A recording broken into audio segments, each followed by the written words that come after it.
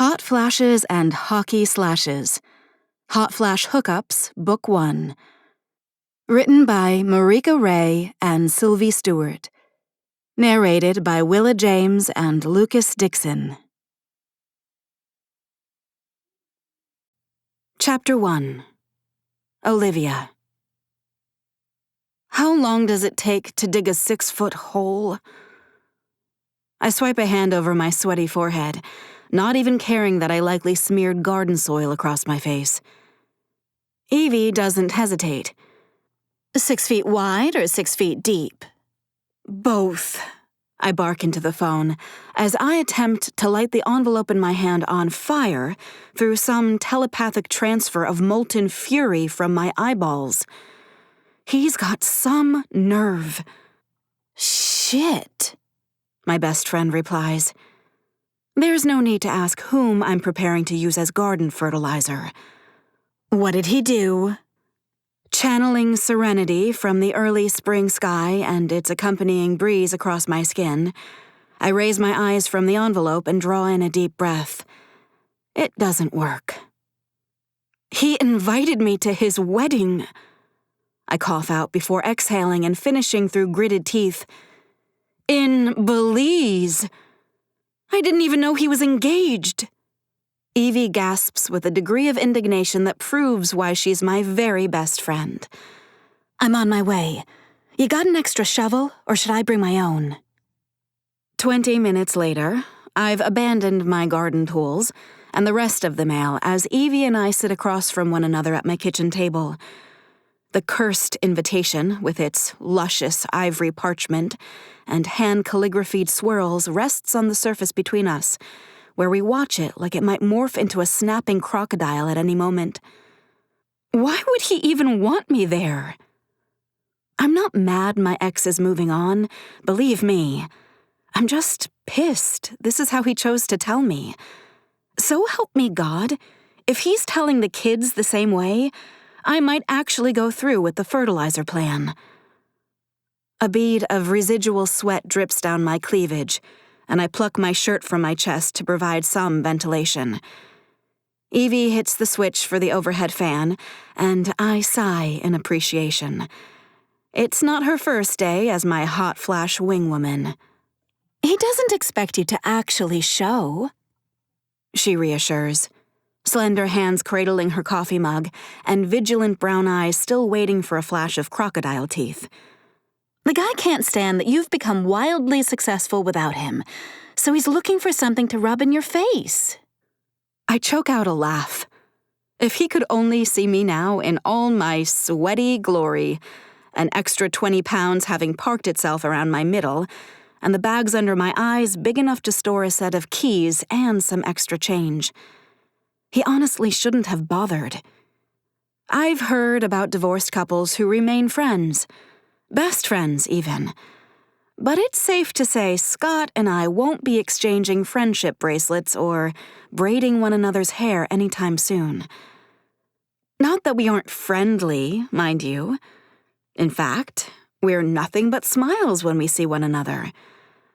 Like the smile I sent Scott across the table at Dylan's 21st birthday dinner, when our son mentioned that his dad's latest girlfriend thought Dylan's anthropology major meant he'd be working at anthropology after graduation. Or the smile Scott sent me over Holly's high school graduation cake last spring, as he handed our daughter a set of keys to a brand new convertible. Never mind, we'd already settled on a plane ticket to Spain as our shared gift. For the benefit of our kids, Scott and I are the masters of friendly, cordial, and polite on the few occasions a year we're required to see each other. I simply hadn't anticipated his surprise wedding to a woman I've never heard of to be one of them, and in Central America, no less. I slide my untouched coffee aside. It smells divine, but the caffeine will only make the sweating worse. Well, considering I haven't been on a date since the divorce, and my lady cave condition is only hospitable to cacti, I'm willing to concede. Do I include a white flag with the congratulatory card, or does he expect me to actually fawn all over? I tilt my head to read the admittedly beautiful script. Taylor? Evie sets down her cup and finally relaxes back into one of my cross-back chairs, her long midnight hair spilling over one shoulder. What does it say about me that I kind of want to meet her? It says you're human. I manage a grin as the fan does its work and the heat in my cheeks begins to subside. And considering there's undoubtedly an identical envelope waiting in your mailbox, you may soon get your chance. Her husband is Scott's best friend, after all. Her lip curls. I'm not going to that rat bastard's wedding. Dan can go on his own for all I care. Her eyes widen then, back snapping straight. You don't think Scott's going to start expecting Dan and me to do couple things with them, do you? I rest my elbow on the table, dropping my chin into my hand as I give her the look. The same look I've been perfecting since the day I filed for divorce and our mutual friends all felt the need to choose. It takes Evie only a nanosecond to recognize it and roll her eyes. Still, I feel the need to reiterate, especially at a time like this. I love you to pieces for always having my back, but this divorce is between Scott and me. You and Dan have known us for 2 decades. There's no reason to choose. Well, Dan still adores you, as you well know, but I also won't be surprised if he's put on best man duty. I'll never understand my husband's taste in men, even if his taste in women is on point. She grins, and I know she's heard me, so I don't launch into the part of the speech about Scott surely having some redeeming qualities if I managed to stay married to him for almost 20 years. But I'm still not going. I lift my abandoned coffee cup and clink it to hers. That makes 2 of us. Since work doesn't miraculously do itself, Evie and I part ways to get on with our days. Owning my own company has its perks, like calling my own hours, but it also makes me responsible for the livelihoods of almost 50 other people. Decisions I make have consequences, and I don't take that lightly. So I settle in at the big white-scrolled desk in my home office and use the remote to switch on the mini split resting high on one wall. AC in March? You bet your ass. One benefit of my full afternoon of meetings and emails is that I'm too busy to spare even one more thought for Scott and his scheme to mess with my head. There are operations issues and production schematics that take precedence over my ex and his swinging dick show. But when my phone rings a couple hours later and I see Holly's name on the screen, all my bravado crumbles. Shit. Please, God, let Scott have used the brain above his belt for once. Hey, sweetie. My tone borders on cartoonish when I answer. Mom, oh my God, this is so exciting. My shoulders slump in relief at the elation in my daughter's voice. He didn't tell her yet. Either that, or she hasn't checked her dorm mailbox yet today. I swivel my chair to face the large picture window that looks over my backyard, but before I can gather myself to inquire about the source of her enthusiasm, she barrels on. He said they planned it to coincide with Dylan's and my spring break, and we each get to bring a friend. Isn't that so cool? Hannah's already shopping for bikinis online. Belize is way better than Myrtle Beach. She lets out a squeal, while my brain trips over itself on its attempt to process this information. So, you're okay? I rock forward in the chair, a torrent of emotions tearing through me. Relief at my daughter's emotional well-being, gratitude that Scott didn't screw this up, and, okay, I can admit it, a tiny dash of petty resentment that my kid doesn't appear to be batting an eye about her father getting remarried so suddenly. Okay, I'm over the moon. And Hannah and I both agree you are pure class for coming too. I gotta say, I was worried how you might take the news, but as usual, you are a rock star. Looks like I had nothing to worry about. Oh, God. Oh, no. My hand itches for that shovel again, and I shoot to my feet. That's sweet, Halls, but... She cuts me off. Dylan's super psyched you're coming too. He said he hasn't seen you since Christmas. How is that possible? My vision clouds over, the backyard disappearing from view and my voice coming out almost hollow. He's been busy with school and... I get cut off again by the whirling dervish that is my spawn. I can't wait for us to go snorkeling together. The reefs are supposed to be amazing, and Dad and Taylor have all these events planned. It's going to be straight fire. Blinking to clear my head, I decide it's time to nip this thing in the bud before she announces I have apparently volunteered myself to perform the ceremony uniting Scott and his child bride. Okay, now I'm just being bitchy. I don't know the first thing about this woman. Sweetie, it sounds great, and I'm thrilled for you that you're going. I'm just not sure if I can make it. Possible excuses ricochet off the walls of my skull while my daughter's declaration of my rock star status bats them away. Of course you can. Ashley can practically run the business on her own if her Insta posts are anything to go by. Did you know the Paps caught Jennifer Aniston wearing your livies? Paps? I'm certain it's a word I should know, but I've never claimed to be trendy. The fact that I own my own fashion brand is something I find to be the height of comedy on an almost daily basis. Paparazzi, Mom. I can almost hear her eye roll. Hannah has been telling everyone on campus that her roommate's mom is the famous brain behind the hottest shoes in Hollywood. I don't know that I would go that far, but a spark of pride blooms in my chest, nevertheless. I may be far from a fashion maven or a clothes horse, but 2 years ago, I somehow managed to make a name for myself when a pair of bespoke sandals I produced on a whim with a 3D printer captured the attention of some very influential people. It was nothing but dumb luck, but I've been riding the wave ever since, with the help of my very social media savvy assistant, Ashley, that is. Well, tell Hannah we'll get her a pair when we can get a scan of her foot.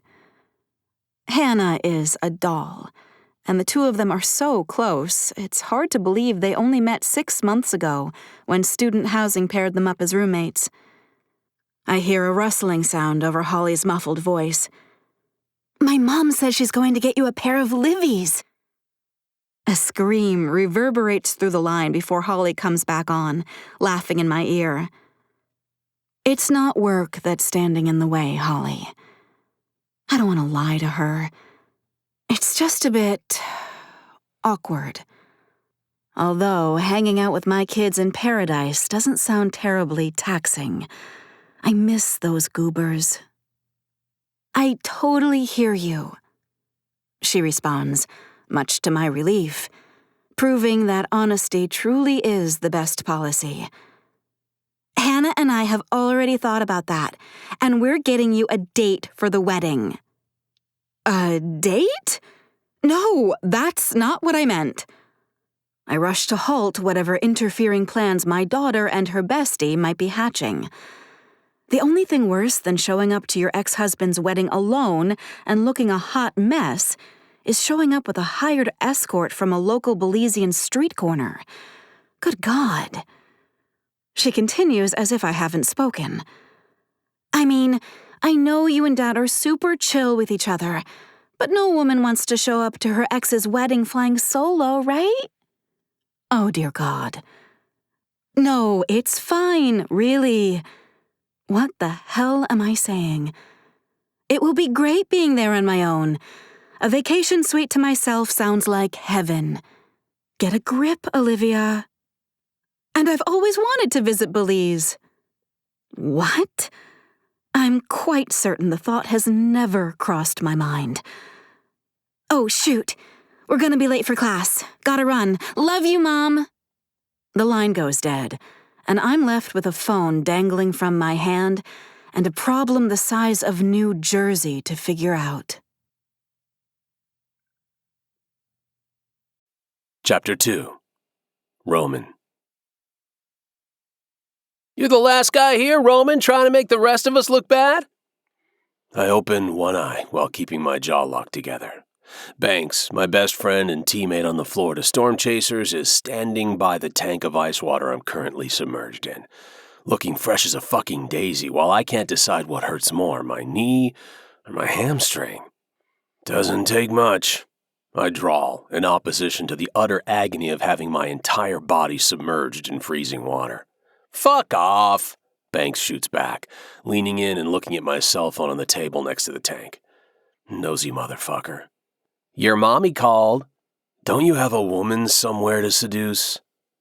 Banks is almost as old as me and just as single, but not quite as old, as he likes to frequently point out.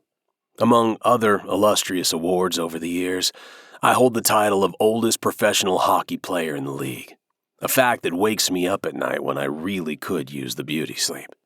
That and the constant pain my body is in these days.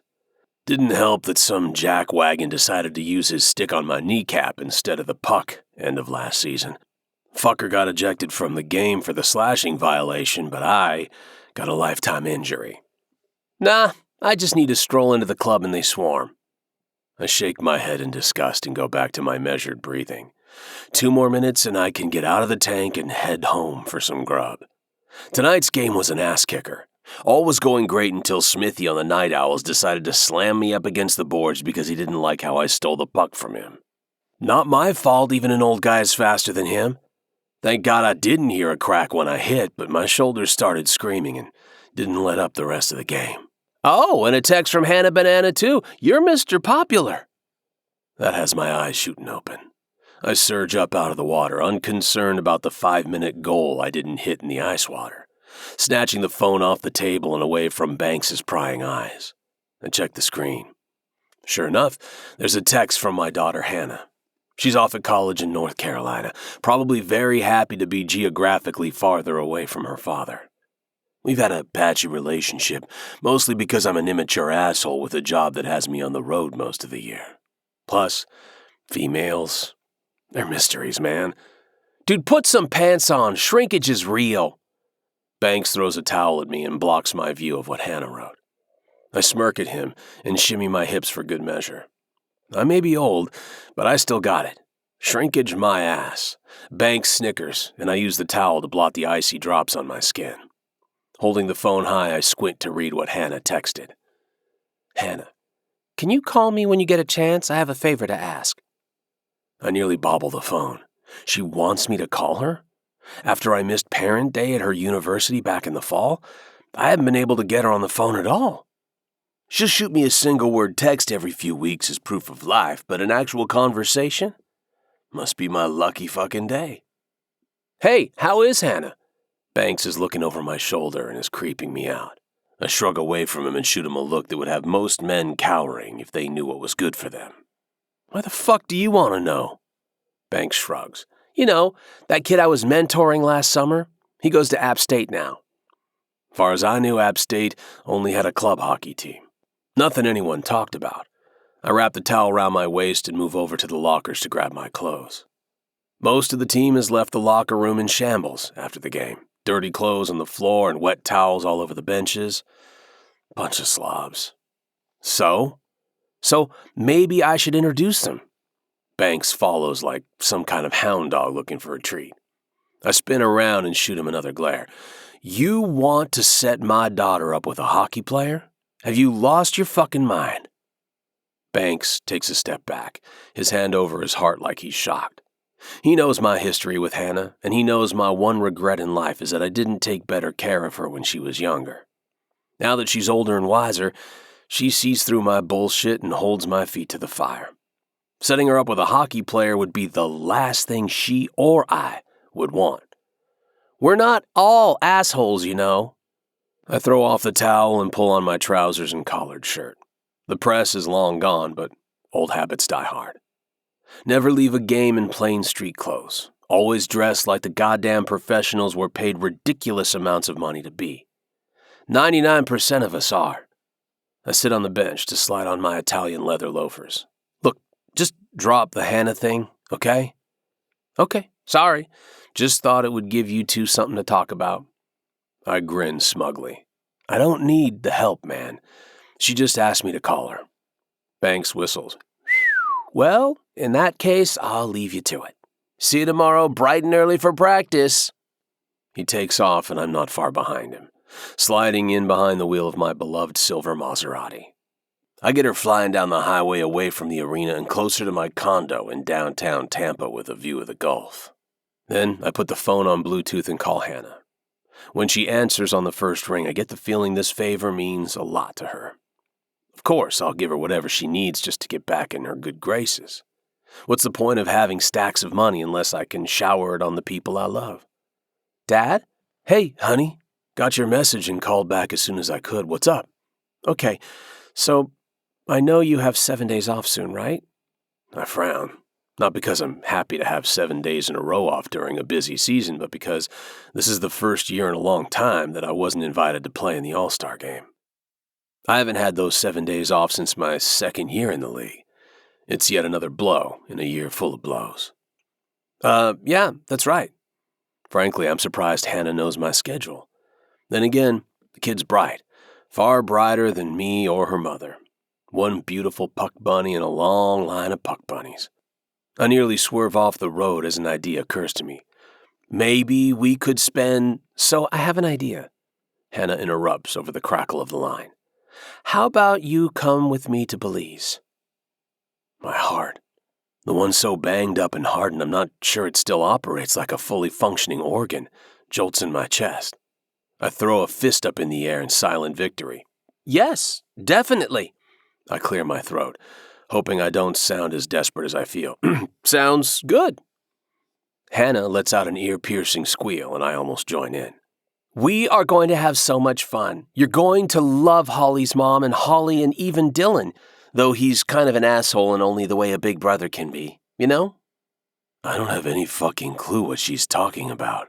Sure. So, Holly said the room's already taken care of. I'll text you the hotel name. You should probably get there on Saturday, though, so you can get to know Holly's mom before you have to show up to the pre-wedding events together. Warning bells clang in my head as I pull into the underground garage. I lift a hand in greeting to the bored guard and make my way to my assigned parking space. Once the car's in park, I refocus on the conversation. Wedding? Holly's mom? What are you talking about, Hannah?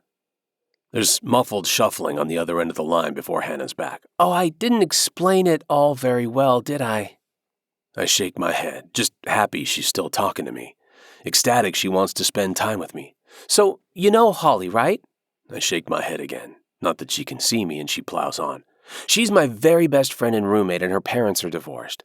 Her dad's getting remarried in Belize and invited everyone to the wedding, including Holly's mom. Talk about awkward, right? Holly's mom is rad, though. I mean, have you seen Livy's? Hannah's voice trails off into a squeal again while I try to keep up. So, anyway, she needs a date. Holly? I mumble, feeling like I'm too old to keep up and hating that feeling. No! Hannah's peal of laughter is like that first sip of cold beer after a tough game. Holly's mom needs a date. She can't show up to her ex's wedding without a date. I mean, the secondhand embarrassment alone would ruin our trip. That's where you come in. Wait, what? I sit up straight, leaning closer to the speaker where Hannah's voice is coming from. Surely I can't be hearing her right. Yeah, you'll be Holly's mom's date for the wedding, and we can spend the week together in Belize. Everybody wins, right? I open my mouth and nothing comes out. I can't say no when I've been begging Hannah to give me even a scrap of her attention. But how can I be someone's blind date at a wedding when the press is sure to get a hold of this and make it something it isn't? This has disaster written all over it. For Hannah's friend's sake, I should say no. Please, Daddy? Hannah begs in that voice that reminds me of when she was little. Then I'd buy her ice cream, even if it was right before dinner. I caved every fucking time. I think of all the times I've let her down, all the school performances I missed, the Christmases spent on the road instead of with her, even her senior prom when I planned to be there to assess her date and then missed my flight. I've let Hannah down so many times I'm amazed she still talks to me. Yeah, honey, count me in, I hear myself say. Hannah squeals and I cringe. Oh, thank you, Daddy. This is gonna be so much fun. And then the line goes dead, and I slump back against my leather seat. I squeeze my eyes shut against the dull ache in my head. It's nothing compared to the searing pain in my shoulder and the niggle of pain in my hamstring. 7 days in Belize is doable, right? Just show up to a wedding with a strange woman on my arm, and then I can spend the other 6 days with my daughter, lying out in the sunshine and letting my body rest. My physical therapist did just tell me I need an extended break. Feeling better about things, I climb out of the car and into the elevator, heading up to my pet house. The place is exactly how I left it. Sterile, cold, and completely devoid of personal effects. I'm just not home long enough to mess it up or bother with decorating. Dumping my duffel bag in the entryway, I grab the one framed photo I do have. It's a picture of me and Hannah from years ago. The bow in her hair is falling out while her little arms wrap around my neck. Our faces are squished together in matching grins. I have no idea what I just signed myself up for, but for that little girl, I'd do damn near anything. Chapter 3. Olivia. Evie, did I just see you hiding behind a bush? Me. No, I'm hiding behind a beautiful flame-of-the-woods shrub. I'm totally hiding behind a bush. Shoving my phone into my skirt pocket, I shuffle sideways to the cover of another flame-of-the-woods, this one tall enough that I can stand upright and take another peek without being exposed. My immature antics are a necessary evil, seeing as I just stepped into the resort lobby to find Evie and Dan standing in casual conversation with Scott and his bride-to-be. Obviously, Evie came to Belize. It's a well-known best friend rule that if your BFF is forced to attend the wedding of her ex to prove to her kids that she's not only a rock star, but that they are her number one priority, your ass is going to be there to get her drunk and have her back. I am in no condition to meet my ex-husband's gorgeous fiancée, and she absolutely is. She's also young. I'd guess at least 10 years younger than my 43, but it's hard to be certain through a screen of foliage. Damn it, I had a plan, and it didn't include cowering behind a plant while my best friend kept my ex distracted. I was supposed to check into my room early and take a long, luxurious bath, after which I'd give myself the works.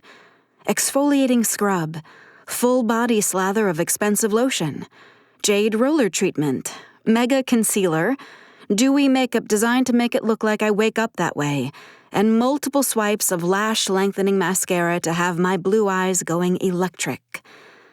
Instead, I'm 2 hours late, having spent ages on the airport tarmac stewing in a 90-degree flying sardine can, with the captain assuring us every 5 minutes that our gate would be available any moment.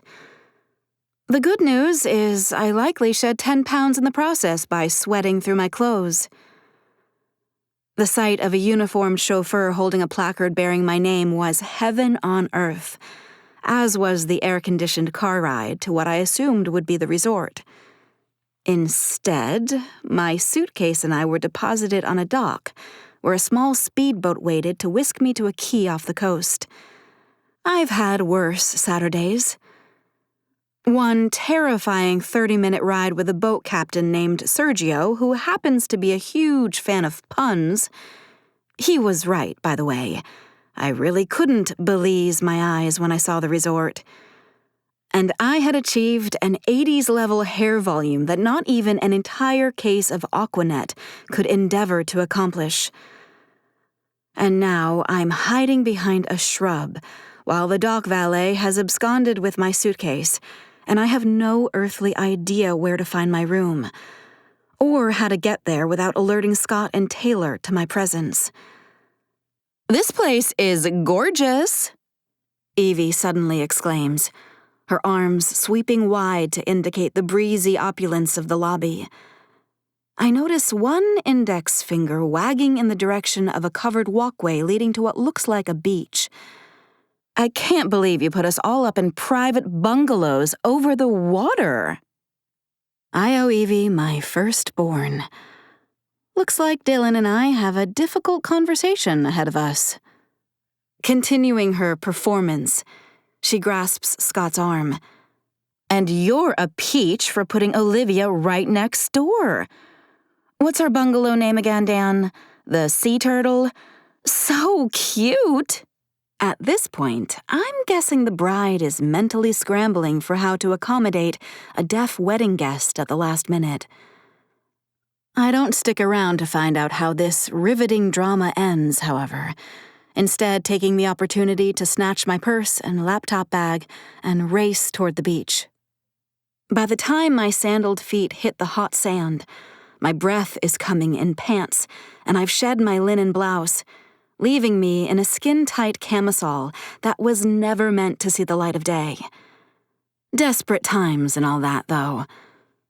The breeze off the water whips my hair into my eyes as I trudge over sand and shells on a hunt for anything indicating the location of the Sea Turtle. A promising row of neat, thatch-roofed structures standing on stilts over the water catches my eye, and I puff my way over a rise of sand to investigate. It's going to be a cold shower instead of a hot bath at this point, but either way, my private bungalow is calling my name. A wood-slatted sign declaring "The Angelfish" protrudes from the sand, and I hurry by the first bungalow's private pier to determine the names of the other structures. I pass the Humpback, an unfortunate choice, if you ask me, to find the Sea Turtle a dozen yards down the beach. Thank God. Glancing back to the Humpback, I spy the silhouette of a tall man through the billowing curtains, so I forge ahead, readjusting the heavy laptop bag on my shoulder and scraping a damp tendril of frizzed-out hair from my cheek. Almost there.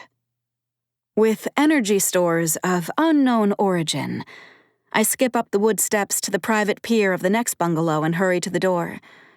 Clear turquoise water surrounds me with sparkles of sun reflecting off the calm ripples. Evie wasn't kidding. This place is gorgeous. Reaching for the sliding door handle, I hope against hope that the bellhop already dropped my bags so I can fix the hot mess I'm sure to encounter in the mirror.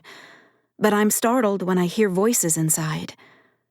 "Melissa, I forgot to bring my shampoo in the shower with me. Help a girl out, would you?"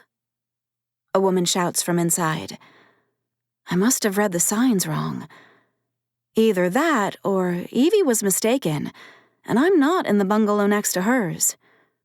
Retracing my steps, I summon my last trace of energy as the laptop strap digs into my shoulder and my purse wilts to the sand. The middle bungalow is indeed the Sea Turtle, and another glance confirms that, yes, the Humpback is already occupied. I know this for certain when said occupant slides open the front door to his bungalow and shouts something my way. From this distance, all I can tell is that he's tall. So tall, in fact, that he has to duck down to clear the door frame. I sigh and cup my hands around my mouth. "What? I can't hear you." He starts walking down his pier, long strides eating up the planks as I drag my sweaty ass his way. Maybe he's the concierge and he's putting the finishing touches on my room. I'm not above lounging in a blue water paradise called the Humpback. The closer he gets, however, the clearer it becomes that this man is most certainly not the concierge of this resort, or any other. Unless there is a secret hot guy resort somewhere in the peaks of a rugged mountain range where employment is exclusively offered to hulking sex gods who drop women's panties to the floor with a mere puff of breath from their perfectly sculpted lips. Maybe I'm more exhausted than I realized. Either that or Taylor hired models for her wedding. He comes to a stop on the bottom step to his pier and casually perches his hands on his hips. "I think you're in here, honey." He jerks his chin toward the bungalow he just vacated as his eyes travel the length of my body behind his lightly tinted designer sunglasses. There's no need to glance down to know what he sees, and the knowledge sends a jolt of humiliation through my chest. Post-electrocution hair, flushed, sweaty skin, damp, wrinkled blouse and skirt, and legs that haven't seen the sun in 7 months. Before I can ask God to summon a hurricane for distraction, several questions hit me at once. Did this guy just call me honey? Ew. If this is my bungalow, what was he doing inside? And why is he trying to hide a smirk, and doing a crappy job of it, with his eyes trained just below my chin? My brain decides to answer the last one first, as my chin reflexively drops so I can determine if perhaps a tap-dancing crab with a top hat has settled on my collar. To my horror, I've forgotten that my linen blouse is no longer providing my usual modesty, and I'm standing in front of this ridiculously hot stranger, with my boobs hanging out of a teeny tiny white camisole, and my extra 20 pounds bulging in sharp relief. My laptop bag hits the sand, and I gasp as both hands scramble to cover my chest and torso. I'm fairly certain I dodged a nip slip, but it's a close call. This transforms his poorly hidden smirk into a full-blown smile, and, damn him, it makes his ruggedly handsome face even more spectacular. Who is this guy? And where did he magically materialize from? Asgard? But no relative of Thor would have a scar running across his upper lip, and a nose that's obviously been broken a time or two. The rest, though? Absolutely.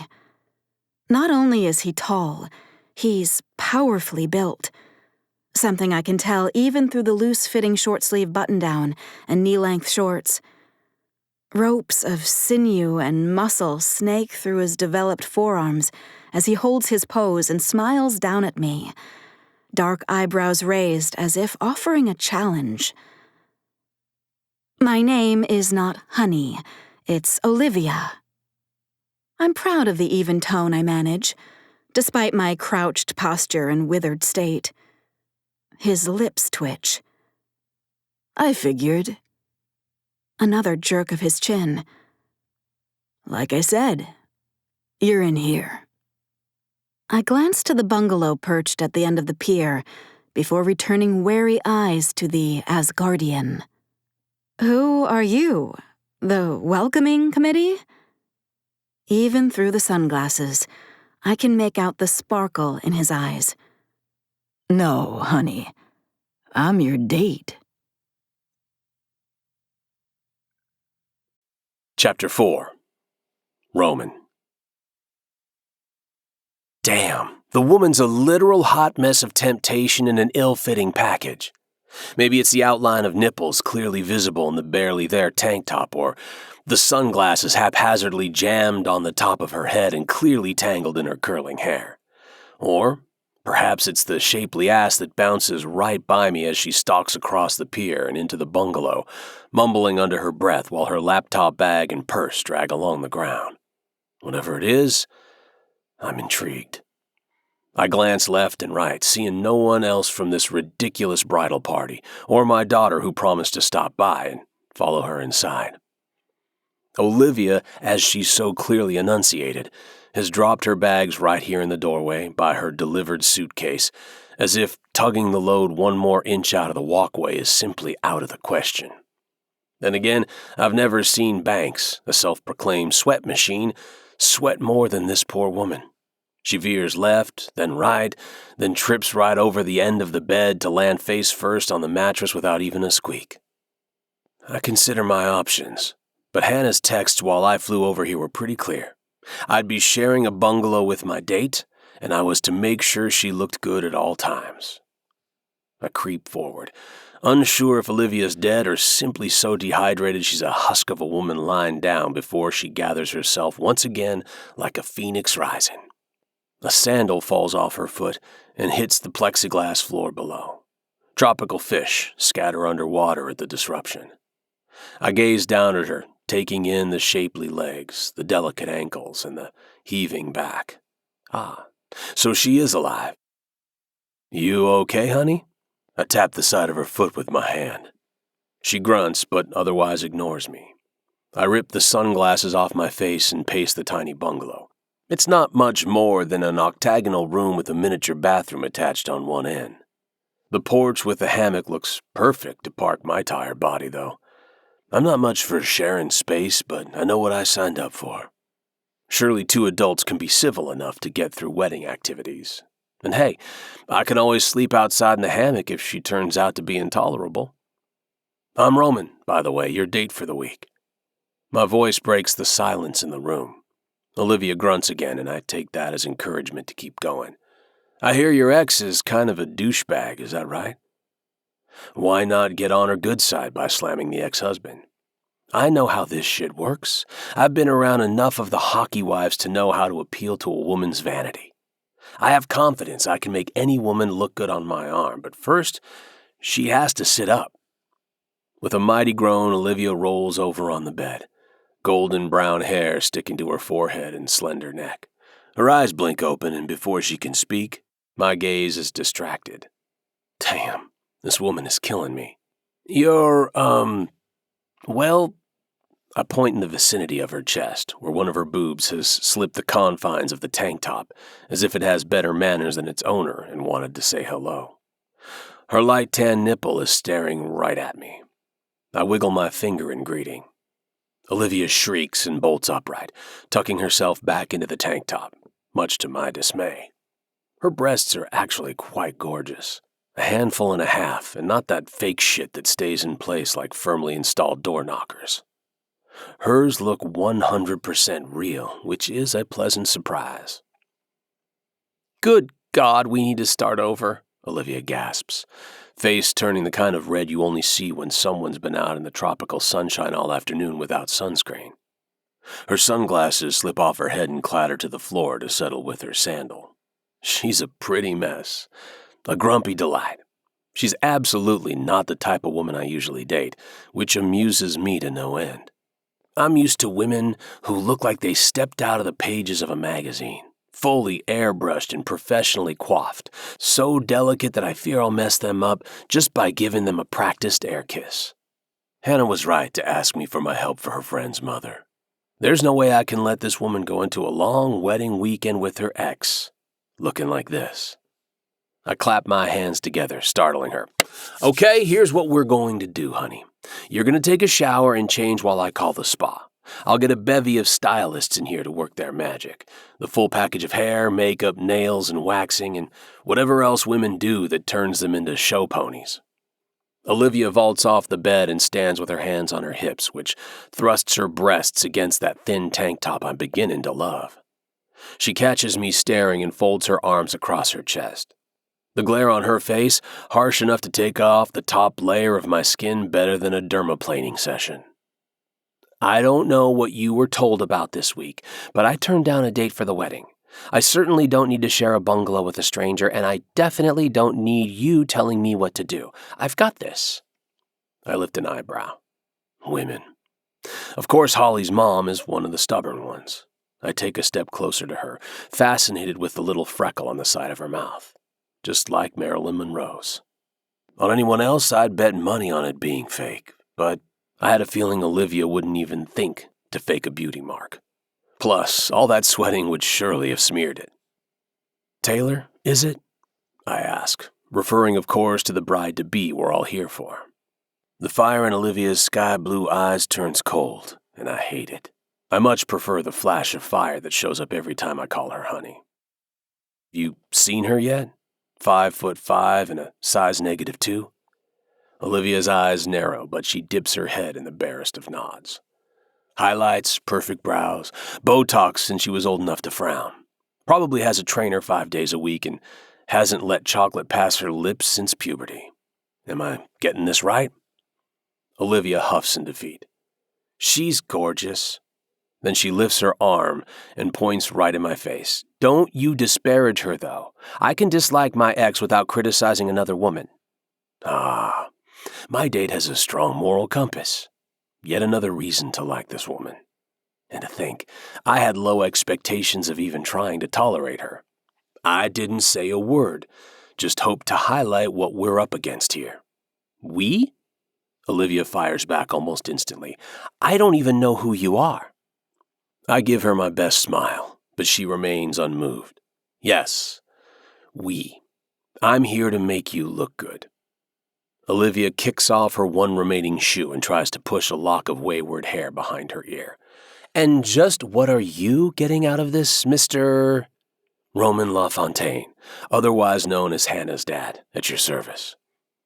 I hold out my hand and she takes it, giving it a rough up and down pump before releasing me. God, she's cute when she's grumpy. I figured she already recognized me, but maybe Olivia isn't a hockey fan. My daughter is everything to me. She asked me for this favor, so here I am. Olivia looks at me warily, but I don't miss the way her gaze keeps dropping to my chest. "And that's it? You just jump on a plane and help out a stranger?" "For my daughter? Yes." I point my thumb over my shoulder in the direction of the bathroom. "If you want to take a shower, I really do have appointments with the spa already. That'll give us time to get to know one another and make this believable." "What do you mean, give us time?" I grin, wondering how many more frowns I can get out of Olivia before she finally gets into that damn shower and accepts that for just this week, we're a team. "We're getting a couple's spa treatment, honey." The woman is an awful singer. After swearing on my daughter's life that I'd remain outside on the hammock while she showered, Olivia hauled her suitcase into the bathroom and disappeared. I took the time to call the spa and double up our appointments.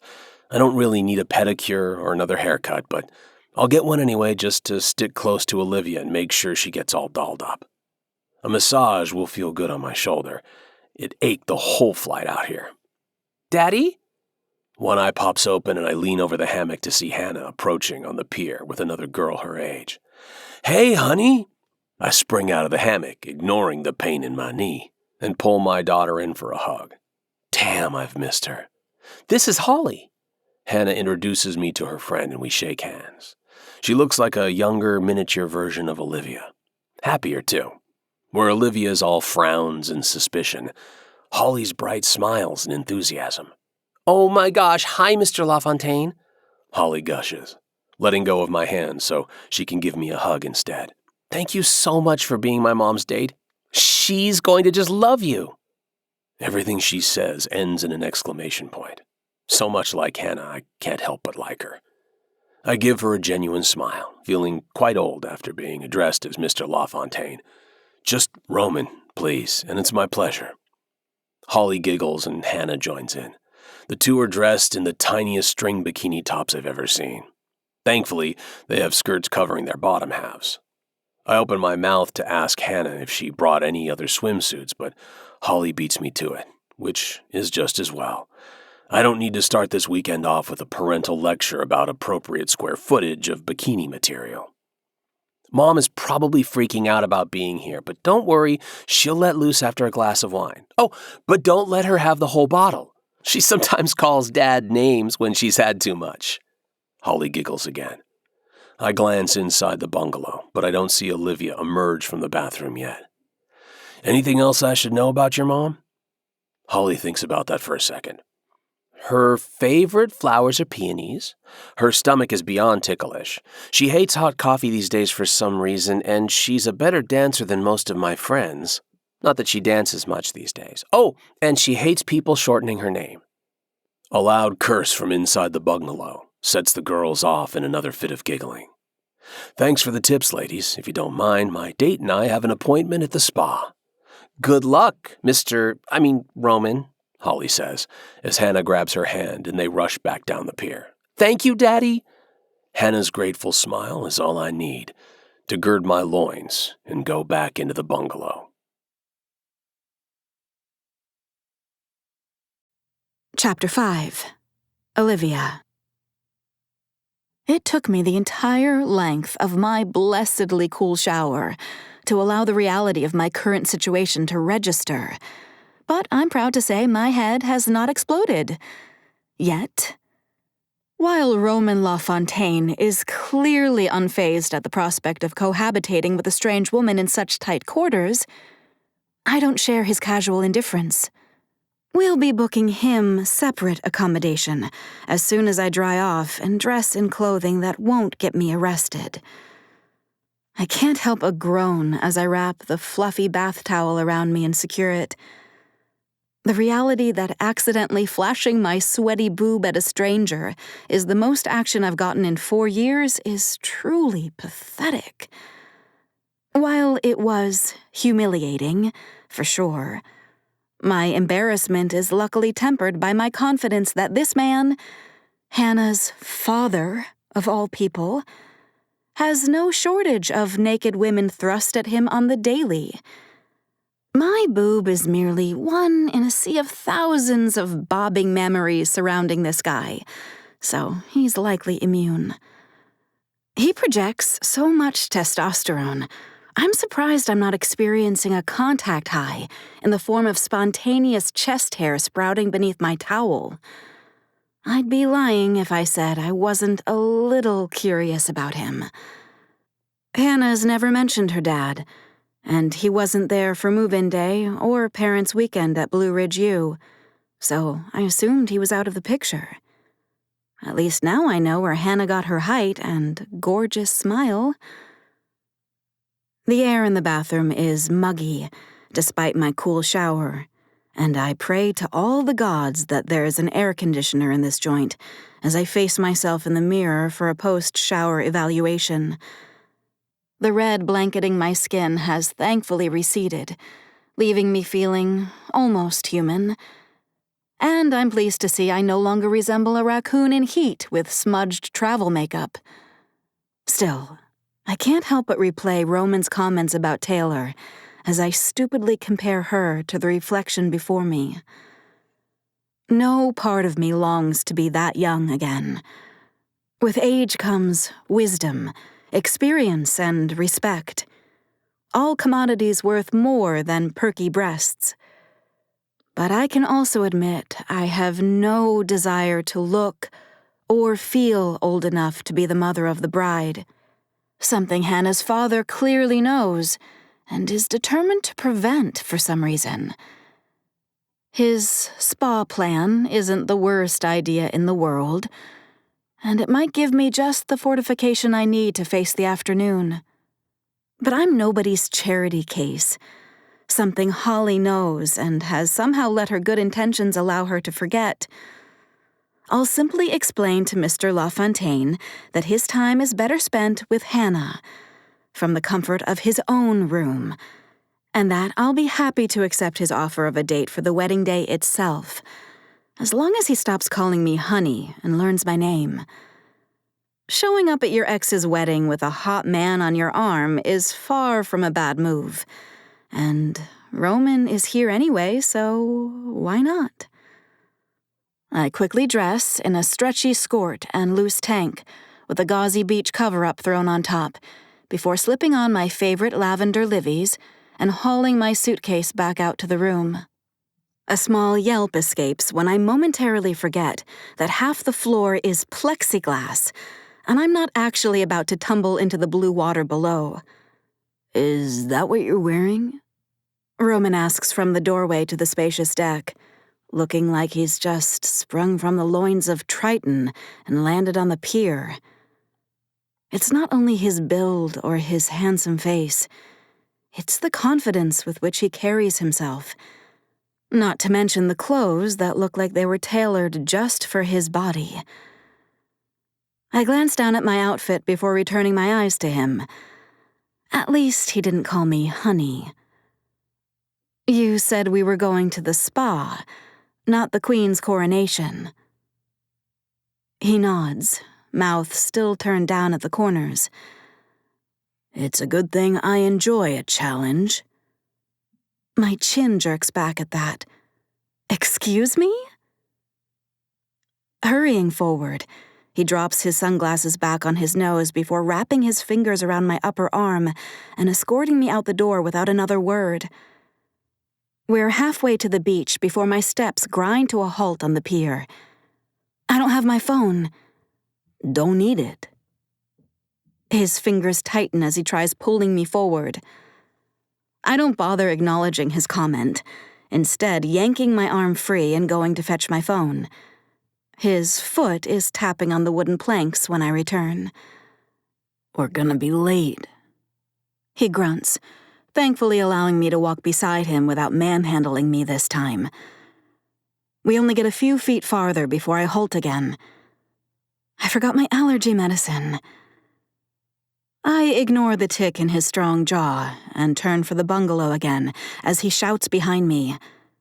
What are you allergic to? Relaxation? When I return this time, he's apparently found his zen space because he makes no other comments about my behavior, instead falling into step beside me as we reach the sand. Since I've had zero time to explore the resort, I let Roman lead the way, fully planning on hiding behind his giant frame if we happen upon Scott and Taylor. However, he has different plans. Something I discover when he laces the fingers of one of his hands with mine and gives me a gentle tug to his side. I can't remember the last time I held hands with a man. You're going to have to at least pretend to tolerate me if this is going to work, honey. I can hear the smirk in his voice as a line of hardened calluses brush my palm. The man works with his hands, that much is clear. Based on his muscular build and tanned skin, it's possible he's some kind of tropical GQ lumberjack. About that, I begin, scanning our surroundings for familiar faces. The resort is quite small, I'm discovering, and I start to wonder if the wedding party will make up the entire guest book when I only spot tanned, departing couples exiting the lobby. About what? Roman prompts, and I pull my focus back to our joined hands while he opens a door leading into the blessedly cool spa foyer. As soon as I've had my massage or whatever, I'm heading back to the bungalow to get ready for the cocktail thing while you go to the front desk and get a room of your own. I appreciate your willingness, but consider yourself off the hook until the wedding day, Roman. Instead of arguing with me or even frowning, he squeezes my hand and leads us to the counter where he addresses the attractive attendant. LaFontaine party for the couple's romance package, please. It seems I've learned one thing about Roman LaFontaine, at least. The man is deaf. Dry skin, the esthetician tuts as she examines my half-naked body in the same dispassionate manner my elderly dermatologist might. I drop my eyes to ensure my towel hasn't shifted and exposed me to the room. Or, more precisely, Roman. The man is lying on his own cushioned treatment table a few feet to my right, enjoying the enthusiastic ministrations of his facialist. It's always refreshing to treat clients who understand the value of a good exfoliation and moisturizing regimen. She waxes before they share a conspiratorial chuckle. I consider hurling my phone at him. He might not look so dashing with a welt on his forehead. It's the change, isn't it? Gloria, my facialist, asks as she runs her fingers over my cheeks. Pardon? She waves a dismissive hand. The same happened to me when I reached this stage in life. Menopause drains your skin of collagen and moisture, so you need to be twice as vigilant. I bite my cheek to keep from clapping a hand over her mouth. Setting aside for a moment that she's not only right but is attempting to be helpful, I don't need her announcing to my perfect specimen non-date that I'm in the throes of perimenopause and losing my ever-loving mind. Are you having other symptoms? I gained a good 30 pounds over 3 years. Gloria pats her belly. Hot flashes, focus issues, insomnia. Really, I'm fine, I assure her, although she and Roman appear to share the same selective hearing because she's undeterred. I can only hope Roman is too busy with his skincare fan club to hear Gloria at all. I have just the thing, this wonderful local tea that will make you sleep like a drunk grandpa. She smiles, and I muster a brittle one in return. Dashing my hopes, Roman pipes up from his table. She gets hot flashes. Lots of them. Maybe I'll hit myself with my phone to end my misery. Well, I hope you're being a good husband and giving her control of the thermostat. Gloria offers as she places a hot towel over my face. Oh, good. I'll just suffocate myself instead. Her wish is my command, Roman responds, earning him 2 adoring sighs before he's smothered with his own hot towel. I'm left to enjoy some blissful silence until we're ushered to the couple's massage portion of our treatment agenda 30 minutes later. The masseuses instruct us to disrobe and lie face down on the tables before they close the door, leaving Roman and me alone, in bathrobes and nothing else. So, tell me about yourself. Roman looks my way as he effortlessly hops up to sit on one of the massage tables, his legs dangling over the side. I avert my gaze when his robe gapes to expose his chest and a good portion of muscled thigh. Good God. Dampness springs to my skin surface, and I start fanning myself without thinking. Roman's lips curl in a knowing smile, and it takes great effort not to roll my eyes. I choose to glare at him instead. It's warm in here. It's not technically a lie. The lighting is dimmer in this room, reedy music lilting softly from hidden speakers, and a heavenly jasmine scent perfumes the warm air. It's almost romantic, I hate to say, which I'm sure is the point. He lets me off the hook. Okay, so I'm getting the picture you're warm a lot. That's not a whole lot to go on if we're hoping to convince anyone we're in a relationship. I lean against my own table and cross my arms over my chest. Why do we need to do that again? Honestly, this feels like overkill. And I've already decided he'll only be my wedding date. Not that he appears to agree. I told you, Hannah and Holly have their hearts set on it, and I happen to be pretty good at this kind of thing. Pretending to date someone? Winning. His grin is 12 kinds of naughty now. And don't try and tell me your ex invited you here out of the kindness of his heart, because we both know that's bullshit. He wants to rub your face in his good fortune, and the last thing he's expecting is for you to have an ace up your sleeve. Someone's a little full of himself. I reluctantly find myself grinning back. But it doesn't mean we have to share a room. It does if we don't want to be found out by nightfall. Shoot. He does have a point. What couple vacations together in separate rooms? I chew on my lip as I consider my predicament. I'd been prepared to focus on the kids and let Evie protect me from any Scott blowback. But playing defense is beginning to sound like rolling over. Especially when the opportunity to beat Scott at his own game has fallen in my lap. Decision made. I draw in a deep breath before exhaling. Okay, I'm in. Before Roman can respond, there's a knock on the door. Ready? I turn to see a modesty sheet resting on my table, but I have zero clue how to get under it without Roman seeing more of me than either of us probably wants. Without thinking, I turn back toward him as if he may have the answer.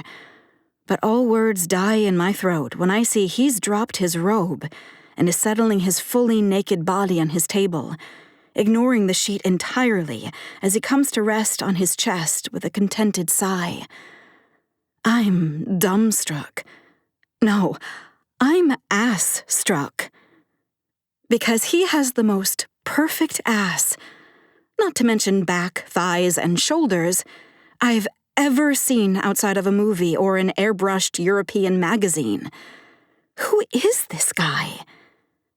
But I can't afford to stand here frozen forever, so I quickly remove my robe and dash under the sheet, pulling it up to cover my butt just as the doorknob turns. I can't bring myself to glance over to see the direction of Roman's gaze. The vibe remains calm, so much so that I accomplish the impossible and convince my heart to stop its attempt to escape my chest wall. By the time my masseuse tells me to roll over onto my back so she can work on my front, I'm so relaxed, I don't even care that Roman is in the same room. I drop my head to the side to say something lame like, I could get used to this. But when I blink my eyes open, I choke on my own saliva instead. All eyes swing my way, including Roman's. But when he sees the direction of my gaze, his eyes drop down his supine frame as well, where a very impressive erection tents the flimsy sheet now draped across his lap. Instead of being alarmed or embarrassed, he simply shrugs, his voice gravelly like he just awoke from hibernation. It happens. When I realize I'm still staring at his penis, reflex kicks in, and I move to slap a hand over my eyes. But my woozy, relaxed limbs mean my aim isn't very accurate, so I end up punching myself in the face instead. Wow, honey. I'm starting to worry I might need to call for backup. Chapter 6. Roman. Do you trust me? Olivia looks up at me through unnaturally long lashes that the makeup artists glued on after the hairstylist created soft curls in her honey brown hair. The lashes give her doe eyes, which are surprisingly charming on her. No? I barely restrain the eye roll and instead grab her where her pretty pink and white top is clinging to her pale shoulders. I suggested a spray tan at the spa, but Olivia turned me down flat. Apparently, faking a tan on a tropical island is where she draws the line in my extensive glow-up plans. With a quick tug downward, I pull the shoulder caps down to her arms, making the sundress strapless instead. Olivia yelps, but I hold firm. Believe me, this does wonders for your breasts. I shoot her a wink that does exactly what I figure it will. Olivia gapes at me, heat creeping up her neck and into her cheeks. That's nice too. Far prettier than the fake rouge the artist added with 5 different brushes that seemed redundant, but who was I to call attention to this perceived error? I don't need my breasts spilling out in front of my ex-husband, Olivia snaps, flailing about, trying to knock my hands off her arms. I tilt my head, taking in the full length of her, slowly, carefully, catching every detail that had been hidden by her sweat-drenched drab outfit from before. Her skirt hugs her curves, highlighting her feminine landscape in a way that ensures I don't have to fake male appreciation. Olivia Wilder is pretty, under all the grumpy bluster. You sure about that? I drawl. Olivia finally wrenches away from me, but she doesn't pull the cap sleeves back up onto her shoulders, and I consider it a victory. I slide my hand into hers, our fingers lacing, before pulling her out of our bungalow and down the pier. Come, my sweet Ollie, we have a cocktail hour to crash. Wait, I forgot my phone. I do roll my eyes then, but dutifully turn around so she can run back inside and grab her phone. The woman would forget her head if it wasn't attached to her body. Then again, something the esthetician said is echoing in my brain. Menopause. I wince, but quickly school my features when Olivia comes back out the glass door. I take her hand again and we make our way to the resort, all lit up by candles and torches along the coastline. Okay, so follow my lead, and whatever you do, find me adorable. Olivia snorts not so delicately, and it makes me smile. As the group comes into view, I let go of her hand and put my arm around her waist, tucking her into my side possessively, exactly like I'd do if this were a real date. Olivia sucks in her breath, but she doesn't push me away. If anything, with each step closer to the group, she leans more into my side, which is curious.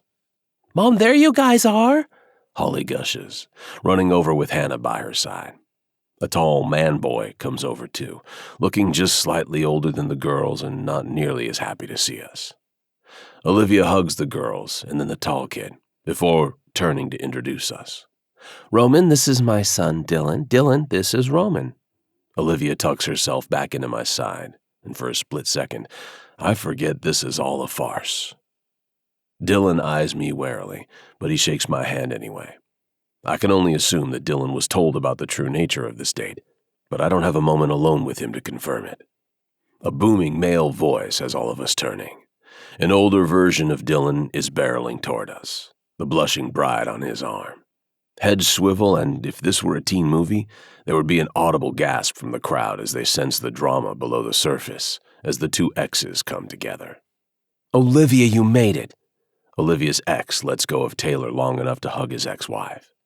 It's awkward, mostly because I still have my arm around Olivia's waist and there's no way in hell I'm letting go. Not when that asshole has his hands on her. They pull back and I thrust my hand in the space between them. "Hi, I'm Roman."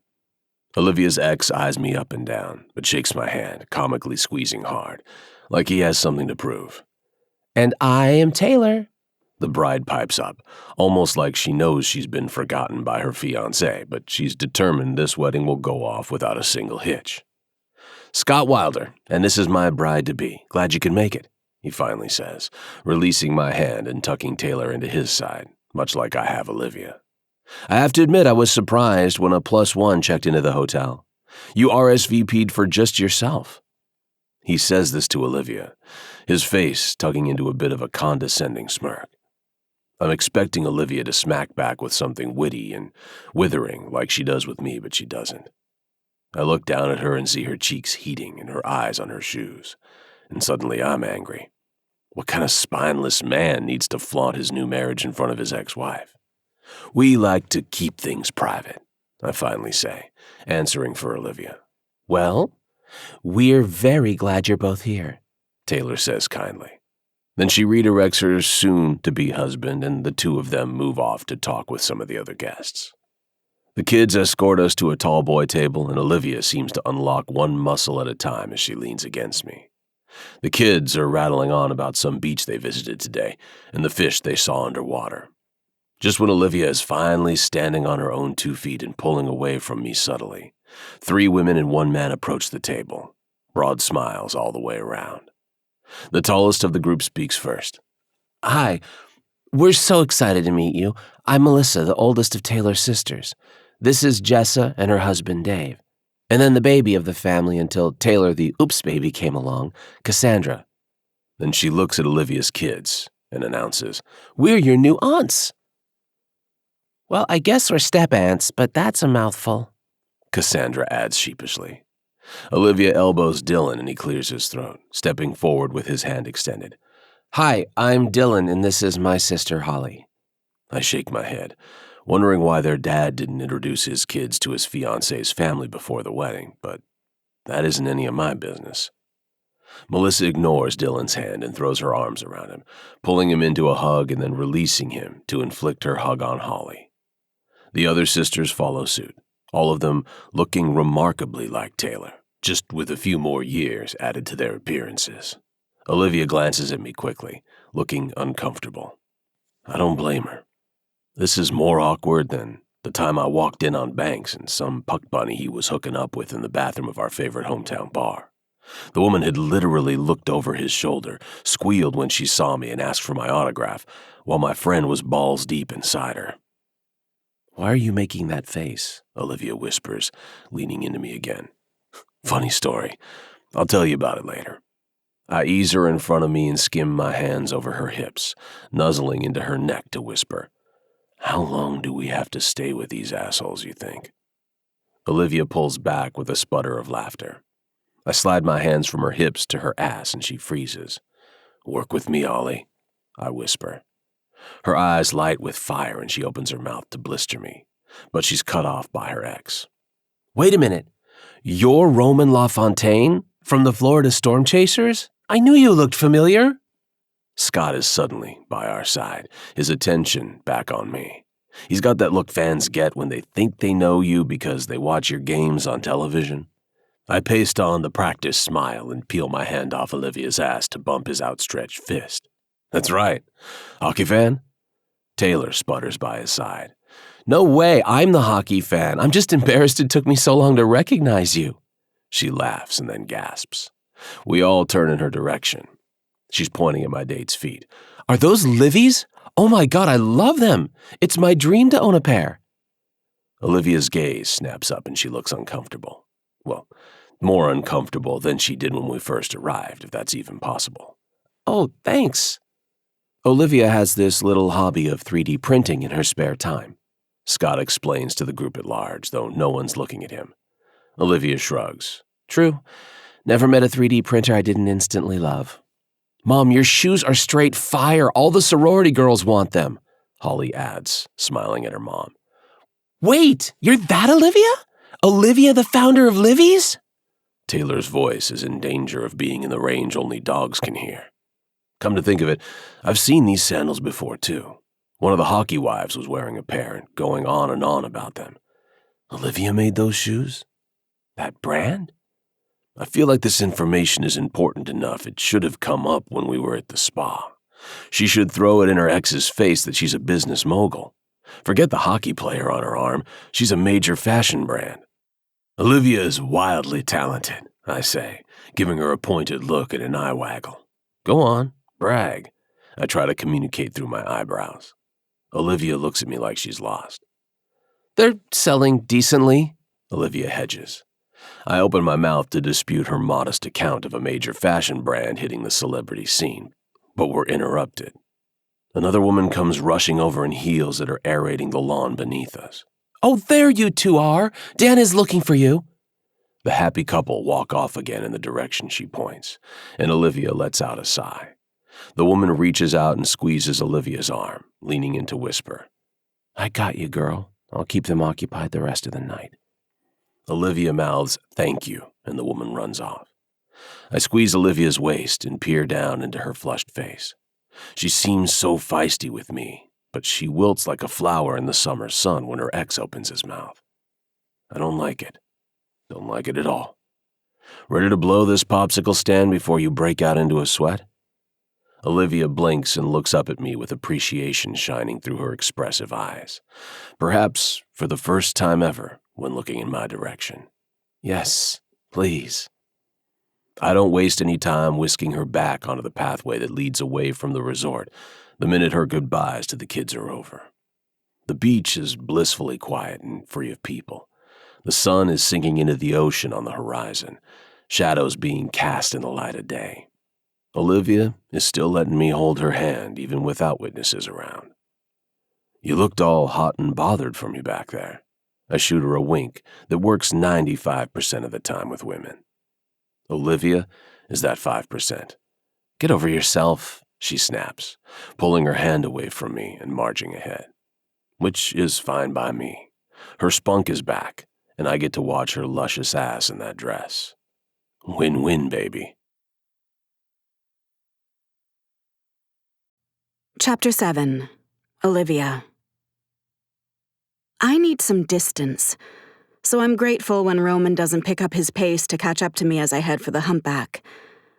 As if our supposed relationship wasn't implausible enough to begin with.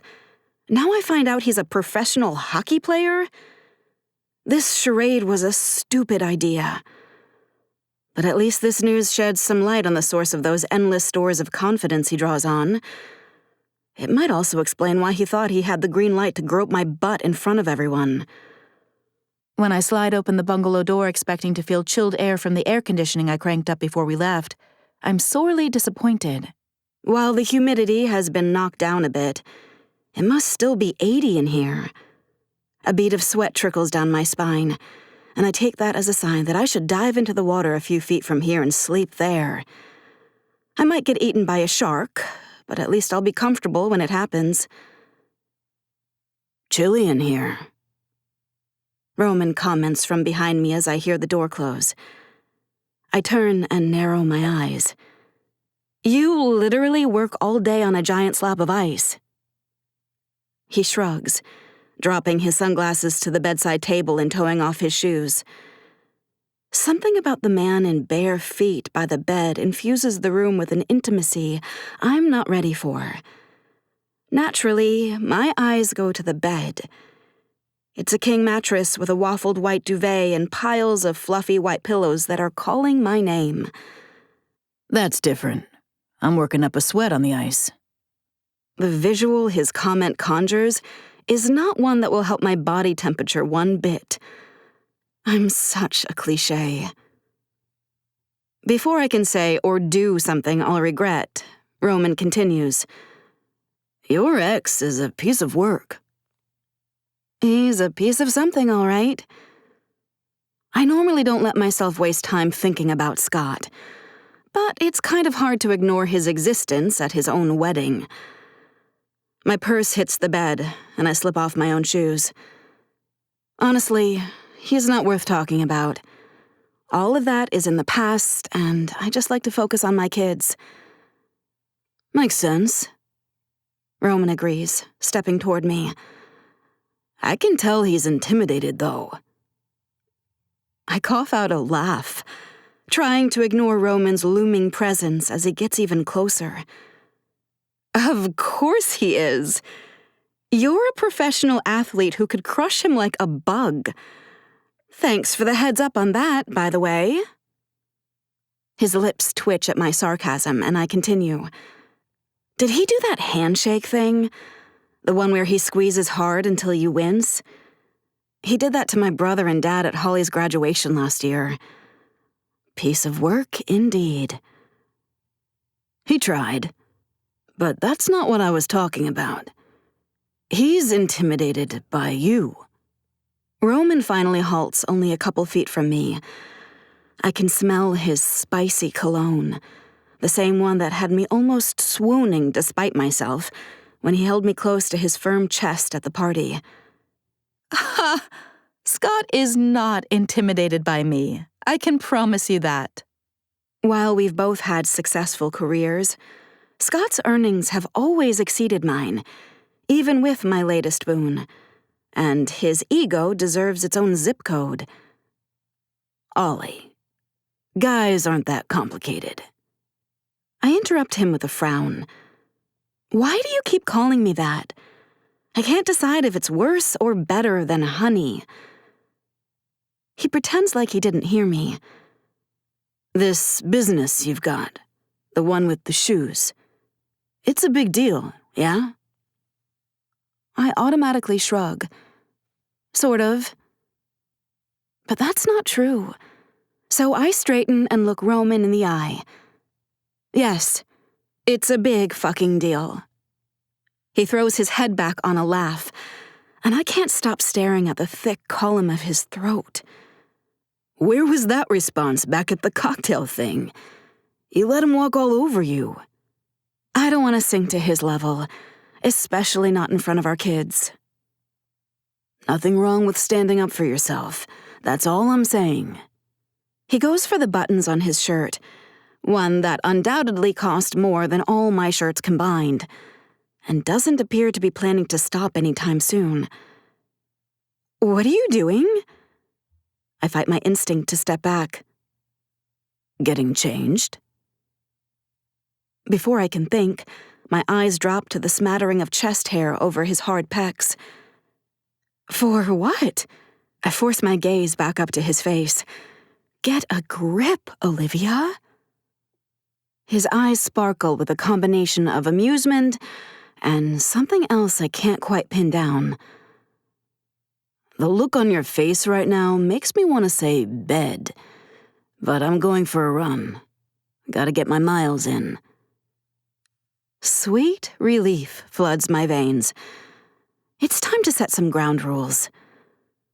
Speaking of, I figure one of us will sleep on top of the covers and the other one under. I call top. No way am I burning up under that duvet with night sweats. The sparkle turns downright naughty. Always been a fan of the woman on top. I shove him aside and disappear into the bathroom, where his deep chuckle follows me. The last thing I need is to see Roman LaFontaine naked again. When I emerge 10 minutes later, devoid of the tarantulas that were posing as eyelashes, Roman is gone. But Evie is splayed out on the bed, nose to her phone, and a pair of loose pajamas covering her slim frame. Oh, thank God, I say into the room.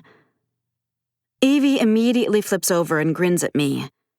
Tell me Holly wasn't bullshitting me about this Roman guy being a pro athlete.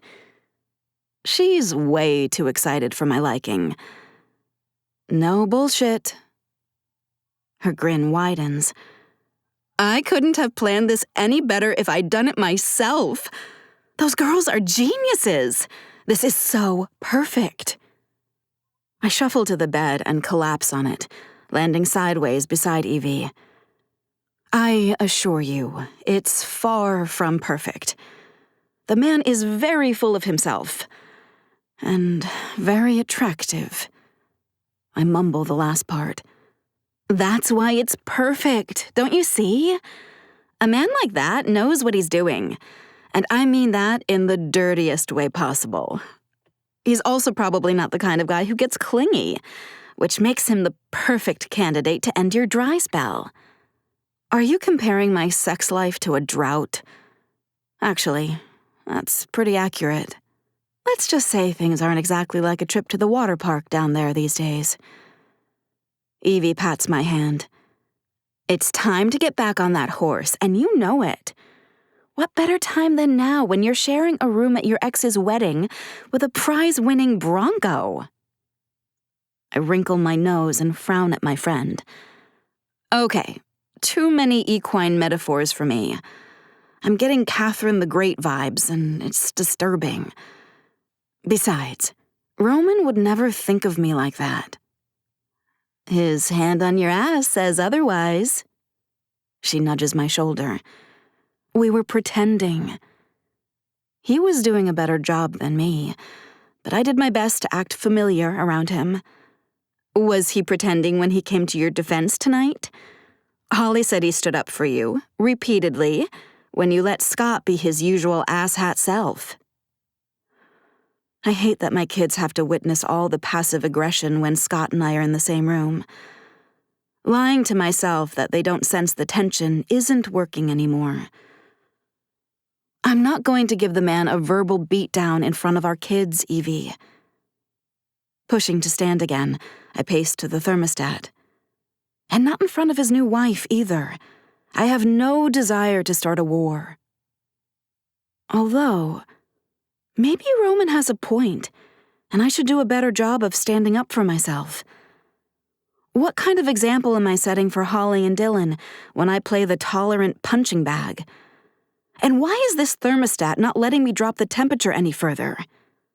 I think Scott did that all on his own when he decided to upend your life to feed his ego. Evie comments from the bed. I grip my teeth against the memory. It wasn't as if I was oblivious to the problems in our marriage, but I hadn't expected his midlife crisis to obliterate it. Scott's not a bad person, but he has his issues, the worst of which is his sense of entitlement. I just didn't know he felt entitled to change our entire lives, and my personality, without my consent. The Porsche and the gym membership, I could have handled. Deciding on a whim to sell our house and dictate my new role as trophy wife was 10 steps too far. I honestly didn't know who he was anymore. Which is why I divorced him. I stab at the button again, but nothing happens. I've moved on, and so has he, obviously. I spread my arms to indicate the very reason we're even in this room right now. I thought my teeth were going to break at the cocktail shindig from holding my smile so tight. Did you know Scott reserved the entire resort for the week? And they flew here in a private plane? I turn, my brows spiking at Evie while she continues. Ask me how I know. She rolls her eyes because we both know how Scott loves to brag. My frustration subsides as I look at my best friend. Thank you again for looking out for me. Always. She reaches a hand out and I step closer to take it. Now, let me continue looking out for you by helping you pick out what to wear to bed to drive Mr. Hockey wild. Her brows wiggle. Your hair is fabulous, by the way. I finger my curls, soft and wrestled into submission for once. It was Roman's doing, if you can believe it. Evie jerks her hand back. He's a professional athlete, and he does hair? Where did they find this guy? My responding laugh is more of a snort. He didn't do my hair. He took me to the spa and forced them to beautify me. If it's possible, her expression turns even brighter. Even better? He definitely has style. All the more reason to dress in a sexy nightie. Please tell me you brought one. Evie, give it a rest. I'm not sleeping with Roman. And the sexiest thing I have for pajamas is an oversized t-shirt printed with the words, "Not all math puns are terrible, just some." Not that I'm telling her that. She directs a pointed look at the bed under her, clearly not ready to give up. We're sharing a bed, not bodily fluids. You are the only person I know who can make sex with a hot hockey player sound not only clinical, but gross. What can I say? It's a gift. Evie's eyes shift to her phone and she laughs. Uh-oh. Looks like I've stretched Dan's patience as far as it will go. She turns the phone screen to me, and there's a text from her husband. Dan. It's an international war crime not to fuck your wife in an overwater bungalow in paradise. Get your ass back here and leave Olivia alone. Dan and Evie are as hot for each other now as they were 20 years ago, and it makes me happier than I can say that my best friend has that. You'd better go before he comes over here and hauls you out, caveman style. Evie climbs off the bed and stands, but before leaving, she wraps me up in a hug. When she pulls back, she tucks a curl behind my ear. Any man would be lucky to have you, Olivia. No matter if he's a pompous CEO or a hockey player with great taste in asses. You are a prize, my friend. I squeeze her arms and lean in to kiss her cheek before she flounces to the door and lets herself out. Then I go directly to the phone on the nightstand and call the front desk.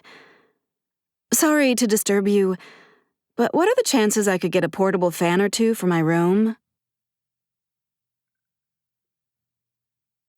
Chapter 8. Roman. I didn't want to interrupt Olivia's conversation with Evie, who I'm guessing is her best friend, based on the way she ran interference for Olivia at the cocktail hour. I also didn't want to be seen coming back to the bungalow after a measly 30 minutes of running.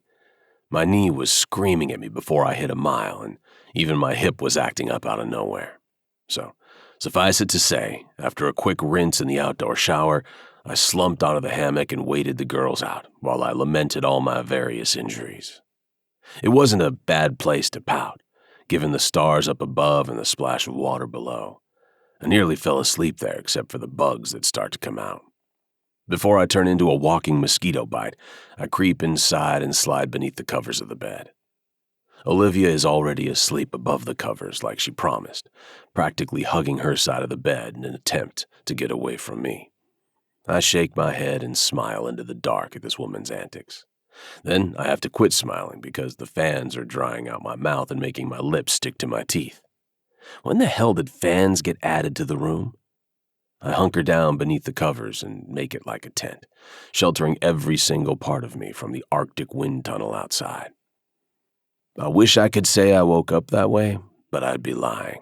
And while I'm not opposed to a well-positioned lie here and there, I can't stand by while I start lying to myself. I have standards.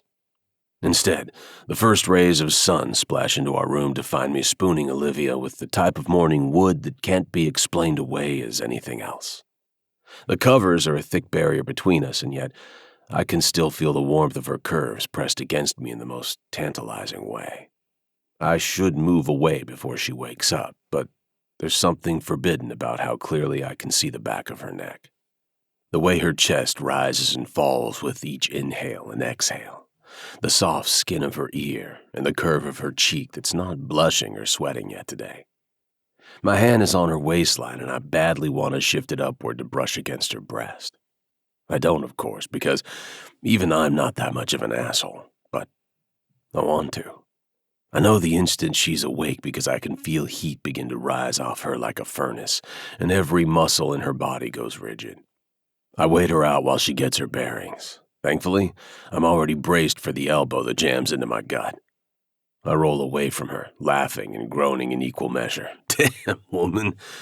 Good morning to you, too. She huffs disgustedly. What the hell was that, LaFontaine? I pout, something I'm very good at. I was freezing with all those fans. I guess I was looking for the closest source of heat. Face it, Wilder, you're one hot mama.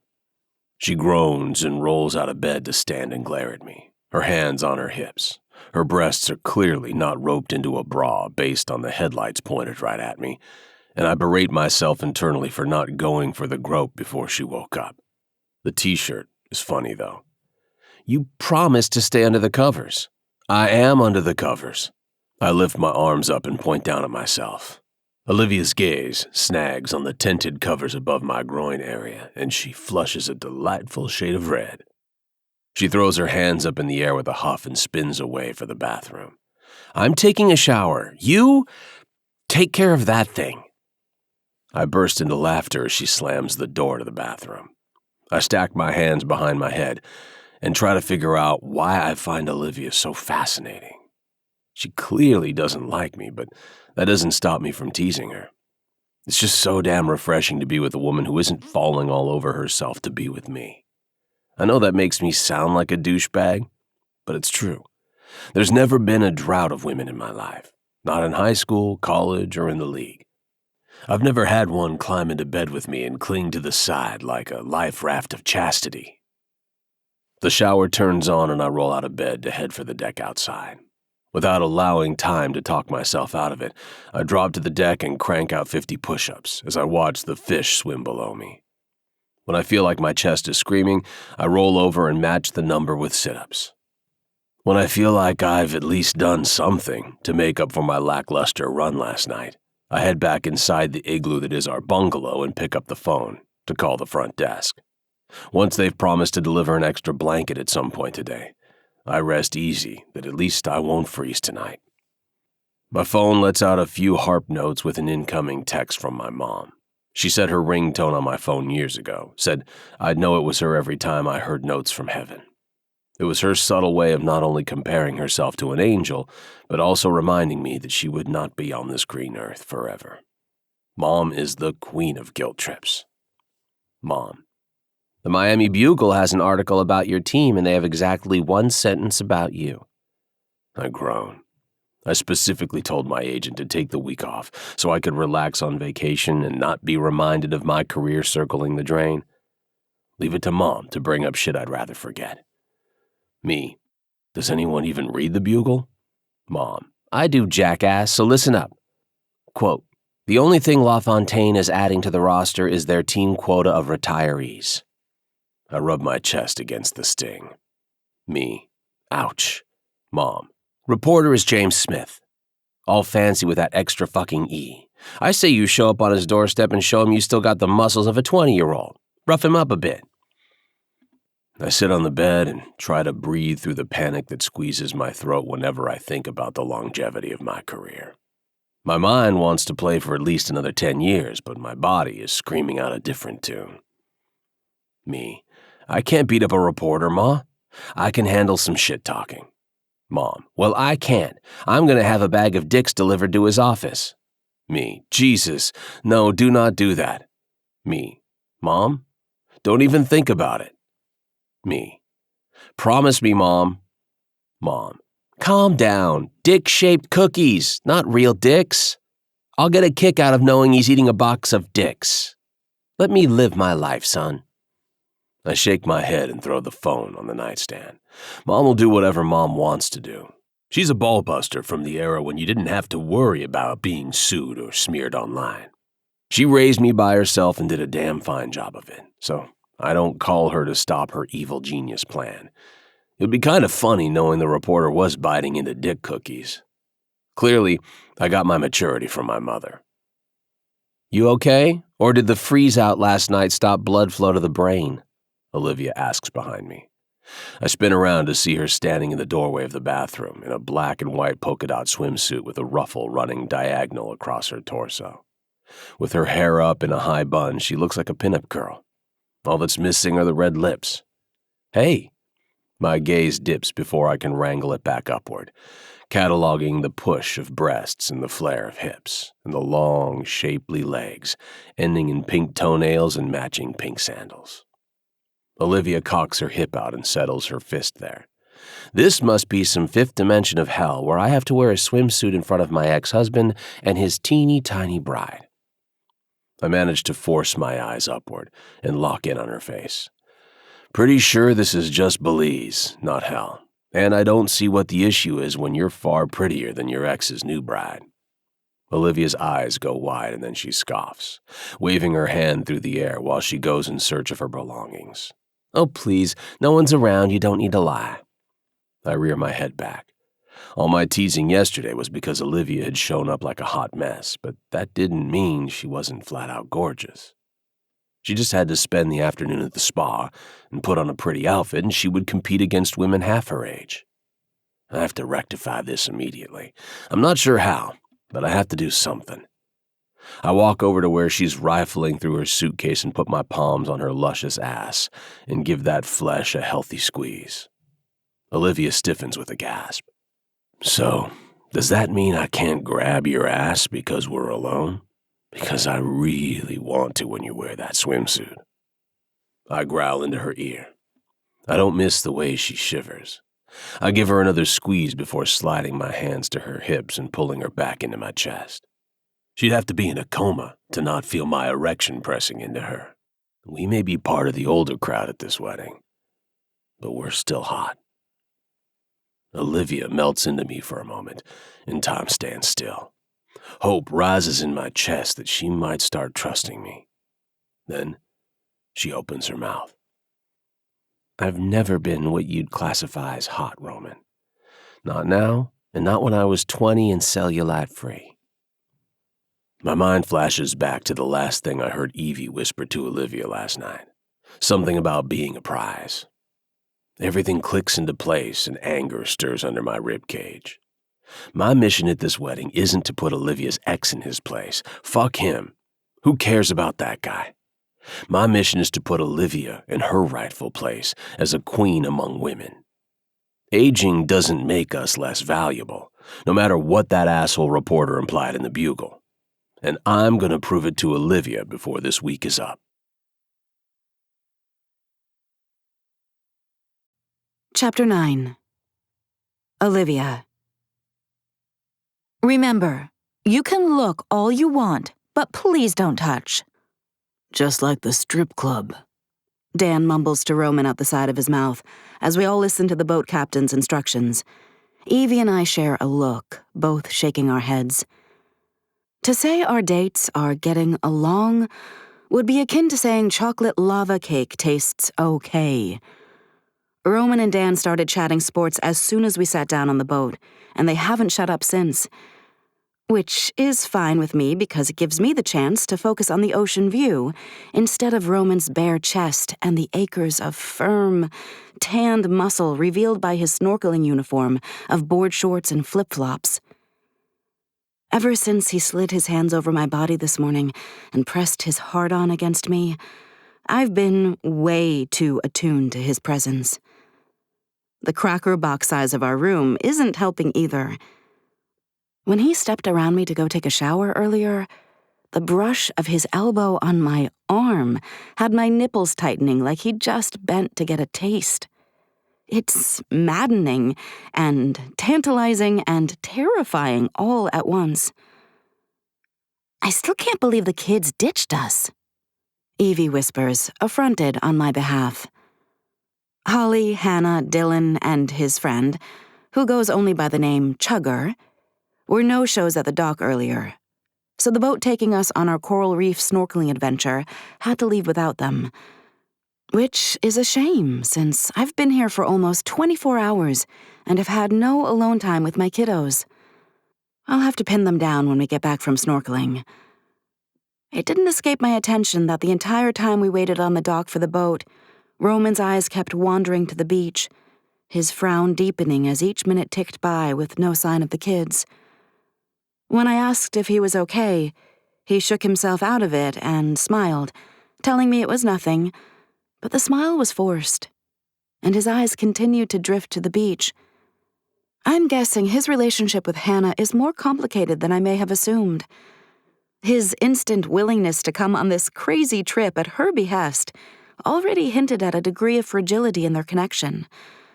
But that frown tells me there's a lot more lurking under the surface. Maybe I should ask if he wants to talk about it. Hell, he's going above and beyond to help me. I owe him something. Although the clear joy he gets from pushing my buttons could arguably be payment enough in itself. We treat the reef like a museum so others can continue to enjoy it after us, the captain continues, sending a chastising glare our way. I immediately straighten in the vinyl seat, willing my brain to ignore the press of Roman's thigh resting alongside mine. At least I'm wearing a cover-up over my bathing suit in case my nipples start getting ideas again. The boat rocks gently as the captain continues to instruct us on how to dive underwater to get a closer look, and then clear our snorkels without surfacing. When he's sure we've absorbed the appropriate knowledge, we're invited to step into flippers and slip into the clear turquoise water to enjoy the world's second-largest coral reef.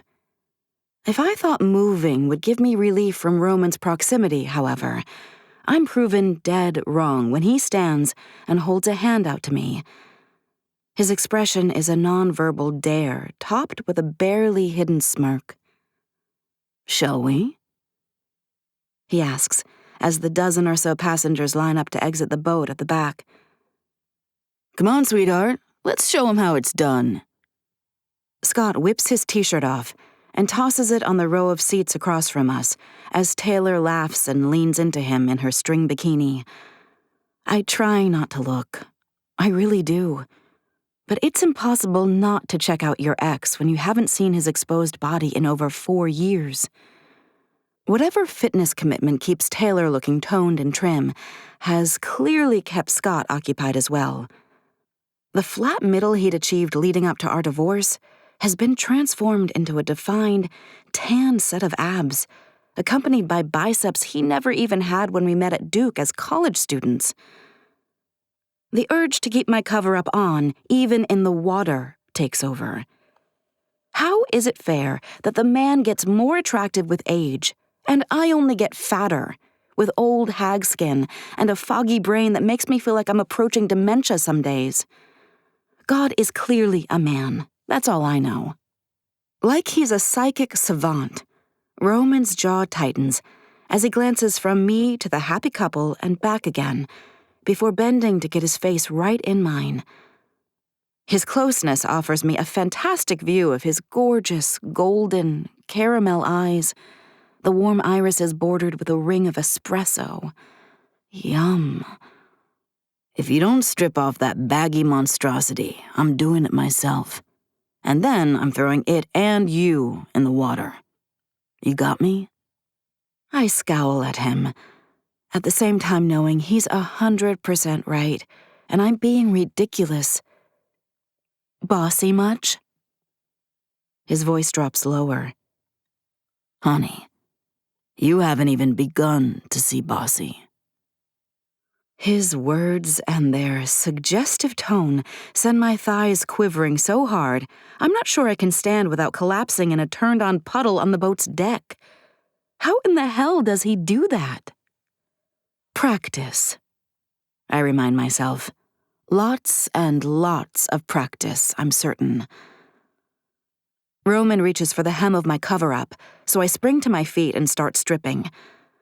Thankfully, my thighs recover faster than the rest of me, and they manage to hold me up. As I'm pulling the garment over my head, Roman's hands settle on either side of my waist, and I almost fall back into my seat when his scruff brushes the tender skin at the hollow of my throat, and his warm lips settle there. Relax, he whispers against my skin. Tits and ass beat skin and bones any day of the week. Free of the cover-up now, I stare down at the dark waves of Roman's hair as he slides his lips up to my jaw, and an electric current blazes down my spine. My hands move of their own accord to bury my fingers in the thick strands. Evie's voice comes from beside me, and when I lift my head, it's to see both Dan and Evie watching us with shit-eating grins. Damn it. I grab Roman's hands to pull him off me, but he only entwines our fingers before raising his head and straightening like he's in no hurry at all. When our eyes meet, a fire blazes hot behind his. I'm concerned mine might be a mirror image. What am I doing? And more to the point, what is Roman doing? Faking a relationship doesn't need to involve all this contact, especially not contact that runs the risk of making me forget this is all a ruse, and that Roman LaFontaine is about as interested in getting involved with me as he is in doing his own laundry. While I'm still gathering my wits, I hear Evie whisper to Dan, I helped pick out that suit. Oh God, this is so not me. I enjoy flying under the radar and blending with the crowd.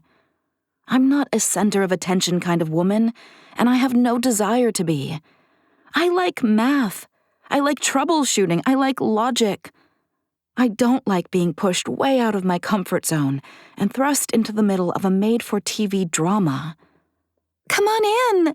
The water is great, Taylor yells, waving from her spot beside Scott in the undulating water below. She's so friendly and energetic. She could almost be a third in Holly and Hannah's little squad. Scott doesn't appear to share her enthusiasm, however, as he frowns up at us. After you, Dan says, gesturing for Roman and me to go ahead of them to the ladder. Once we wrestle our flippers on and descend the ladder, we're enveloped by the cool, salt water. It doesn't escape me that the oversensitized skin at my neck continues to buzz until it's immersed in the ocean. Evie and Dan join Taylor's sisters a few yards away, leaving Roman and me alone to explore the colorful reef beneath us. A thought occurs to me, and I'm shocked it didn't hit me before now. My eyes widen behind my mask as I tread water and turn to Roman, all my senses on high alert. Do you think there are sharks here? His response is a casual shrug as he straightens his face mask. Probably. I'm not ashamed to admit a tiny bit of pee might escape at his answer as my treading morphs into more of a thrashing. Probably? Did my tone suggest any other possible response than absolutely unequivocally not, Olivia? This only makes him grin.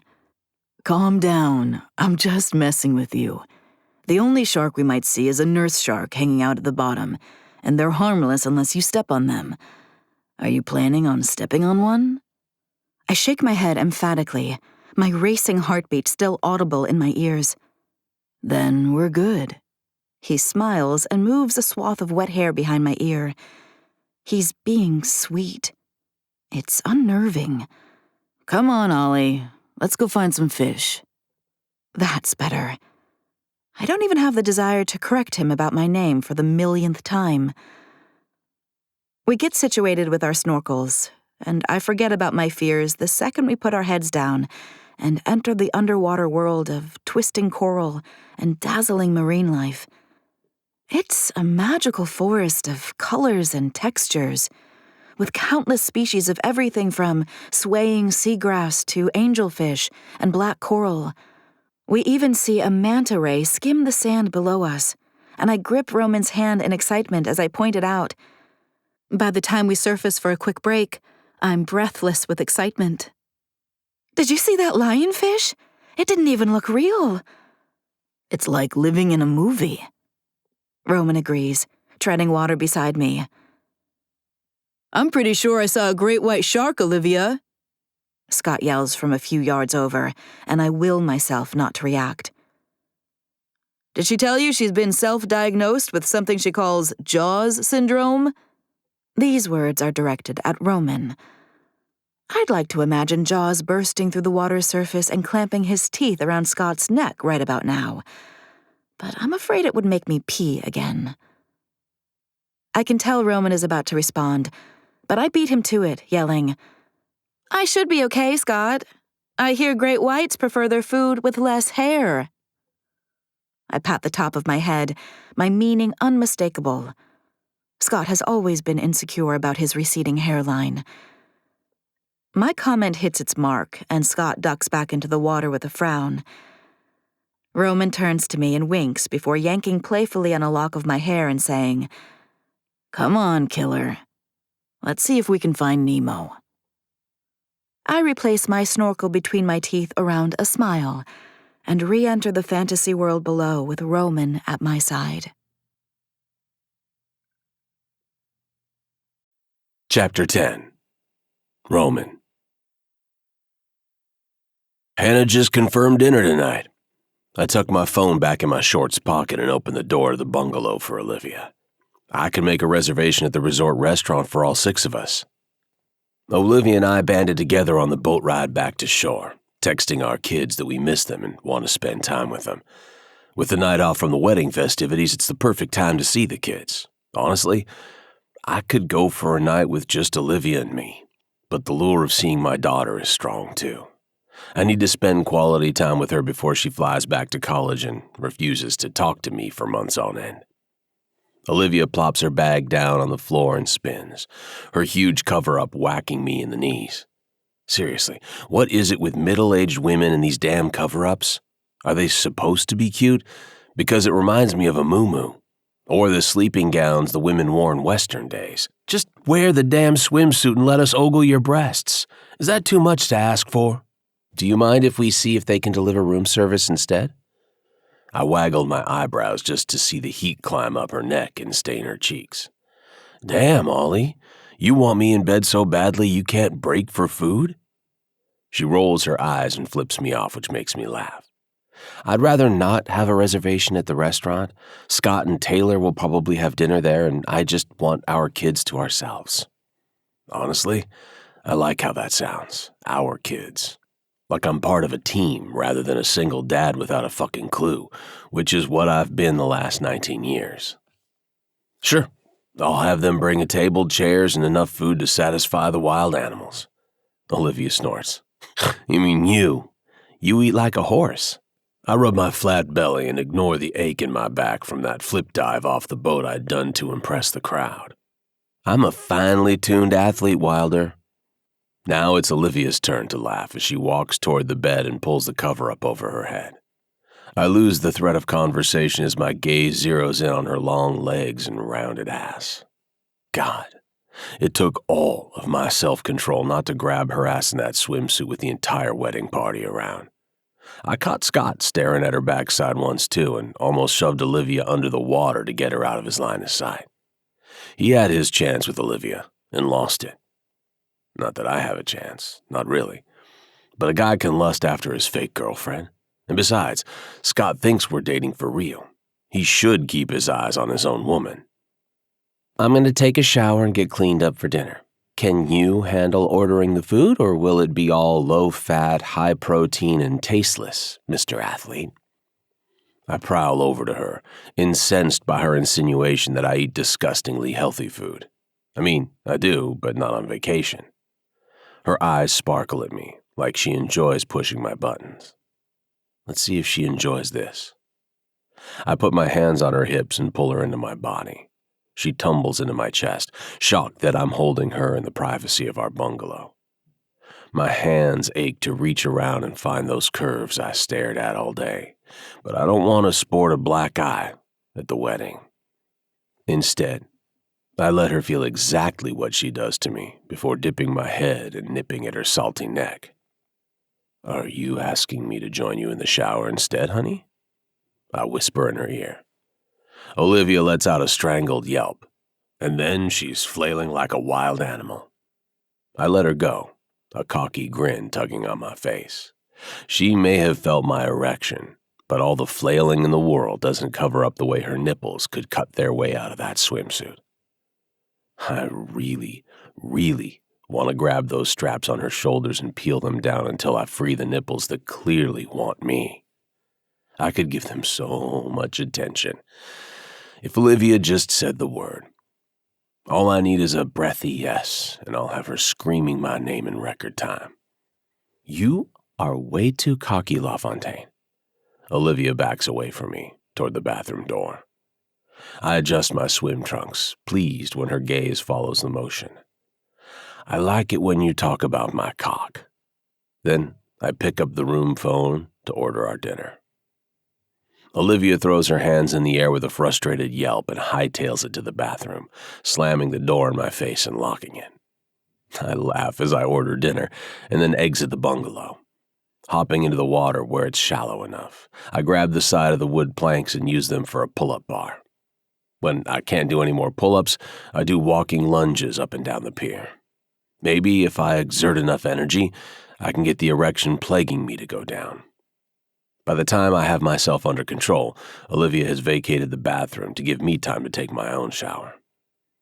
You look beautiful tonight, I say, pulling out a chair for Olivia on our deck once we're both dressed and ready. The caterers set up our dinner while I was in the shower, our food under gleaming silver domes. The hammock has been pushed onto the pier to make room for our meal. Thank you. Olivia tilts her head in thanks and sits, letting me push her in and drape a napkin over her lap. It's the move of a gentleman, but I did it to get another whiff of whatever perfume she's wearing. If the pale pink sundress that highlights the kiss of sun she's gotten the last 2 days isn't enough to have me off kilter, the sultry eye makeup she put on will do it. I sit next to her at the round table, letting my knee settle against hers. She doesn't push me away. Reaching over, I grab the bottle of chilled white wine I ordered and pour her a glass, then one for myself. I hold up my glass and she does the same. To a week without kids, I say before clinking our glasses together. We each take a sip and Olivia makes a little noise in the back of her throat like she approves of the wine. If our kids ever show up. I check my watch and see they're officially late. Doesn't stop us from enjoying this wine before they get here.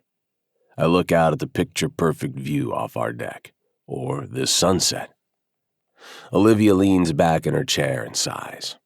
There's a soft smile on her face that should always be there to take her from beautiful to stunning, but has been suspiciously lacking most of the time I've known her. I've never thought I'd say this, but I'm actually having fun so far this week. I needed a break. I lean closer to her. Tell me about it. What did you need a break from? My question, or perhaps the alcohol, sets her off. She leans her elbows on the table, cradling her wine in her hands. This business. I had no idea it would take off like it did. Honestly, if I'd known, I might not have made the damn shoes. She huffs out a mirthless laugh. Not that I'm not grateful for the success. Believe me, I'm extremely grateful. It's just that a lot of stress piled on my shoulders. I used to be part of a team, and now I'm the one holding the entire bag. And I'm not as good at handling the stress as I used to be. My brain and body sometimes want to fall apart now, like Humpty Dumpty, but there's no king's soldiers to put me back together again. You know what I mean? She finally trails off, biting her lip as she turns her head to look at me. And surprisingly, I do know what she means, and I want to unload too. Yeah, I know exactly what you mean.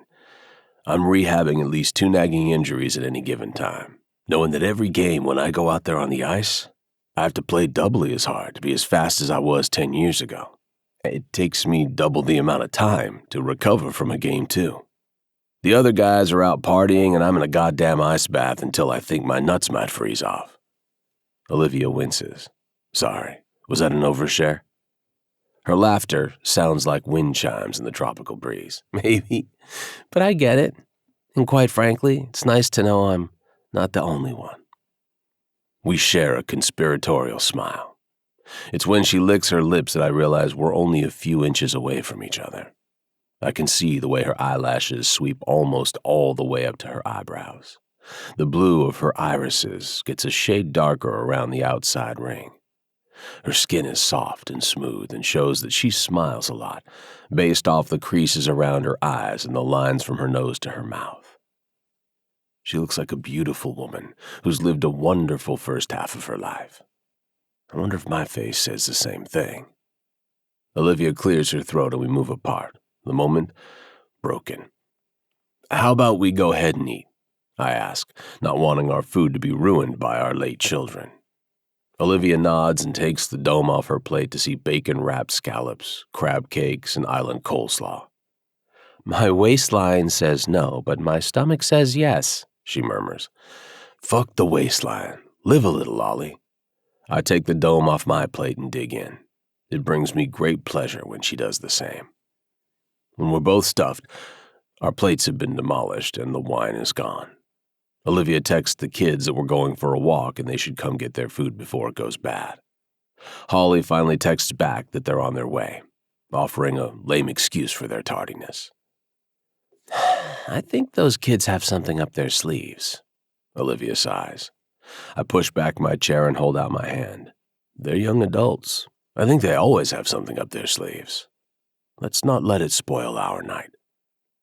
Olivia puts her hand in mine, and even as we walk down the pier to the sand below, I keep her fingers laced with mine. Miraculously, she doesn't pull away.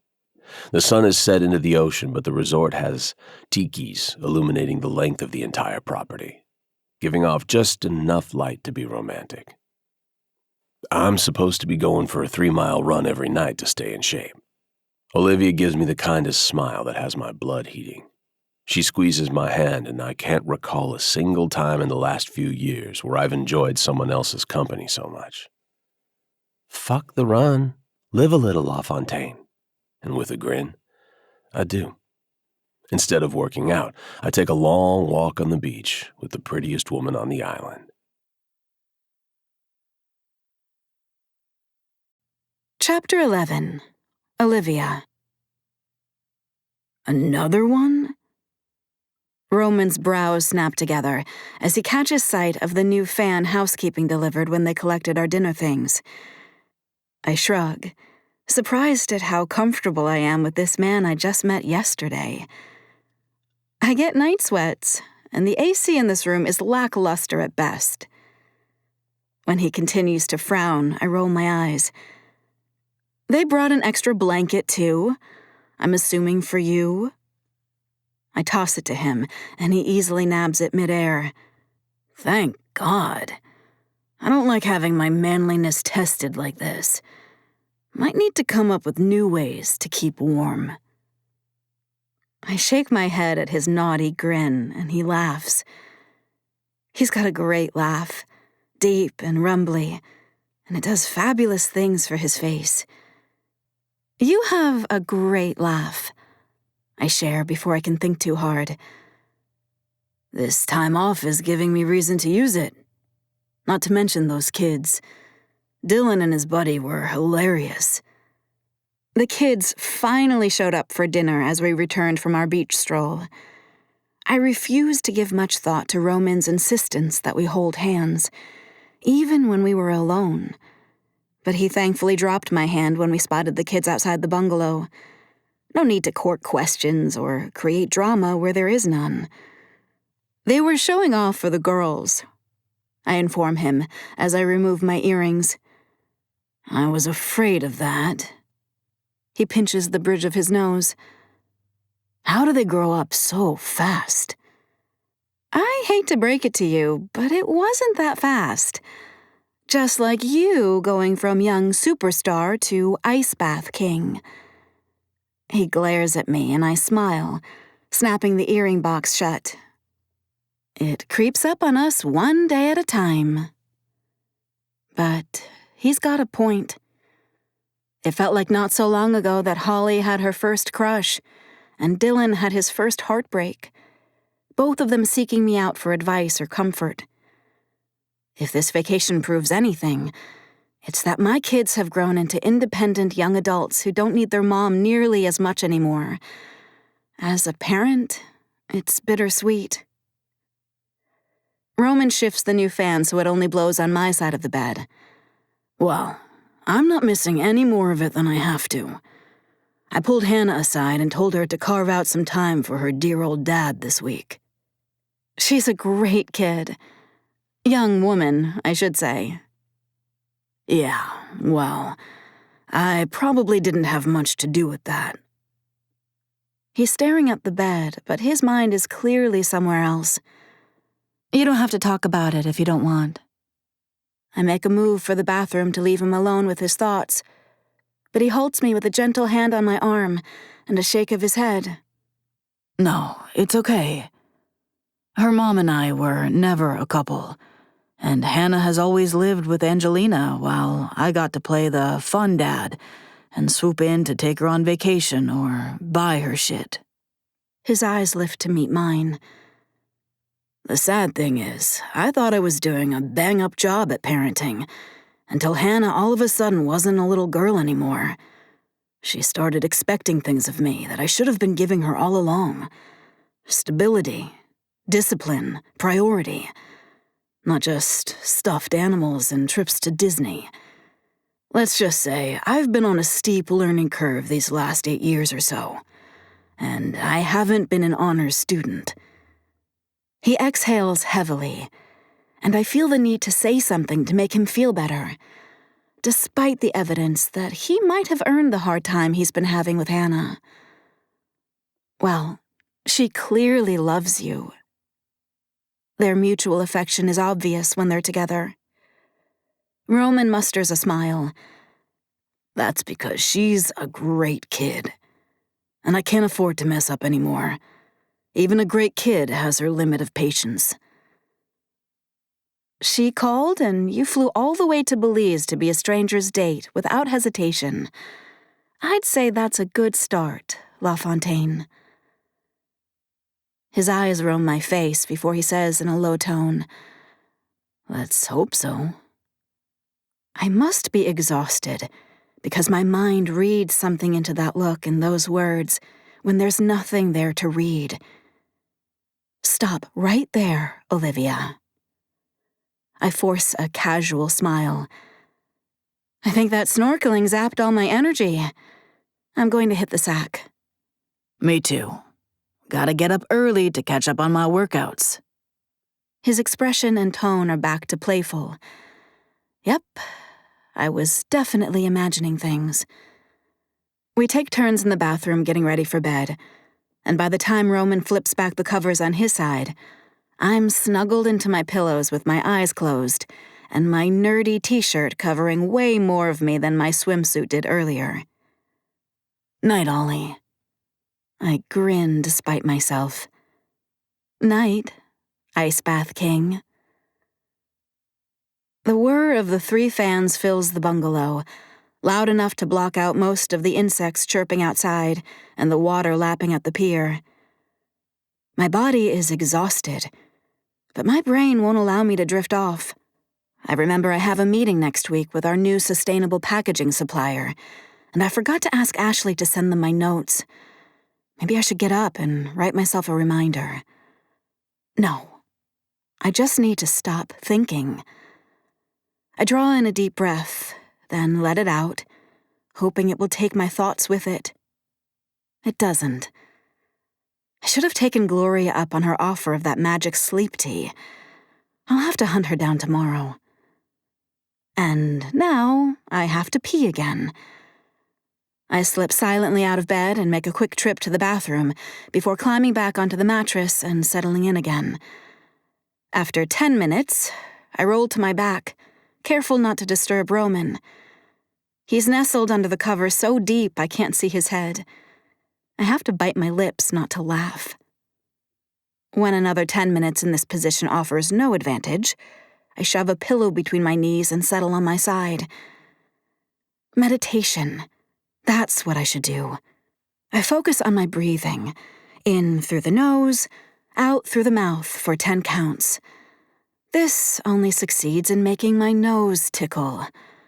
Damn it. I finally decide to get up and read on the hammock outside before trying again in half an hour like my online research suggested. But Roman's voice stops me. "What in the hell are you doing over there? Kickboxing?"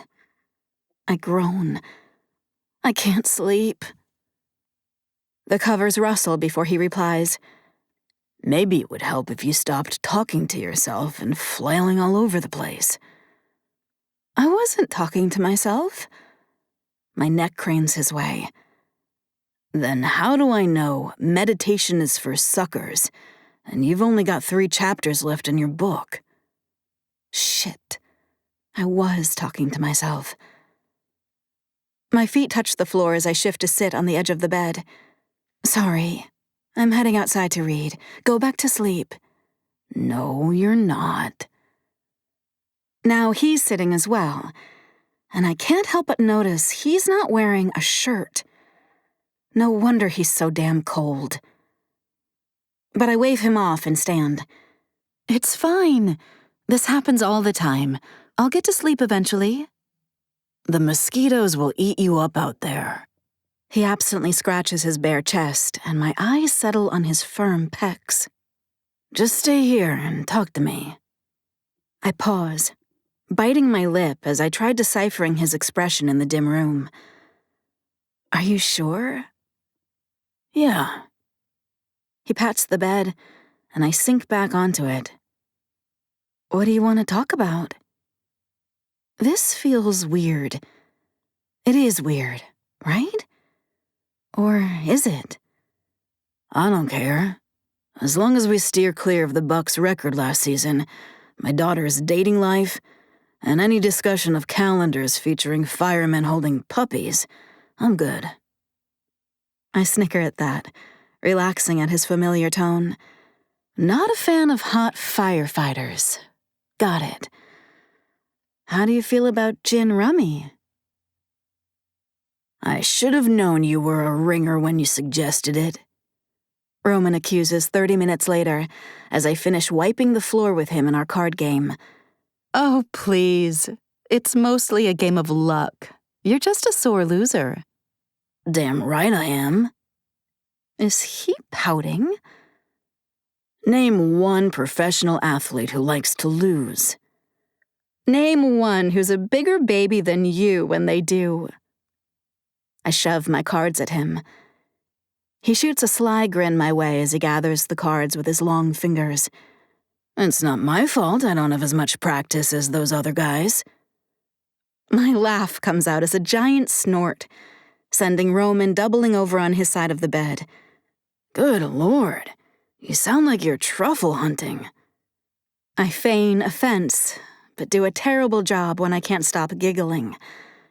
I don't remember the last time I had this much fun with a man. Hell, I can't remember having this much fun with anyone. Roman grins at me and starts shuffling the deck of cards, but I notice him stifle a yawn.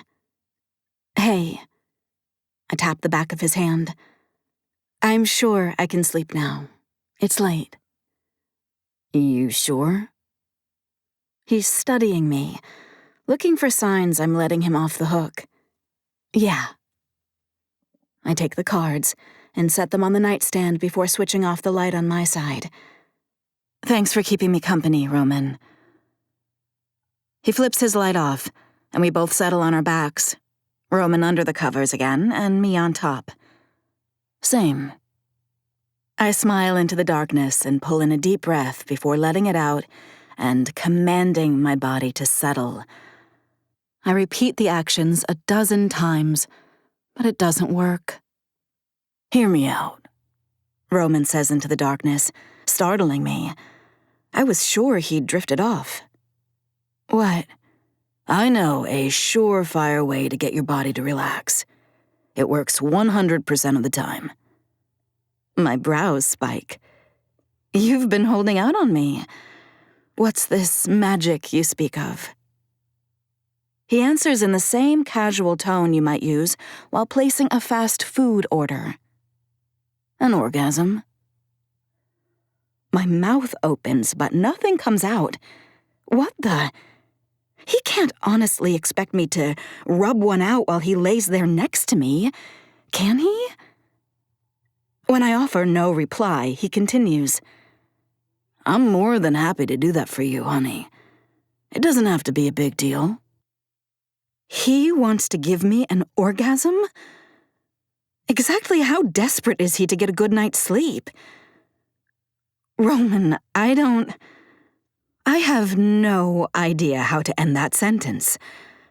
I'm waiting for him to start laughing and yell, "Psych," or something similar. Instead, he blows my mind.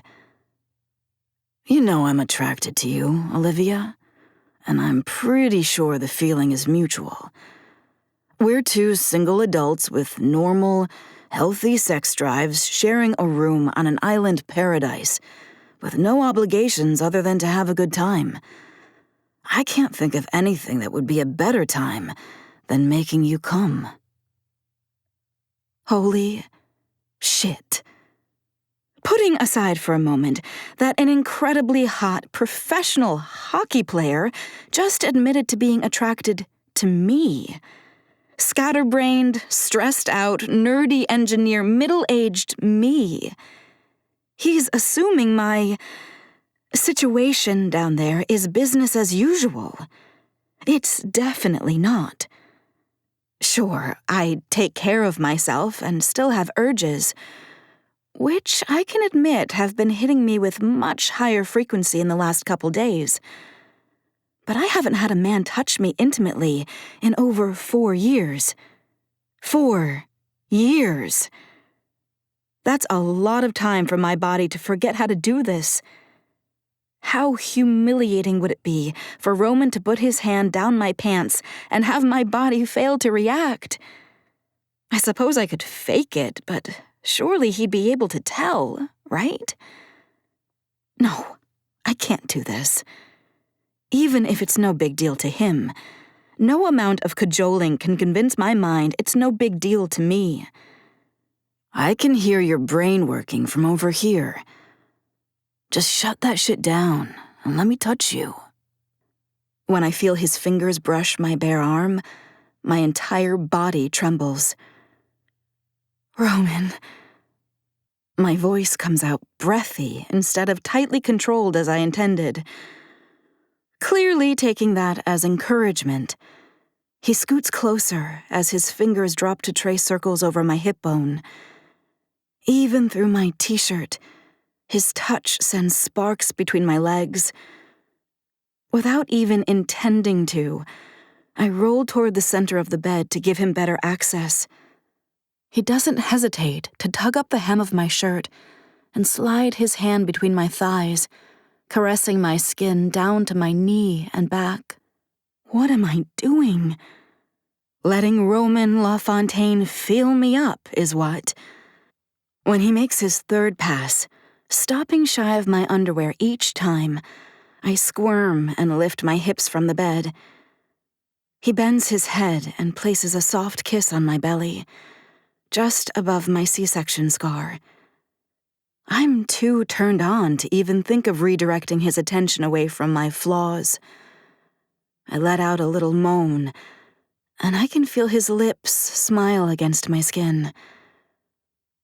When his hand sweeps up my thigh this time, I almost jump out of my skin. Relax. He whispers into my belly, as if he somehow wrested complete control of my body. I feel myself melting into the mattress as he makes another sweep. My back arches, and his lips leave my belly so he can raise his head to watch me. Even in the dim light, I feel the heat in his gaze, and it has me reaching out to touch him.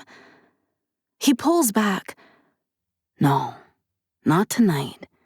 Tonight is about you. Tonight is about you. Has any man ever said that to me? I lose all headspace to consider it when he shifts his hand to dip under the elastic.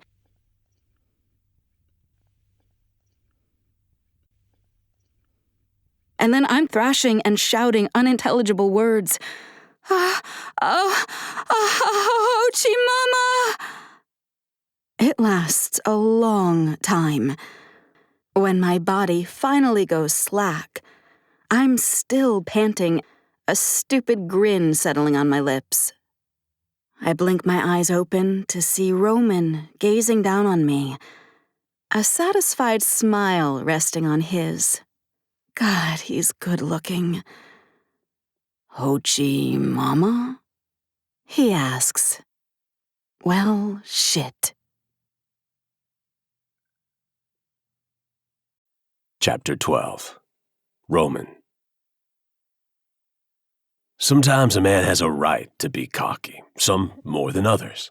When I send a puck sliding between the legs of an opponent who's been chirping in my ear all game and score the goal, I admit I'm one cocky son of a bitch. But none of that compares to seeing Olivia come undone under my fingers and then instantly fall asleep like I promised she would.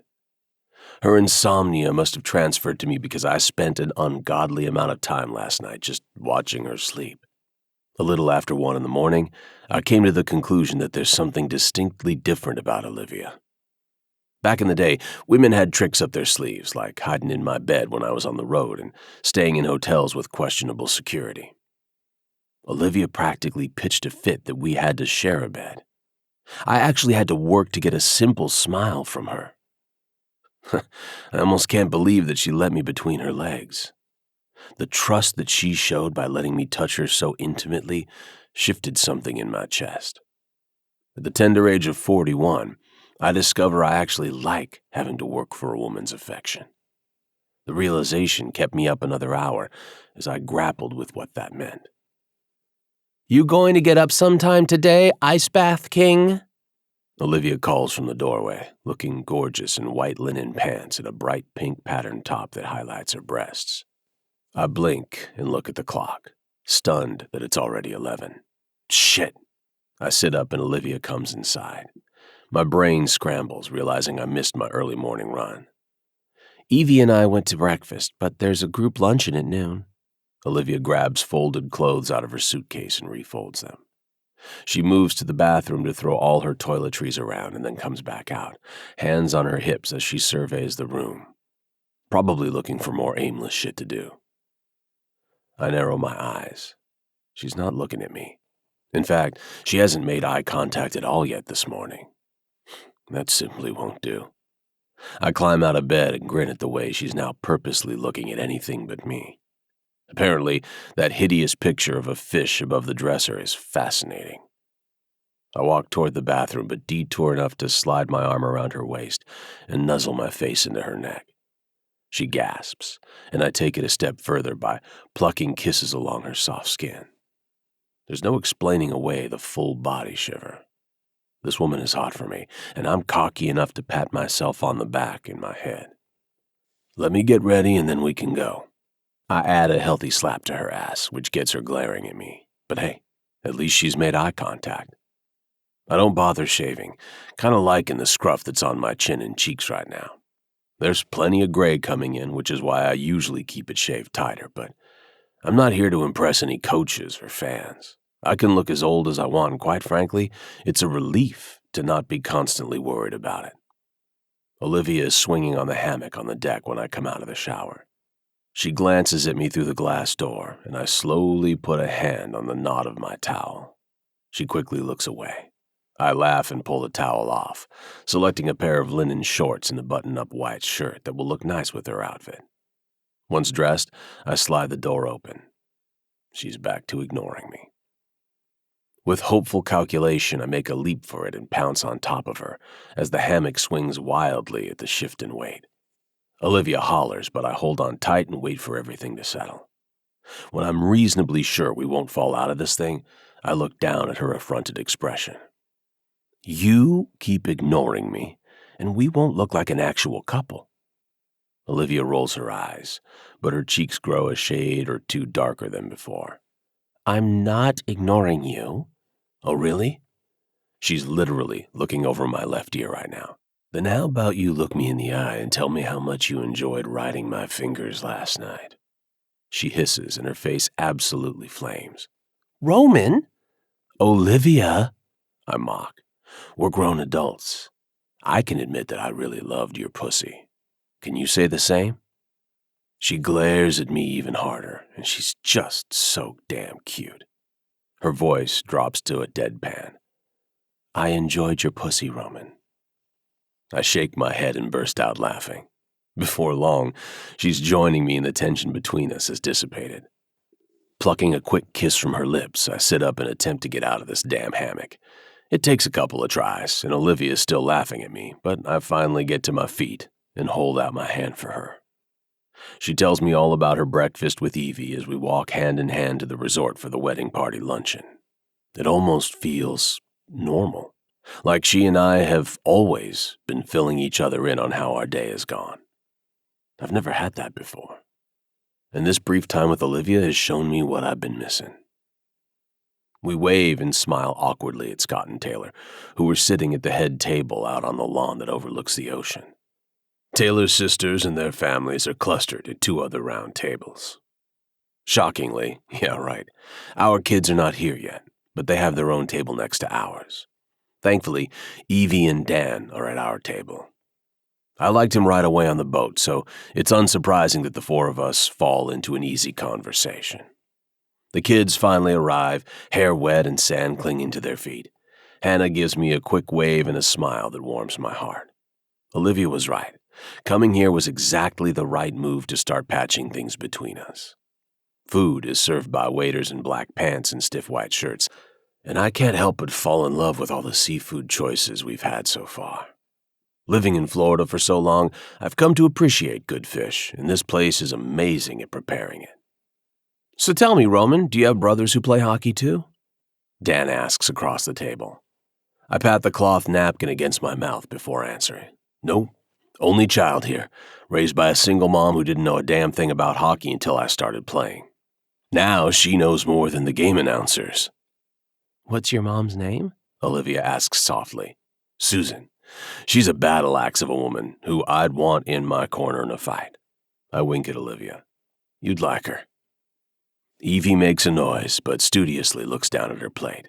Olivia shushes her, which makes me wonder what in the hell those two are communicating about silently. Women are weird that way. They travel in packs and have their own secret language men can't seem to crack. After a breakfast alone together this morning, I can only imagine the things they must have talked about. I secretly hope Olivia bragged about the orgasm I gave her. Okay, friends and family. We all turn in our chairs to see Taylor standing and clasping her hands to her chest. We have a super fun activity planned. Scott also stands, angling toward the kids' table. But first, you guys are dismissed. Thanks for hanging out at a boring adult luncheon. Go hang at the beach, but wear sunblock! He has to shout that last part as the kids are already pushing back from the table and running from the resort. Taylor waits until the last one disappears from view. She literally squeals, and I see Olivia grimace in my side view. We're gonna play the newlywed game! Scott's sisters all cackle with laughter as Taylor jumps up and down at her announcement. Evie snorts behind us, and Dan mutters something about needing more beer for this shit. Can't say I disagree with him. Someone from the hotel walks over to Taylor and hands her a box, which must contain all the questions for this insane game. Let's have all the couples bring their chairs over here. Everyone has to play. Taylor sweeps her hand to the grassy area without tables. Cassie, since you're single, may I volunteer you to be our MC? Damn. I whistle under my breath, leaning into Olivia. Sisters are vicious. Cassandra gives the fakest smile I've ever seen, but comes forward to take the box from Taylor. All right, everyone, gather round. Then she mutters loud enough for everyone to hear. Melissa's single again too, you know. Melissa gasps, but everyone else kind of laughs and follows orders, moving chairs to the center. Olivia tries to grab hers, but I take it, along with mine, putting the chairs right up against each other at the back of the group. If I have to do this shit, I'm going to at least get my fake girlfriend right up against me so I can cop a feel. Once everyone settles in their chairs, Taylor hands Melissa a stack of tiny dry erase boards that she then distributes to each person with the strict instructions not to share your answer with your partner, or you'll be automatically disqualified. Sounds like a good way to get out of this game to me. Cassandra clears her throat and reaches dramatically into the box. She pulls out a card and holds it up while she reads the question. Your husband/partner has the day off. What does he spend the day doing? I snort and immediately write my answer, keeping it away from Olivia. Cassandra goes couple to couple, and surprisingly, most of their answers don't match. She points at us, and Olivia and I flip around our boards at the same time. We lean over to look at each other's answers when the crowd cheers. Both our boards say, workout. I lean over and kiss her to applause. Good job, honey. Olivia winks at me. Okay, newlyweds, let's see your answers. Cassandra is pointing at Scott and Taylor. They flip their boards and the crowd groans. Taylor's board says shopping for new golf clubs or some other pricey toy. It's a long answer, but it's also wrong because Scott's board says getting my bride naked. Olivia makes a noise in the back of her throat like she's about to throw up. I reach over and squeeze her hand. Safe to say, neither of us is enjoying this game. Cassandra calls out another question and Olivia and I get it wrong. Question 3 and 4 we get right, which puts us at a higher score than Taylor and Scott. Scott is shooting us glares, so I almost want to get the next one wrong. Poor guy's about to get married for crap's sake, and some random guy who isn't even dating his ex-wife is getting more answers right. Clearly, he's a bit lacking in the husband department. Okay, folks, our last question. Cassandra holds up the card and pauses for dramatic effect. I've gotten stitches on the side of the rink without painkillers that were less painful than this damn game.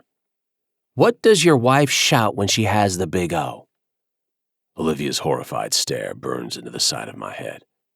I hold Scott's gaze as a cocky grin grows on my face. Chapter 13.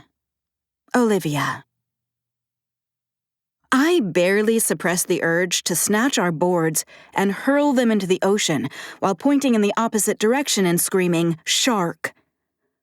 But Cassandra has her damn timer counting down, and everyone is chuckling as they scribble on their boards while hiding their answers from their significant others. There's zero need for Roman to hide his from me, because I know exactly what he's writing as he aims that smug smile at his lap, while every ounce of blood in my body fights for purchase in my cheeks. I glance over to see Scott's gaze lift from his board and hit me before it shifts to Roman and narrows. Oh, for goodness sake. We've been divorced for 3 years, and Roman and I are here for his wedding. What reason he has to be in a snit is beyond me. But I have no doubt Scott remembers exactly what his ex-wife exclaims when she gets hit by a particularly mind-blowing orgasm. It didn't happen often in our years together, as it required a lot of concerted effort on his part.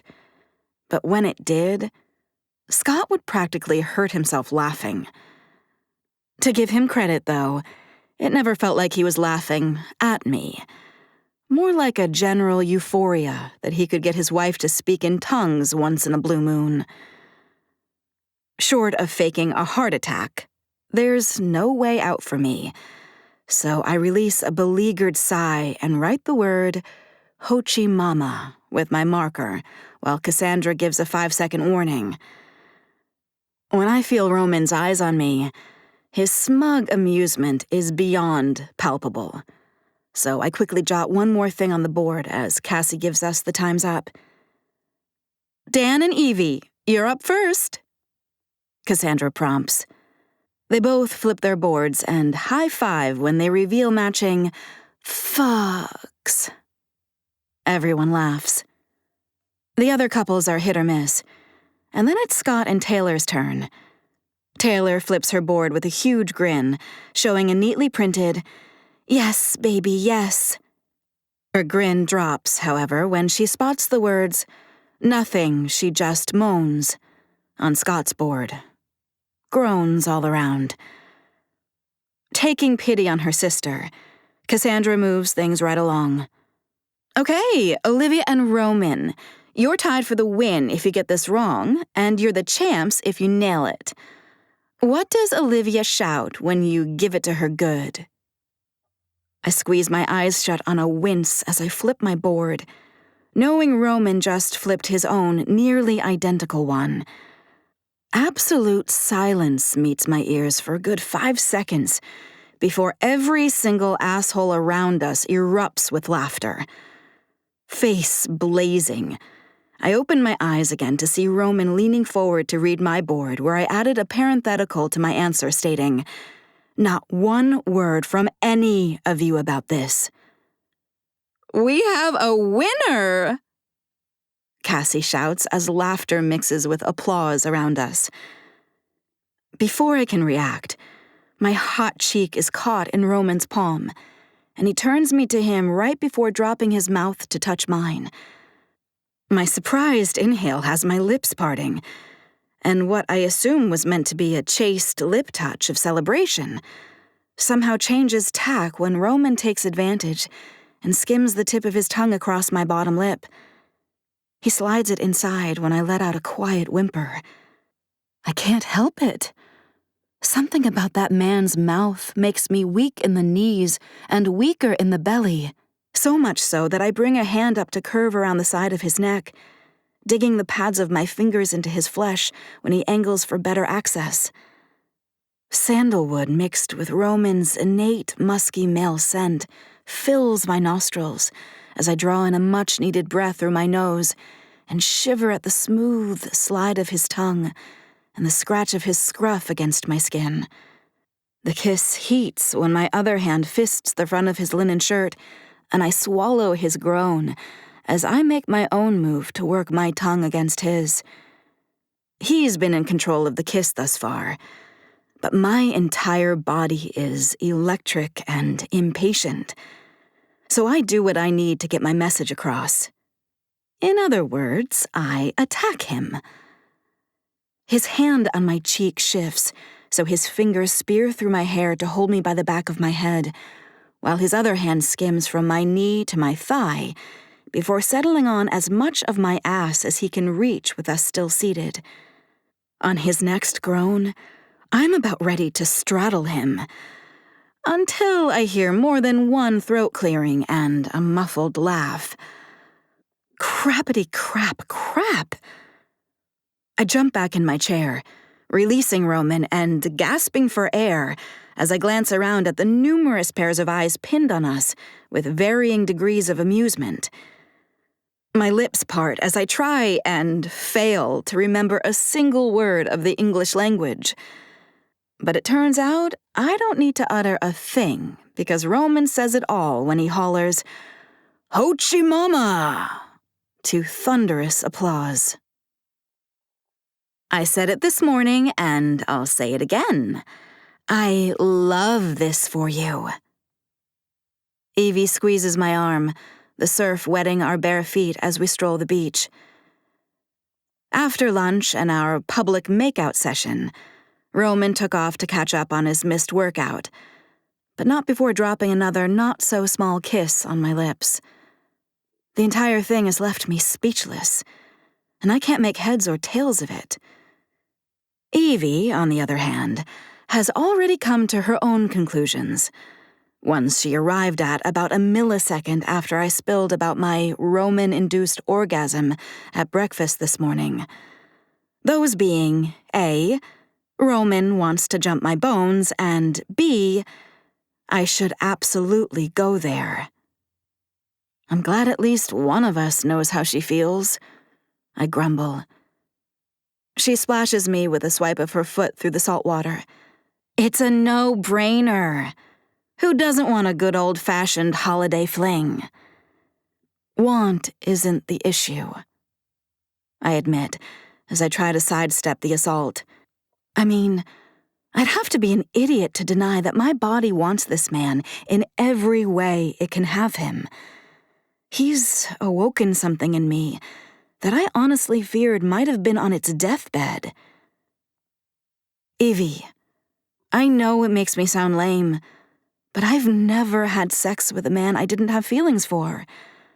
I honestly don't know if I can at this point. Scott and I got married right out of college, and before him, I'd had 2 steady boyfriends. What are you talking about? You totally have feelings for Roman. She's right. I totally have feelings for Roman.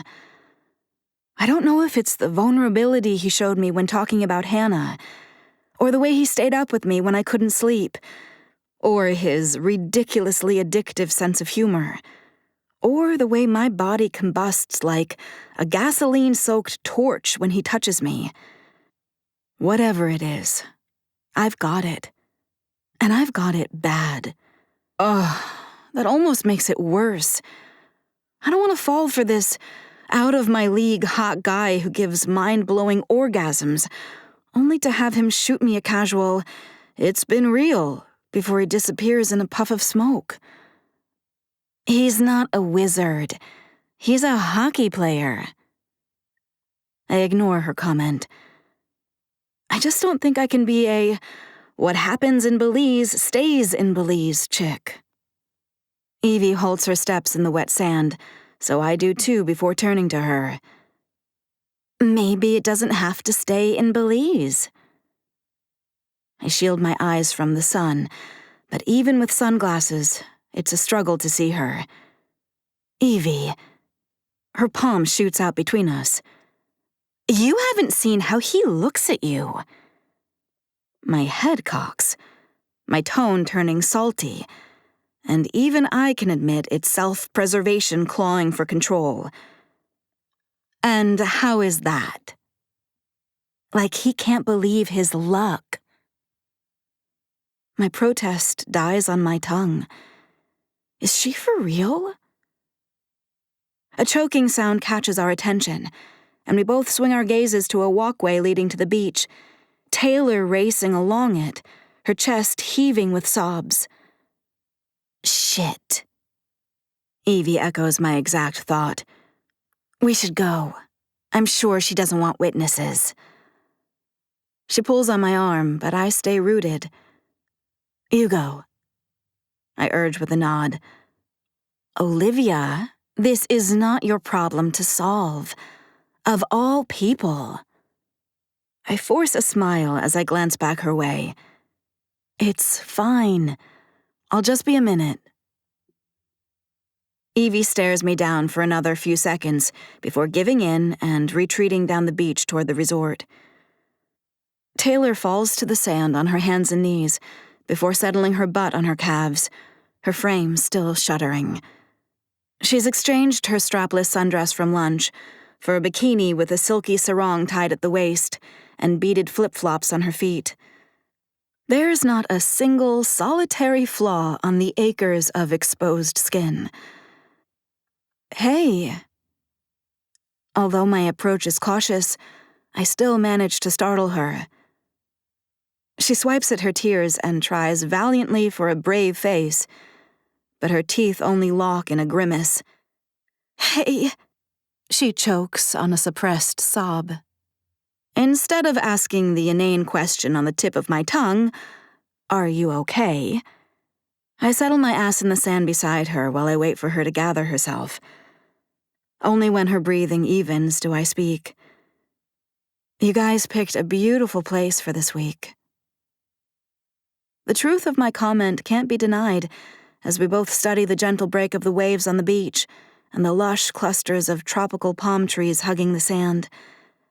"Yeah, I really know how to pick 'em," she mutters, her fingers playing at the hem of her sarong. Knowing how carefully I need to tread, I consider my words for long moments before sharing. When Dylan was 6, he whacked his head on the cement while wrestling with his best friend.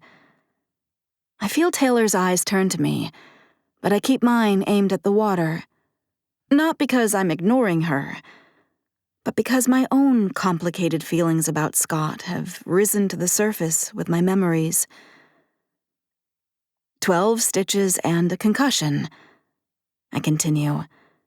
I'm not sure who was more of a wreck, Dylan or me. Before Taylor can ask me why in the hell I'm laying this on her, I get to the point.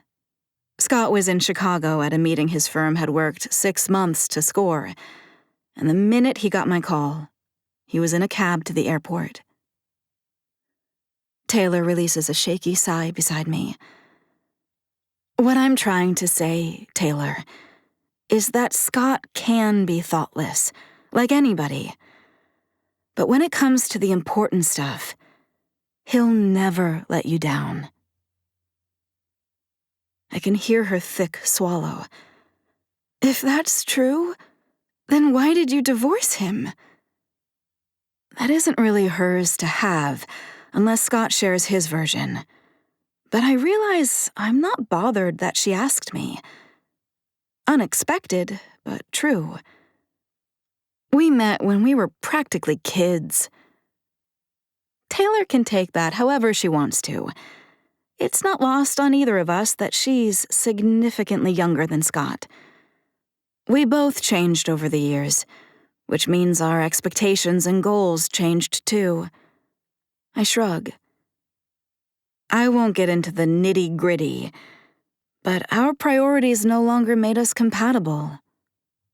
Not to mention our fights, the growing resentment, and the fact that we were clearly no longer in love. Even with that, though, we both managed to agree that the kids would always be the one priority we shared. I'm worried he doesn't know me at all. How can you make someone you don't even know a priority? What made you two decide on a wedding in Belize? I ask, finally looking her way. Scott can't resist expensive, ostentatious gestures, but I also know he's not a huge fan of the beach. It was a surprise. Taylor's lips tip up a little at the corners while she studies the sand beneath us. I told him on our first date that it had been my dream vacation ever since I was in high school and saw pictures of thatched huts suspended over blue water. He'd already booked the resort when he proposed. We exchange small smiles that are not altogether awkward, and it seems my work here is done. After another minute passes, I push to my feet and wipe the sand from my pants. Well, I've got to find Evie and then get a little work done. You good? Taylor nods and looks up at me from the sand, her glamorous blonde tresses reflecting the sun. I'm not sure how you can be thinking about work with a hockey god camped out next to you. I can't help my grin at the thought, even as my belly dips and my nerves resume their jittering. Especially with the way that man looks at you. Taylor finishes on a grin, making my eyes widen. It seems, perhaps, Taylor wasn't the only one in need of some reassurance. Now I just need to figure out what in the heck to do with this surprising information about one Roman LaFontaine and his apparently obvious regard for a certain hot-flashing engineering nerd from North Carolina. Who would have ever thought? Chapter 14. Roman. For the first time in forever, I had miles of energy to burn off, which turned into literal miles of running along the sand. By the time I make it back to our bungalow, a sweaty mess and no less attracted to Olivia than when I started my run, Olivia is showered and dressed, standing by the full-length mirror to put on dangling earrings that match her turquoise dress. Far too much of her luscious skin is covered by the material, in my opinion. "Damn, I missed our shower?" Olivia whirls around and arches one eyebrow. Damn, even that's sexy. "Our shower?" I swipe a bead of sweat off my chest and watch the way her gaze drops to my torso and has a hard time coming back to my face. Figured I could get a head start on getting you nice and relaxed for a good night's sleep again. A fingering a day keeps the doctor away. Olivia snorts and whirls back to the mirror, smoothing her hands down the dress and cocking her head to the side. "I don't know about this dress." I come up behind her, careful not to get my sweat on her, but unable to stay away either. I dip my head over her shoulder and inhale her scent while looking at her in the mirror. "You make that dress look amazing." And it's the truth. It's not the prettiest dress. The puffy sleeves are giving me Laura Ashley 80s vibes, and I only know that because Mom went through a phase when I was a kid. All my photos from my youth show her in hideous floral dresses with puffy sleeves. Olivia isn't floral, and the sleeves are made from some sort of see-through material. But with a body like Olivia's and the tan that she's rocking, she should be showing off more skin. Her soft smile in the mirror is exactly what I was going for, though. Having gotten a feel for her ex-husband this trip, I know for a fact he didn't give her the compliments a woman needs. A woman can be a badass CEO or a stay-at-home mom, but she needs to know that the man in her life finds her hotter than hell. Not that I'm the man in Olivia's life, but I'm beginning to suspect I want to be. Hence the miles of running today. I have a lot to think through. "Do you trust me?" I ask in a low voice. Olivia doesn't hesitate before nodding. I reach up and grab both sleeves. With a quick yank, I rip them off the dress and let them flutter to the floor. Thankfully, they tear cleanly, just a few loose threads left in their wake. Olivia gasps, her jaw dropping as she stares in the mirror. I hold my breath. Then her head tilts again and her mouth snaps shut. "Well, crap, that does look better." I shoot her a wink in the mirror. "Of course it does. You have amazing shoulders and breasts to die for. Why not make them the highlight? Not the dress." Olivia whirls around and reaches up with both hands to grip my hair and pull my head down.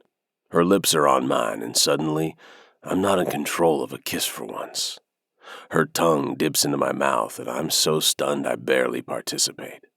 I'm just reaching for her hips to deepen the kiss, deepen the connection, deepen everything with her, when she releases my hair and steps back, smoothing her hands down her dress again. "Gotta go, Ice Bath King. Don't be late to the bachelor party." And without another glance in my direction, she's gone, leaving me with the scent of her perfume in the air. I groan, dropping my head to look down at the erection that's already back. Not even a 10-mile run could get it to go away completely.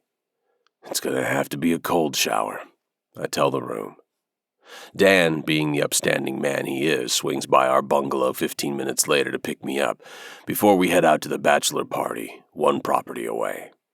My knee is acting up on the walk over there, reminding me that I'm not 20 any longer, and 10 miles was probably overdoing it. Dan tells me all about his kids and asks me questions about Hannah. It's nice to talk about something other than hockey, to be honest. I love hockey, don't get me wrong. It's been my career for so long, it's become my whole life. Everything has been pushed aside for the sport, and while it's paid handsomely for the life I have, it's also left me feeling like I made a few wrong turns somewhere along the way. I should have been more involved with Hannah, and I should have made more time for friends outside of work, like Dan. People who like me, not because I'm some famous hockey player, but because I have other things to offer. I'm not even sure what those other things are, but I'd like to find out. And that scares me too, because if I want to explore what else I am in this world, that means hockey has to be in my rearview mirror, and I'm not sure I'm ready for that. We hear the party before we see it. Shouts and loud music assault our ears before we make a turn and see the patio area of the resort next door. Scott has rented out a ballroom and patio area, both of which have been outfitted to look like the inside of a sports bar. Scott is seated at the bar, a Carolina Smokies hat on his head. They're a shit baseball team, but I've always rooted for them too. Can't help but love the underdog. "Hey, LaFontaine, come on over here." Scott has a cigar clamped in his teeth, but he waves us over like we're besties. Dan lets out a sigh, but pastes on a smile as we walk over. "Come meet the guys I met in the lobby." Scott gestures to some younger guys at the bar who are probably just happy to have an open bar and a semi-drunk host. The new guys know who I am, thanks to Scott's name-dropping, but after they snap a few selfies with me, they settle down and we shoot the shit while we sip beers. Scott is alternating beer and whiskey shots, which seems like a dangerous combo if he wants to be able to function tomorrow. But who am I to rope him in at his own bachelor party? Scott's on his third shot when he turns to me with a smile that I've seen enough to know to brace myself. Guys always fawn over famous athletes, and then they turn on them. "I lost a bundle last year when y'all didn't take the cup a second time." And there it is. The accusation about losing a bet or being disappointed by us not winning the Stanley Cup, as if I should apologize to the fan. Believe me, I was disappointed as hell too. Jobs are gained and lost because of championship games. I know all too well that not sealing the deal last year made my position even more precarious. You lose, and the owners start looking at who to blame. Being the oldest guy on the team is not a good place to be when the owners and the fans are disappointed in a loss. "We'll get it this year," I say confidently, looking around for someone else to talk to. Dan got pulled away by one of the other groomsmen a few minutes ago. Scott grabs my shoulder, that cheesy smile magnified, the one that says we're pals when we both know we are very much not. "I don't know, man. You only have the one Stanley Cup, right? Isn't 40-something pushing the envelope a bit for a repeat?" Normally I'd smile and walk away, avoid the drama at all costs. But this fucker is acting like his shit don't stink when I know he's the stinkiest of them all, which is why I give him a smile back, the one that says open your fucking mouth again and you'll regret it. "And how many Stanley Cups do you have, Scott?" The new guys all start to hoot and holler and crowd around us, sensing a tense situation and having had enough alcohol not to have the good sense to back away. Scott puffs up his chest, which would have been a better move if I wasn't packing at least 20 pounds of muscle more than him. I butt right up against his chest. He fucking destroyed Olivia's self-confidence so he could feel better about himself. Someone needs to bring him down a peg or two, and I'd be mighty pleased to be the one to do it. A shrill whistle cuts into the tension. All heads spin to the door leading into the ballroom, except for Scott and me. "The strippers are here!" someone shouts. Scott breaks our stare down and darts away, shouting something about having dibs. I roll my eyes and release my breath. What a fucking clown. Feather boas and handcuffs are twirling around. The lights dim, but some weird strobe light starts flashing, and it's all giving me a headache. Scott is pushed into a chair and both girls are dancing for him while waiters come by with trays of shots. I turn my back on it all, just wanting to head back to my bungalow. And Olivia. I want to get back to Olivia, to hear her talk about the bachelorette party or some YouTube channel she recently found all about new resins to be used in 3D printing, or to play cards with her sitting on the floor, or spar with her about something ridiculous, or to get my hands on her sweet body again, to watch her shudder and shake, to hear her heavy breathing when I touch her. Fuck all this shit. I just want Olivia. I'm almost off the patio when something louder than the music catches my attention. It's Taylor's voice, and it's coming from the cell phone Scott is holding up in the air. "It's my bachelorette party, and I have all my best friends with me. Check this out. Sissies, say hi. Hey, hi. Okay, now let's go to my newest bestie, Olivia. Olivia, don't be shy. Say hi and tell us all about that hottie you're shacking up with."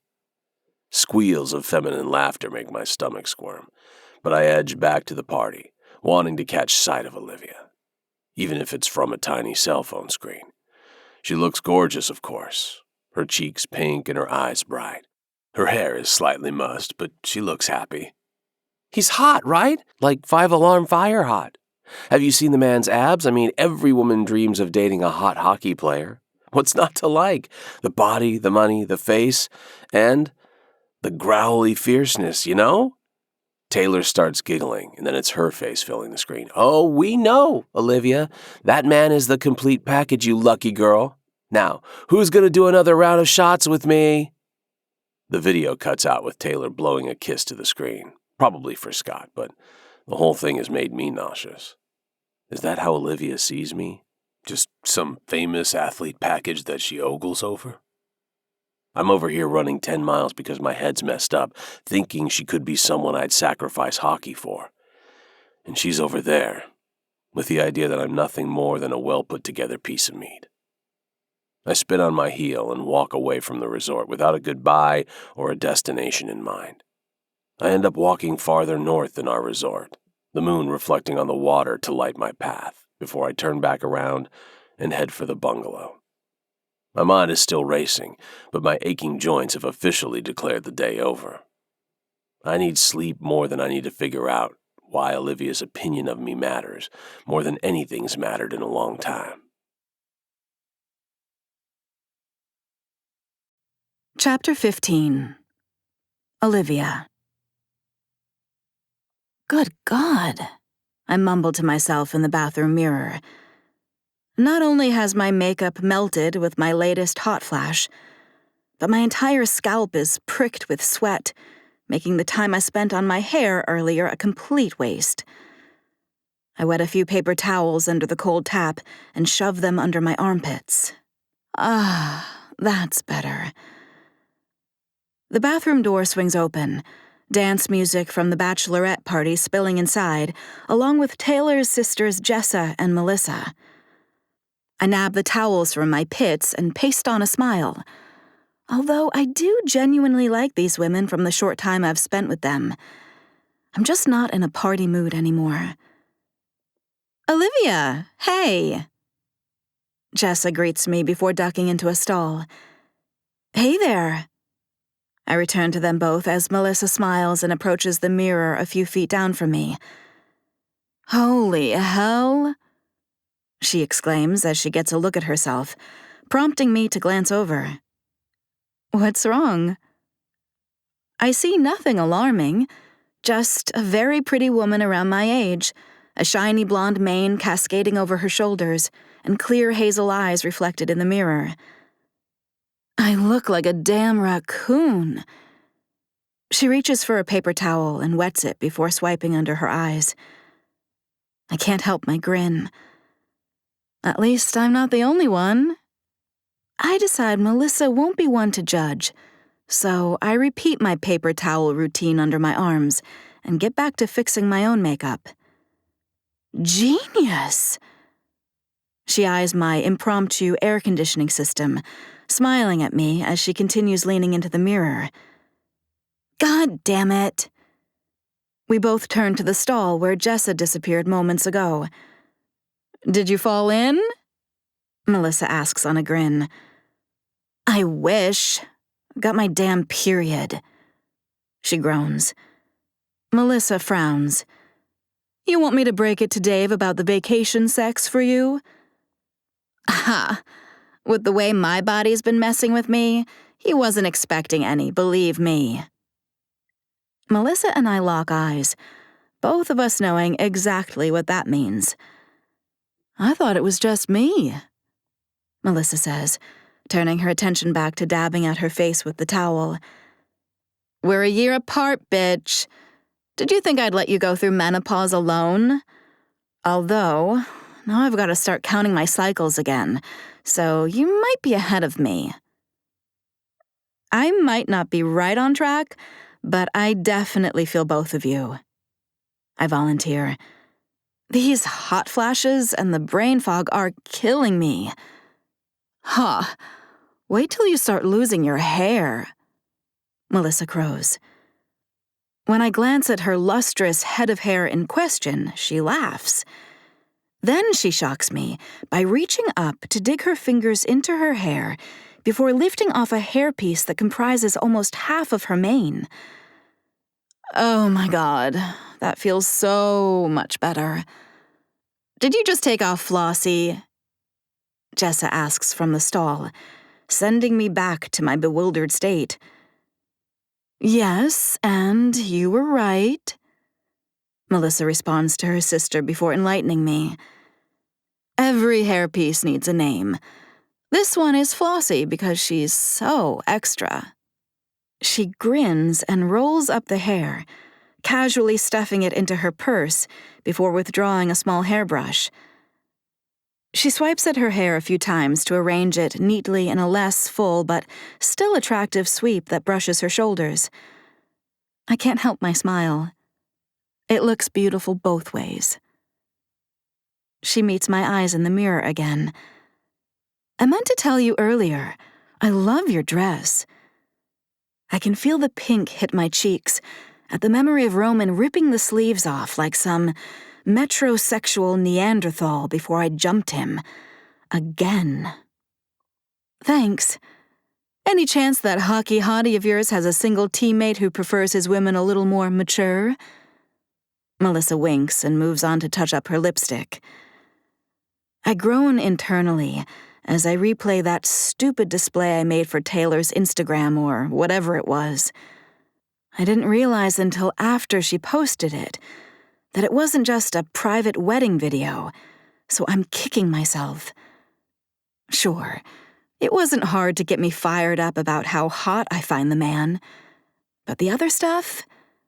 She wouldn't stop going on and on about all the cliches about dating a professional athlete, like it was something to aspire to or cross off one's bucket list.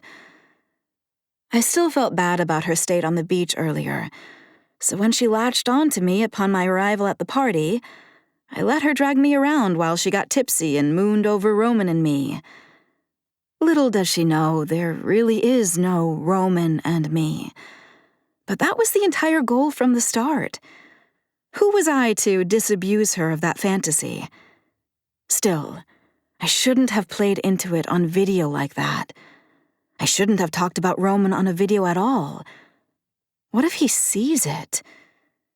I'll be mortified at how I sounded, parroting Taylor's mooning. Can you erase an Instagram post? I should have asked Ashley. I should know more about social media in general. I'm a freaking CEO of a fashion brand, for God's sake. No matter how ridiculous that still sounds in my own head. I realize Melissa is still waiting for a response, if only a joking one. Considering you're gorgeous and funny, I'm guessing there would be more than a few who'd be all over you. I'm not lying either. From what I've learned, she's probably a couple years older than me, but her looks and personality would grab anyone's attention. But unless you're willing to relocate to Tampa, I'd look elsewhere. Damn, she says in mock disappointment. But thanks for the compliment, new best friend.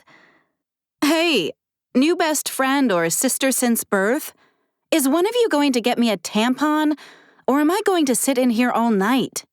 Jessa shouts from the stall, making us both laugh. I ditch my paper towels and snag my purse. Then I help a girl out, glad to be part of the sisterhood.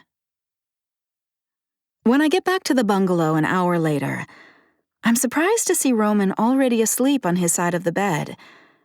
Although the long workout from earlier would have done me in way before now, so I suppose it makes sense.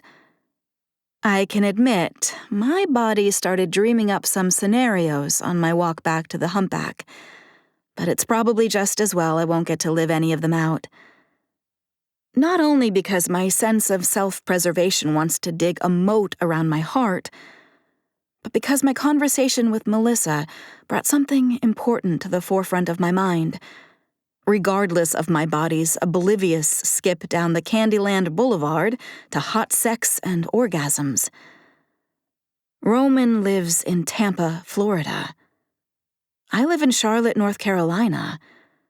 Last I checked, those two states had two very big states in between.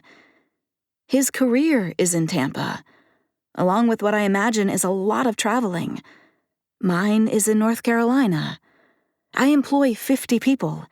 I have a large studio and a bustling office. Which means I have to be okay with anything that happens between Roman and me staying right here in Belize. I need to find the "what happens in Belize stays in Belize" woman within. Either that, or put a stop to all of it now before it goes too far. Put a stop to the flirty looks, the shivers from his touch, the warmth that spreads through my chest when he calls me beautiful, and the trembling in my womb every time I take in his broad shoulders, the thrill from running my fingers through his thick hair, the urge to drop my eyes to his happy trail whenever he's shirtless, the flip of my belly when he calls me Ollie, even though I'd hate it from anyone else. All of it. I smile when I notice another blanket has been delivered and is now draped over Roman's sleeping figure atop the first one. And I have to bite my cheek to keep from laughing when I see a fourth fan has also been added, all of them pointing to my side of the bed and set on high. Though I have no clue what to do about my current Roman conundrum, it's clear I have a good 8 hours to puzzle it out. So I tiptoe to the bathroom to get ready for bed, and then settle myself under the fan's breeze, hoping I'll be able to sleep without help from my fake boyfriend/potential holiday hookup. The first thing I notice upon waking is that I'm alone in bed. The second is that the sliding doors are wide open and Roman is snoozing on the hammock outside. A smile comes unbidden to my lips, and I crawl out of bed to approach him. Somewhere between my 10th and 11th position change last night, I came to the conclusion that you only live once, and I'd be stupid not to take advantage of the clear attraction between Roman and me. It would be one thing if it was attraction despite a personal connection, but he and I click in a way apart from the physical that will make this a special memory to hold. Bittersweet, perhaps, but worth it. "Morning, you," I murmur as I plod on my bare feet across the wood planks. When he doesn't respond, I assume he's sleeping, so I tiptoe closer. His eyes are trained on the rippling turquoise water beyond, so I repeat myself, thinking he didn't hear me the first time. "Good morning." His only response is a grunt. Okay, not a morning person. Good to know. "Have you had breakfast?" I try again. Another grunt. Fabulous. "Is that caveman for yes or no?" I tease. This gets his attention, but when he turns his gaze to me, his golden eyes are cold. It's such an unfamiliar look, it literally sends me back on a foot. It's dumb jock for leave me alone. All I can do is blink. "Roman," I begin, but I have no idea what to follow it up with. He fills in the blanks. "You know, it's not like I'm not used to it, but I really thought you were different, Olivia." Why does it hurt that he called me Olivia instead of Ollie? Still, his tone has my back up. "I'm afraid you're going to have to explain, since I have no idea what you're talking about." My hands hit my hips. He scoffs, his eyes scraping down my frame with contempt, making me wish to God I was wearing more than this stupid t-shirt. "Come off it. You know exactly what I'm talking about." When I give my brows a sardonic raise, he continues to enlighten me. "Bang a professional hockey player on your vacation, so you can go back to your snooty-ass friends and brag about how you played the dumbass piece of meat into thinking he had an actual shot. My jaw drops, and my arms fall limply to my sides as my mind races to catch up. But he's not done, even as he hauls himself out of the hammock to stand towering above me. The thing that gets me the most is that I knew you were too good for me this whole time. Now I'm starting to understand you're just like the rest of them. Have an awesome breakfast. He bites out. Then he turns to stalk past the doors and down the pier to the beach. All I can do is stare after him while I replay his words in my head. Damn it, I shout to the ocean when I realize what's happened. He obviously saw that asinine video and me being a complete asshole playing Taylor's game. I knew I should have paid more attention to my assistant's prodding about my social media lameness. I gather my hair into a bun with restless fingers as I frantically search for a fix to this mess. Of course Roman is offended. I essentially talked about him like some object to be won, instead of a sweet, funny, thoughtful, and, yes, hot man to value and appreciate. But it's even worse than I feared, because the look on his face and the words he used told me that I wasn't just some casual holiday hookup to him. He actually cared about not just what I thought of him, but he cared about me.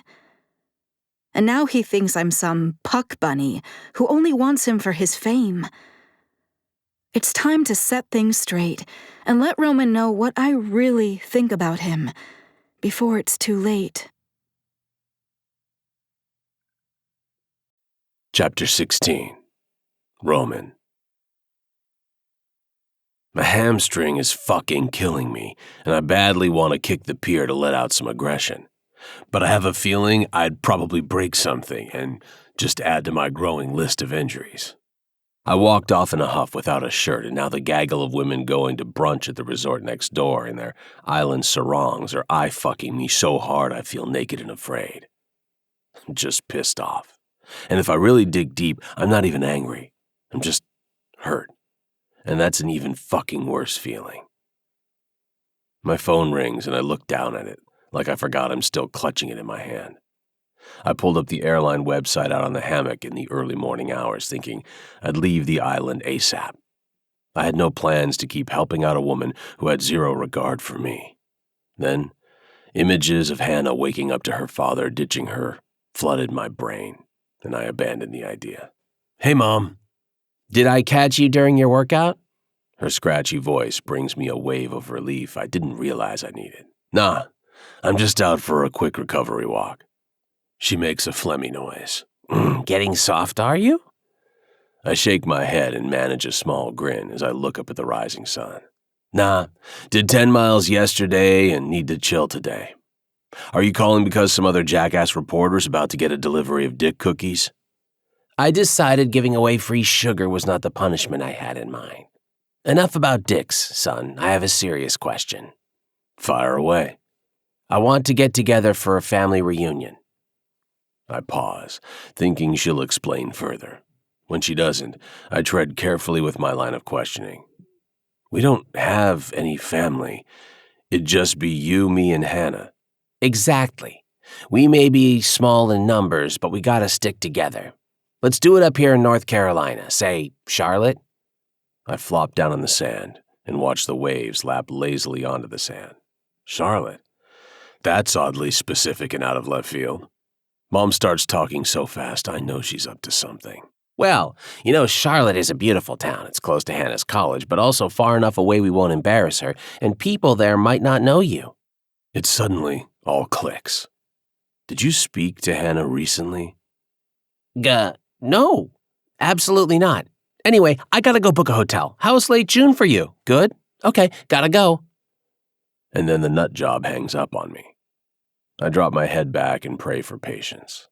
Mom talked to Hannah, who decided to play matchmaker. That's the only explanation for this sudden family reunion in the very town where Olivia resides. What's curious is why my mother is somehow now on the matchmaking train. She always warned me to stay away from the puck bunnies. Her exact advice was go ahead and play with them, but don't marry one, and lose half your net worth. She punched me right in the gut when I told her I'd gotten one pregnant. She obviously came to love Hannah and eventually was happy I'd been careless, but her warning still stood. So why is she suddenly going against her long-standing advice and pushing me toward Olivia? Roman? I pull my head back and open my eyes. Olivia's running down the beach toward me, looking like a homeless version of a Baywatch chick.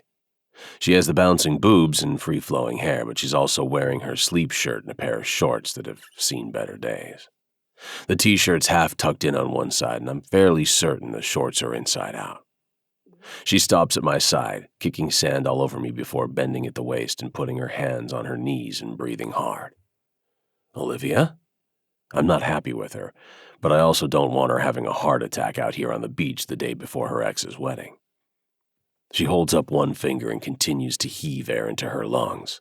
I reach up and tug her down to sit next to me. Fine strands of hair sticking to her neck and forehead, but eventually her breathing slows enough for her to talk. Thank God you didn't go 10 miles again today. I might not have made it. I can't help the tug on my lips. Don't run much? Olivia rolls her eyes and darts a glance at me.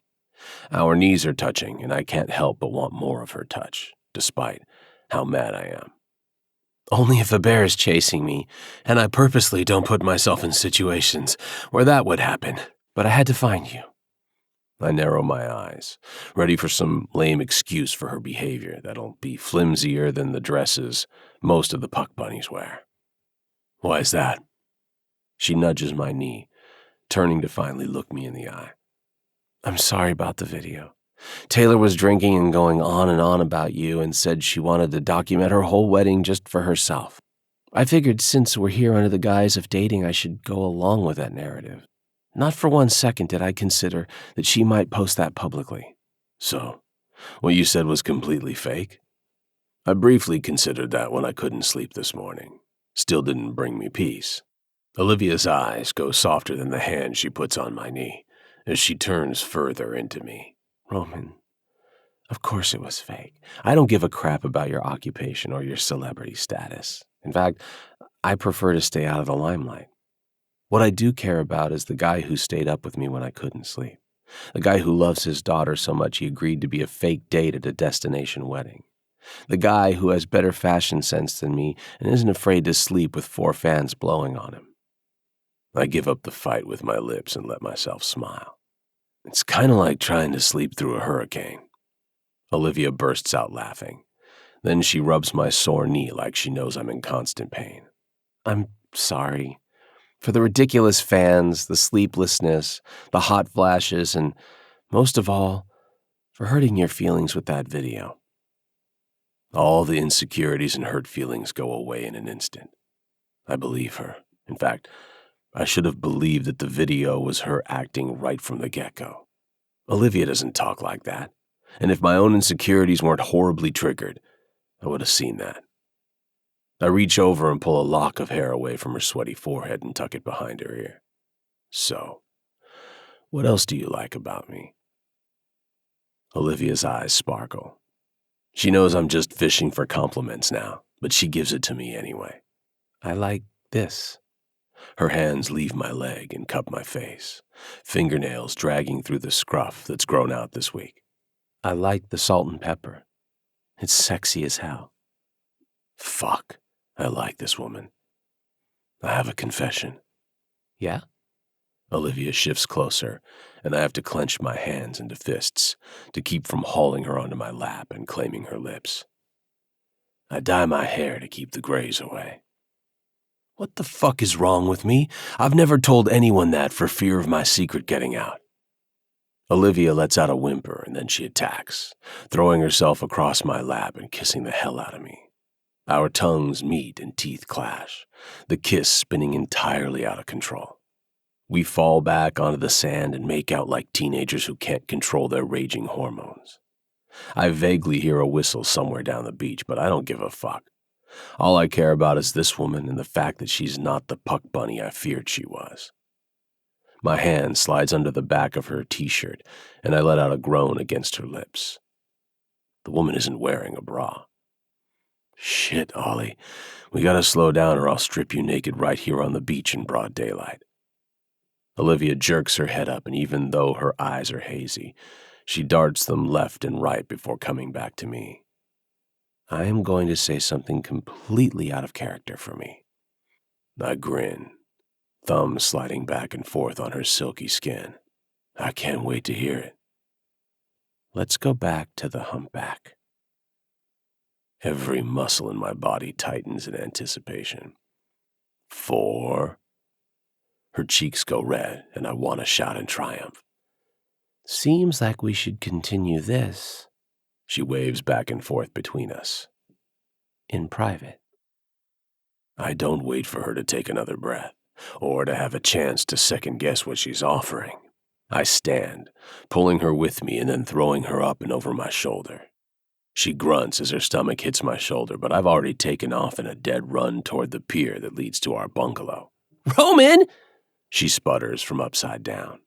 Her hands grab my ass, probably to keep from flopping around as I jostle her, but the feel of her hands squeezing my backside makes me almost seize up and drop her. Hands off, woman, I'm getting us to the bungalow. I'll hurt you, she shouts back. Both of us oblivious to the stares from people around us, just trying to enjoy an early morning beach stroll. I'm not that old, Ollie. I can handle a fireman's carry. Although my knee does send out a dire warning when I have to step up onto the pier. I ignore it.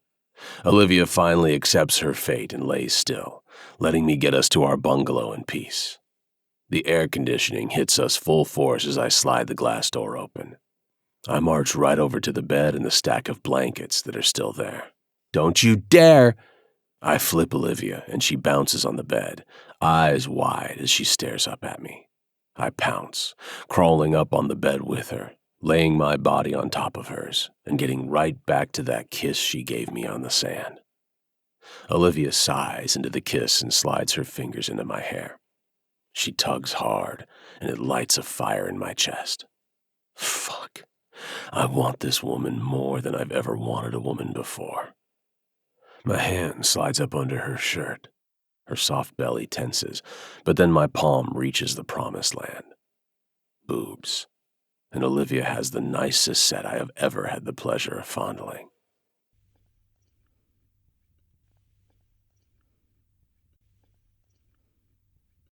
Chapter 17. Olivia. I'm having an out-of-body experience. That's the only way to describe it. Roman's unabashed enjoyment of my body has me feeling sexier and more empowered than I've ever been in the bedroom. Even when I was in my 20s, with a tight ass and breasts that laughed at gravity. Everything about him is magic. From his nimble fingers to his talented tongue, to the playful teasing and those hot whiskey eyes that drag oh so slowly over my skin. I feel like Cleopatra to her adoring Antony, without all the pesky war and double suicide stuff, of course.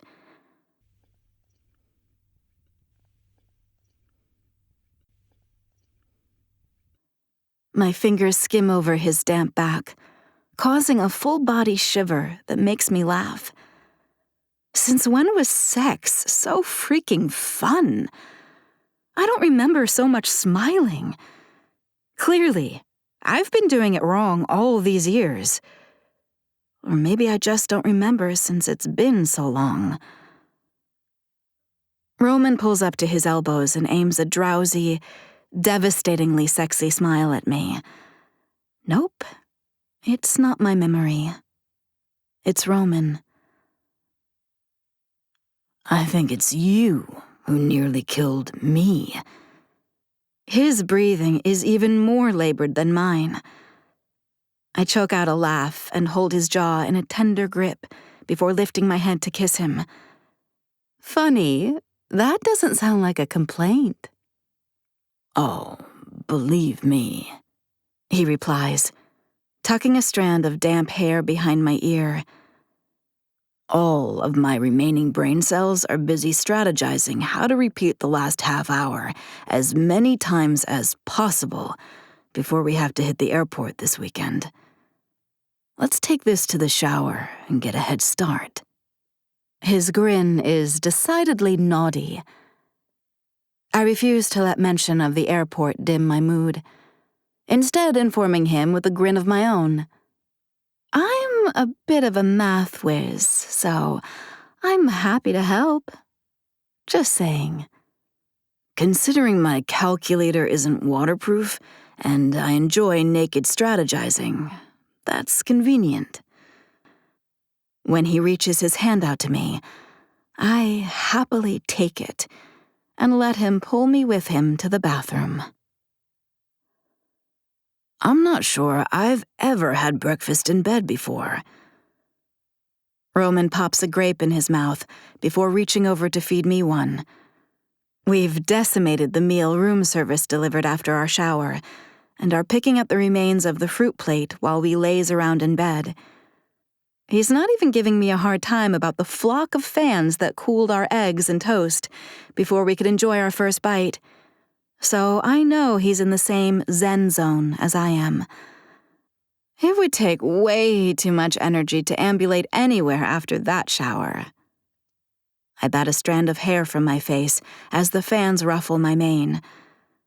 I'm in another of my loose t-shirts watching Roman casually draped on the mattress in nothing but boxer shorts and a smile.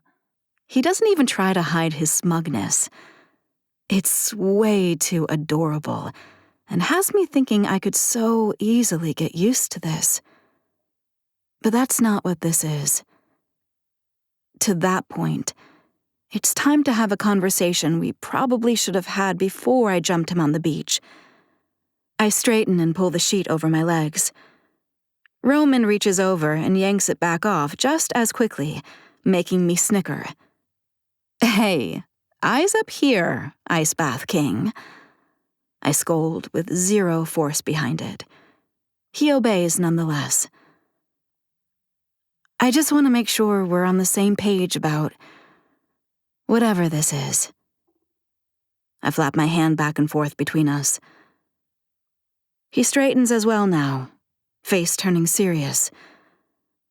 I figured you knew. He begins, making my nerves jangle. But before I can interject, he continues. See, when a woman attacks a man, he gets an uncontrollable urge to fuck her. My mouth pops open, and he feigns deep contemplation before continuing. Strike that. When an incredibly sexy, funny, smart woman attacks, I cut him off with a lunge and a shove to his shoulder.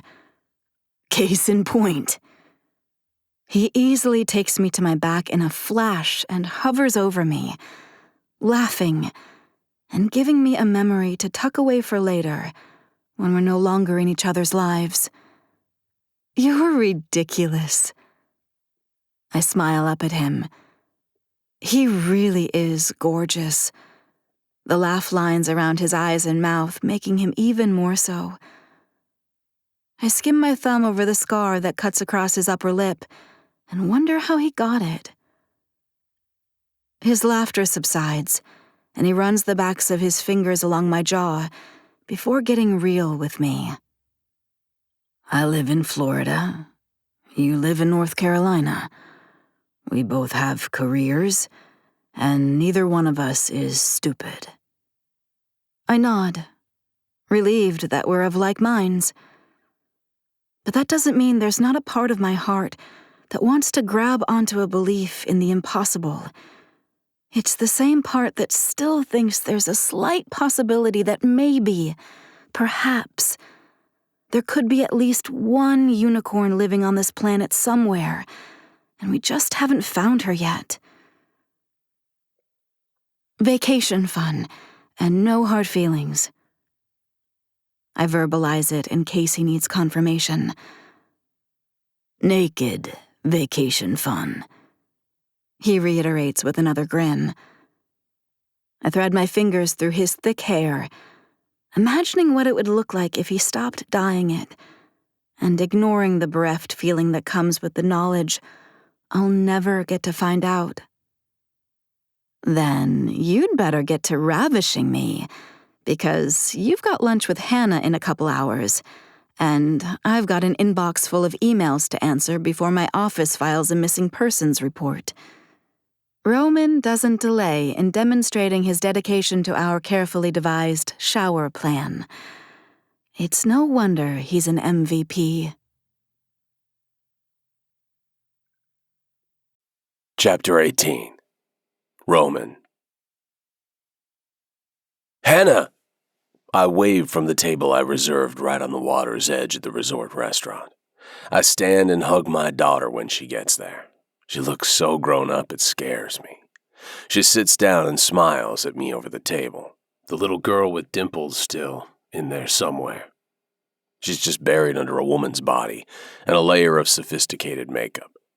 "How are things with you and Olivia?" She wags her eyebrows and I try for my best poker face. "Just fine. For a fake date, I can't complain." I lean over the table and put my hand in hers. I do not kiss and tell. Time to redirect. "What's this I hear about you and Grandma Susan planning a reunion?" Hannah drops her gaze to her empty place setting before lifting her head and spearing me with the doe eyes that did me in when she was little. They sparkle with unshed tears and my heart dips. I'd pretty much do anything to bring back her smile. "I dated a guy last year." My heart is no longer dipping. It's surging in rage. "What? Who? What's his name?" Another thought occurs and I'm halfway out of my chair before thundering. "What did he do to you?" "Shh, Dad, sit down."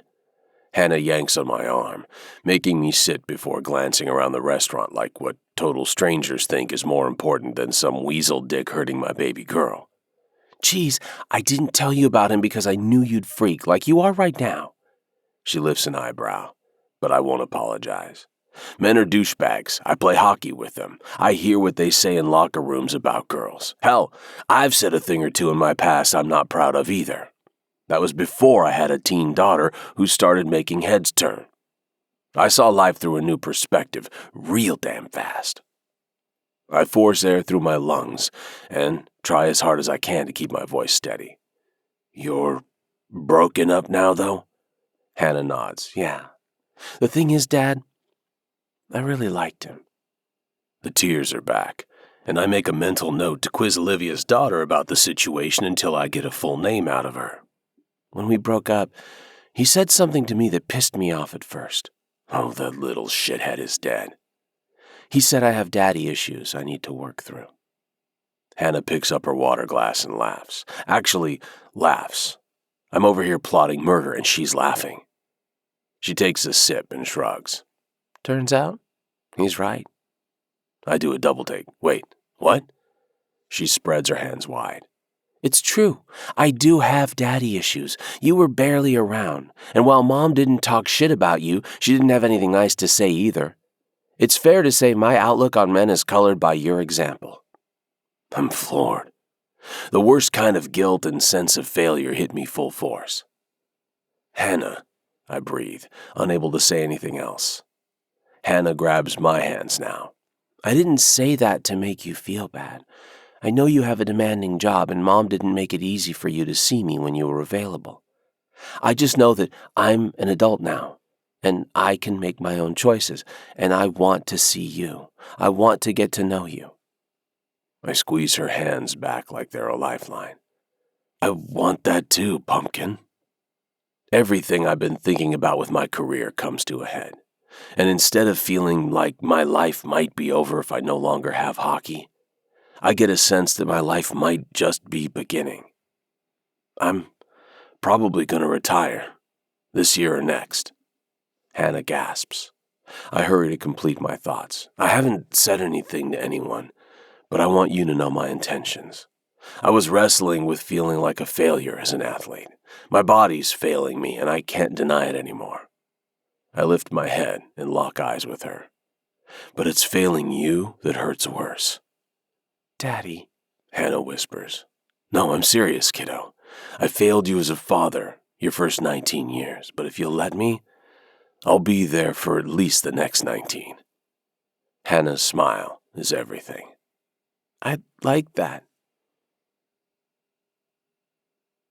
I returned to the humpback 2 hours later, heart fuller than it's ever been. Hannah and I chatted so much about everything my voice is hoarse. Without a lot of input from me, Hannah has become a truly remarkable young woman. For the first time, I feel like she and I are headed on the right path. No matter what happens with the end of my hockey career, things are going to be different with us. And that's a vow I intend to keep. Hey, how'd lunch go? Olivia asks, stepping into a pair of wedge shoes. I blink, brain scrambling for why she's all dressed up again. Wait, what's today's activity? Olivia turns from the mirror, looking amazing in a pale pink sundress. Her hair is in soft waves around her face, and she hasn't sweated off her makeup yet. Rehearsal? Ah. I spin in a circle, looking for the appropriate clothes. When I find them, I strip down to my boxers to get changed. Are we late? I can be ready in 5 minutes. When Olivia doesn't answer, I look up, catching her staring at me with her teeth caught on her bottom lip. See something you like, Ollie? Of course she does. I do more push-ups, sit-ups, and running than any normal human should do. I wonder if I'll keep up the insane routine once I retire. She startles, cheeks turning pink. We're not late. I'm just ready early. Had to take a break from working.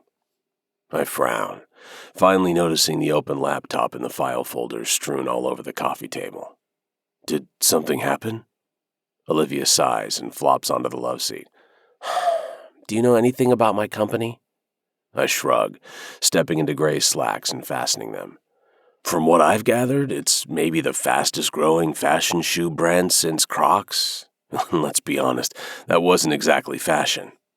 Olivia snorts. Agreed, but I don't know that I'd go that far. Livy's is too custom and niche to get that big. I go to sit by her, thinking the rest of my outfit can wait. Olivia seems stressed, and I don't like that look on her. I far prefer that dreamy, unfocused haze that comes over her after she orgasms. Still, it's pretty impressive what you've built. You know, I didn't even intend to make a product and sell it. She shakes her head. I was just an engineer working at an injection molding company, trying to reduce waste by switching to 3D printed products. She shoots me a grin, and I like it better than her previous expression. My nerd brain got carried away with the technology, and I started printing custom-fit shoes for my assistant and me. Maybe you should look into hockey skates next. Blisters are no joke. She snorts. I'll have to talk to my assistant Ashley about that. In fact, if she hadn't taken to Instagram from day one and shared Livy's with her gazillion followers, I'd still be trying to convince the guys at TK Injection Molding to move into the 21st century. Instead, you're selling the most coveted shoes in the country to Hollywood celebrities. I stroke her bare knee, and she waves my comment away like the multi-million-dollar company she started from nothing was just a day's work. I'm seriously impressed, Olivia. I insist. Thanks. She puts her hand over mine. Don't get me wrong, I'm proud of it, but I pride myself more on keeping sight of producing work that's of the utmost quality. I don't want my name attached to anything that's not the best. But, I prompt, nudging her. She throws her hands in the air, bursting with irritation. But I can't think. I can't remember my own damn name some days. It's like someone threw a stink bomb in my brain and I'm left wafting away the clouds to try to function like a normal human being. Don't ever go through menopause. You'll regret it. I'm pretty sure laughing wouldn't be appropriate right now, but she's adorable when she's flailing her arms like that. I'll make sure to tell my doctor menopause isn't for me. Smart ass, she grouses, smacking my arm. I do laugh then, especially when she shoots me a dirty look. Seriously, honey, why don't you get checked out by a doctor? The hot flashes, the sleepless nights, the brain fog. That doesn't sound right. Don't forget the weight gain and impending hair loss, Olivia adds before rolling her eyes. But I've gone to a doctor and he said my only option was hormonal birth control, which I'm already on. I rear my head back. That's his only solution to a laundry list of symptoms? Trust me, I know the frustration is real, Olivia grumbles. I put my arm around her and tuck her into my side. I think you need to find a new doctor. I can ask around if you want. I'll get you set up with the best in the business. She pats my stomach and melts in my arms. Thanks, Ice Bath King. Anytime, Ollie. I know what it's like to grow old and not be able to do anything about it. Olivia lifts her head, drilling a finger into my abs. This body is what you call old? I feign hurt feelings. Hey, I have the abs, but you should see the hours I spend in rehab. They don't call me the Ice Bath King for nothing. Olivia grows serious.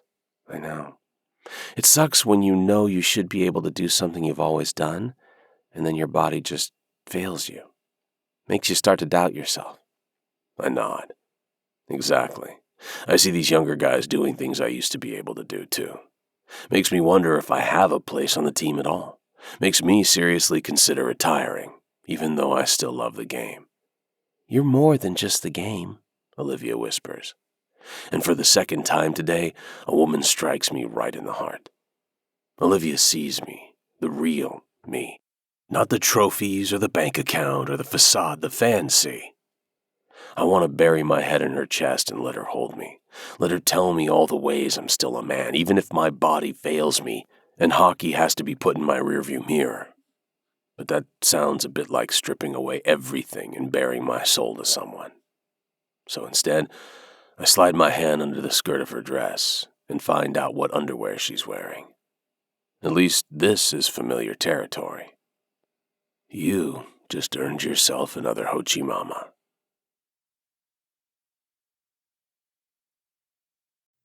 Chapter 19. Olivia. Care to share with the class why you're 30 minutes late and looking like the cat that got the canary? Evie whispers as she hooks her arm in mine. Roman and I have just arrived at the rehearsal late, as Evie noted, but it seemed unimportant to be here on the dot since we're not actually part of the ceremony. At least, I hope not.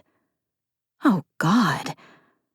With the way Taylor attached herself to me last night, it's a terrifying possibility. Dan and Roman exchange fist bumps, while I shrug off my concern and lean in to whisper back, 2 canaries, I'll have you know. I can't help the guffaw that bursts forth at the look on her face. Did you just beat me at my own game? My best friend asks, mouth agape. Seems I'm learning a lot of things on this vacation. I wink, and her expression turns to a proud mama's on graduation day. Babe, let's get a round of drinks. Dan beckons his wife. Evie lets me go to follow him, but shoots a grin at Roman first. Well done, Gretzky. Do I want to know what that was about?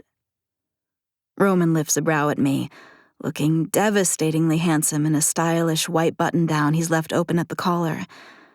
I could spend a week staring at that man's throat. Why have I never noticed how sexy Adam's apples are? Probably, but I'm choosing to leave your ego exactly where it is for now. If you pull a muscle at the buffet later, I might relent. He chuckles and throws an arm around my shoulders. We mill around chatting mostly with Holly and Dylan until Scott calls us all to attention. His outfit is direct from the Tommy Bahama Midlife Crisis collection, although I might be the only one who thinks so. It's impossible not to compare the casual ease with which Roman wears quality garments against the air of desperation Scott exudes. Maybe I need wine. Where did Evie and Dan get off to? Thank you for coming, everyone. Scott addresses the gathering. We've got a great evening planned and some fabulous food and drinks to repay you for your continued patience with this overly packed week. A few people chuckle good-naturedly. We truly appreciate each of you interrupting your lives to come celebrate with Taylor and me. He reaches for Taylor's hand with a warm smile and she takes it, snuggling into his side almost shyly. I immediately feel like a bitch from my earlier thoughts. "Now," Scott resumes with a squeeze of his gorgeous bride-to-be, "I've been told by my bride not to monopolize all the attention, so we'll go ahead and get started. We invite the bridal party to gather by the pergola. The rest of you are free to get drunk."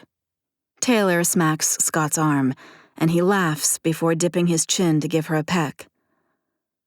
The massive part of me that was dreading this week had feared moments like this, ones that would cause all the memories to rush to the surface and send me spiraling. Not that I have any doubt our divorce was the right move, but I was scared of the feeling Scott's wedding would drudge up in me. Jealousy that he's found his perfect match? Resentment that he's still calling all the shots and the kids and I are forced to smile and go along? A stark reminder that with the kids gone and my body betraying me, my life is only downhill from here and there's nothing I can do about it. But I'm not feeling any of that. I'm just feeling relieved. Maybe even content. Before I can examine it too much, Holly pipes up. "That's our signal, Dill." And my kiddos head over to join the bridal party. Roman laces his fingers in mine, bringing my attention back to him. "You doing all right?" It takes no effort at all to give him a bright smile. Better then. By the time dinner winds down, Holly and Dylan have disappeared to rendezvous with Hannah and Chugger, whose real name I learned is Aloysius. No wonder he goes by a nickname. Melissa and Cassandra are both flirting with the bartender, and Evie and Dan are low-key making out at the end of the table. As for Roman and me, I'm ready to head back to the bungalow, and his expression tells me he is as well. Unfortunately, I'm beginning to fear he may have broken my vagina with all the action from our naked vacation fun plan. I'm in dire need of 12 hours of sleep and maybe an Advil. Turns out sex is very much like riding a bike.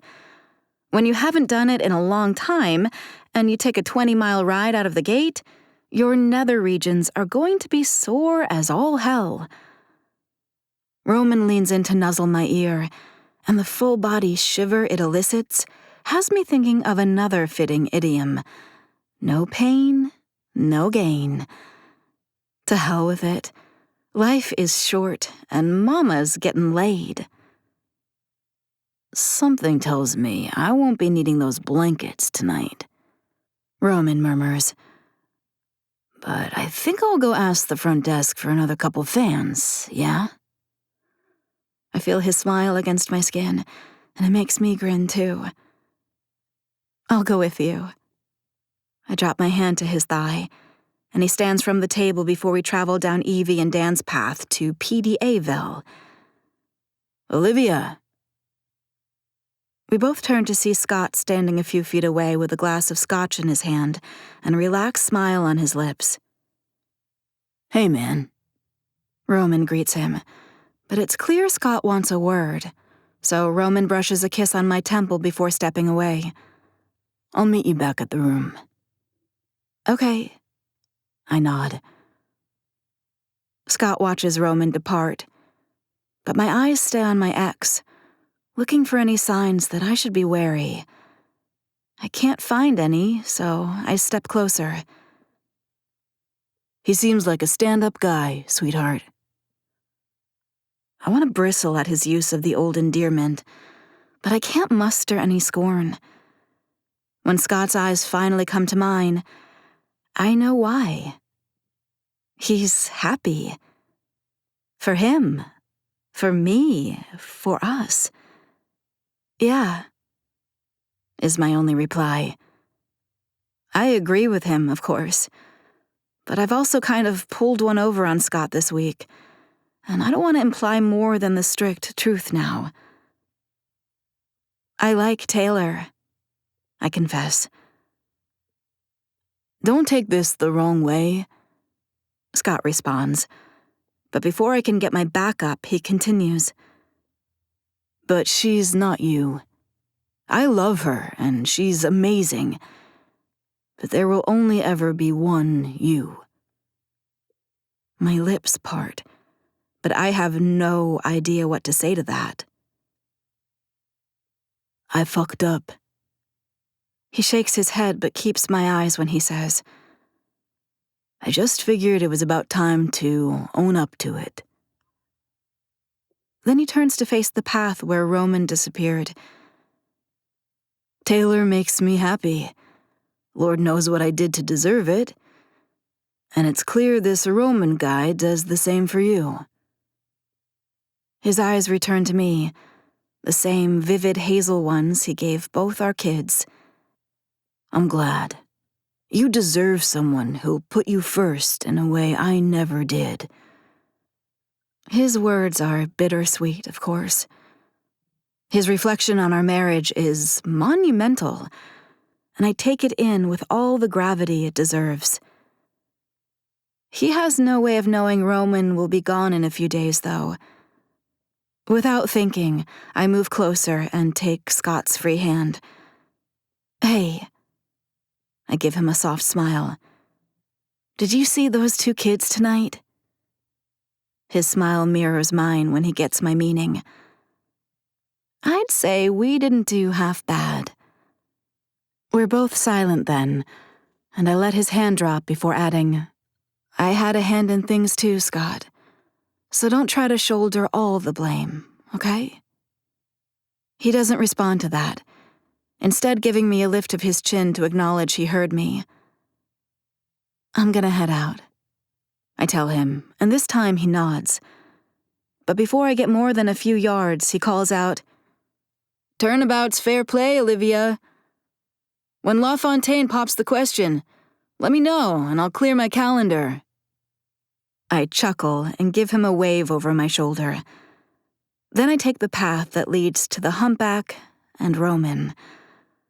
What I don't do is allow myself to even think about going searching for unicorns. Chapter 20. Roman. Despite getting less sleep than I normally would on vacation, thanks to a very relaxed-looking fashion designer last night with a mischievous twinkle in her eye that I couldn't dare disappoint, I feel like I could take on those 20-year-olds looking to body-check the old man on the ice.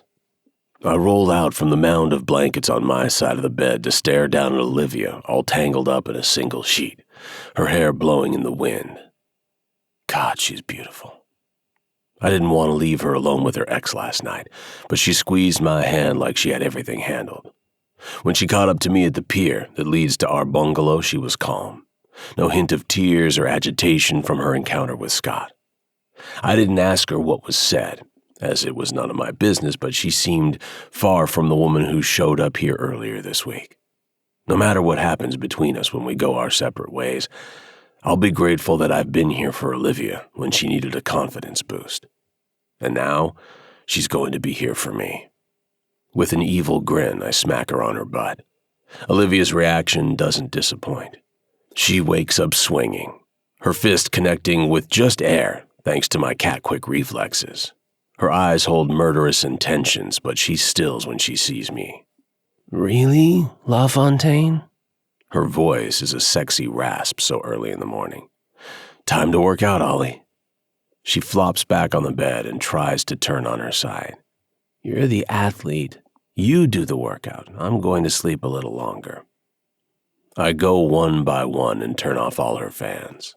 It sounds like a helicopter finally landing and shutting down its engine. Olivia sighs and comes up on her elbow to glare at me. You don't play fair. Listen, I did some research last night during your 30 minutes of flip-flopping from one side to the other until you got comfortable enough to sleep. Olivia's gaze drops guiltily, and I have to bite back a laugh. Regular exercise is supposed to be fantastic during perimenopause. Sounds like a lie a male doctor made up, Olivia grumbles. I grab her hands and pull her up to standing, folding my arms around her. She's warm and oh so huggable right now in all her grumpiness. It's true. Walking and yoga to relieve stress and achy joints, weightlifting to keep on important muscle and prevent bone loss. You're coming with me from now on. Olivia groans, but doesn't fight me as I walk us toward the dresser that holds her clothes. Fine, but no running. My boobs don't need that kind of bouncing and chafing. I can't help it. The mental visual is too fantastic. I press my erection against her backside as I spin her around to get access to her drawers. Her head snaps up to look at me in the mirror. Seriously? It's not even 7 a.m. How are you even awake enough for that? I waggle my eyebrows. Can't help it. I want you all the time. I step back, though, and make my way to my suitcase to find a clean workout outfit. If you're a good girl during our workout, I'll reward you handsomely when we get back. It's not until I pull a t-shirt over my head that I feel Olivia's gaze on me. What? She shakes her head, staring at me like I've grown a second head, which would be really unfortunate in my line of work. I'm just trying to figure out what you've done to me. I'm waking up early to work out and actually want to jump your bones when just a week ago I thought that I might be a dried-up old woman who'd forever said goodbye to sex. I grimace. That would be a tragedy. Good thing you met me. Olivia rolls her eyes and gets dressed. When she turns to me and spreads her arms wide as if saying, "This is as good as it's going to get." I can't help but throw my head back and laugh. She's wearing a t-shirt with the words, "I'm not arguing, I'm just explaining why I'm right." Her hair is piled up on top of her head in the messiest bun I've ever seen, and she's wearing no socks with her tennis shoes. I open my mouth, but she beats me to it. If you say one snarky thing about my outfit or my athletic abilities, I will march right back here and crawl into bed. I make the motion of zipping my lips. I would never. And then we head outside to greet the sunrise with some yoga, push-ups, and walking lunges down the beach. When Olivia falls on a lounge chair left out by a nearby resort and declares her legs broken, I call an end to the workout. I'll get my run in tomorrow and let her sleep. I crouch next to her, insanely proud of her work ethic. Hop on, Ollie. She lifts her arm and lets it flop down. Can't. Everything broken. I shrug. Well, I guess I'll just have to tell Scott you couldn't come to his wedding this afternoon because you were too heartbroken about him moving on without you. Olivia lunges forward. You traitor! She wraps her arms around my neck and lets me pick her up, piggyback style. I pull her thighs around my waist and tell my overeager dick to wait his turn. We have to make it back to the bungalow before he can come out to play. In fact, he has a few hours to wait. I placed a couple of calls last night while waiting for Olivia to talk to Scott. I walk us back to the room where we chat about our plans once we were back home. I have games starting almost immediately and a few press events I've promised to attend. Olivia has a big software consultant coming to meet about expanding her custom scanning technology. Neither one of us talks about how all those plans require living multiple states away from each other. That this easy camaraderie will have to go away the second we get back to our real lives. What's this? Olivia interrupts my thoughts. I let her slide down my back and check out the massage table I had delivered to the room while we were working out. There's a stack of sheets and a bottle of the massage oil Olivia loved so much from the spa our first day here. Your reward, my lady. I wave my hand at the table. You shower, and I'll get everything set up. Olivia's head swivels. The masseuse will come here to the room? I dip my head. You can call me Sven. Wait. You're the masseuse? I approach Olivia slowly, watching the way her pupils dilate and her breathing picks up again the closer I get. Grabbing the hem of her t-shirt, I give it a little tug. Shower, Ollie, then I'll give you the best massage you've ever had. Believe me, I've had enough over the years to know exactly what you need. She bites her lip, hesitating. Do you trust me? If she says no, I swear I'll drop the massage idea and not even be heard about it. At all. Totally. Not heard at all. I do. I swallow hard at those two little words. We'll be hearing them this afternoon at the wedding, but I try not to let them mean anything between us. Then let me make you feel good. Let me worship this gorgeous body of yours. Let me get my hands on you the way I've been wanting to since the first day I saw you." Olivia's cheeks have gone pink again. "You didn't like me that first day." I shake my head. This woman doesn't get how beautiful she is. I dip my head so that I'm whispering in her ear. "Doesn't matter whether I liked you or not. I wanted my hands on your body. Now that I know you, I ache to get my hands on your body." I feel Olivia shiver at my words. And thank the destination wedding gods, she moves away to take that shower. She comes out 5 minutes later with wet hair piled on top of her head and a white towel wrapped around her. I've got the sheet on the massage table and one for on top of her once she's laying down. I immediately toss the blankets aside. Olivia would most definitely not want blankets. She hesitates by the table for just a second. I lean in and kiss her cheek. "You just have to say stop, and I'll stop. You hold all the cards here." Olivia stares deep into my eyes like she's trying to solve a mystery. "That's far from the truth, but I do trust you, and I want your hands on me too." She lets the towel fall to the floor and climbs onto the table to lay down on her stomach. I drape the sheet over Olivia, leaving only her back exposed. The oil slides through my fingers and I rub my hands down her spine. I lose myself in the sensation of touching every square inch of her. Her skin is like silk. Every new bump and valley discovered makes me feel like I'm getting to know Olivia better than anyone on this planet. Her little shivers and moans are like catnip, making me crazy for this woman. She turns over when I hold up the sheet and instruct her to do so. Her eyelids are heavy, and I pat myself on the back for making her so relaxed. I hesitate, needing just one more second to gaze at her before I continue the massage. "You're so fucking gorgeous, Olivia," I murmur, in awe of how lucky I am to have agreed to a fake date and wound up with someone like her.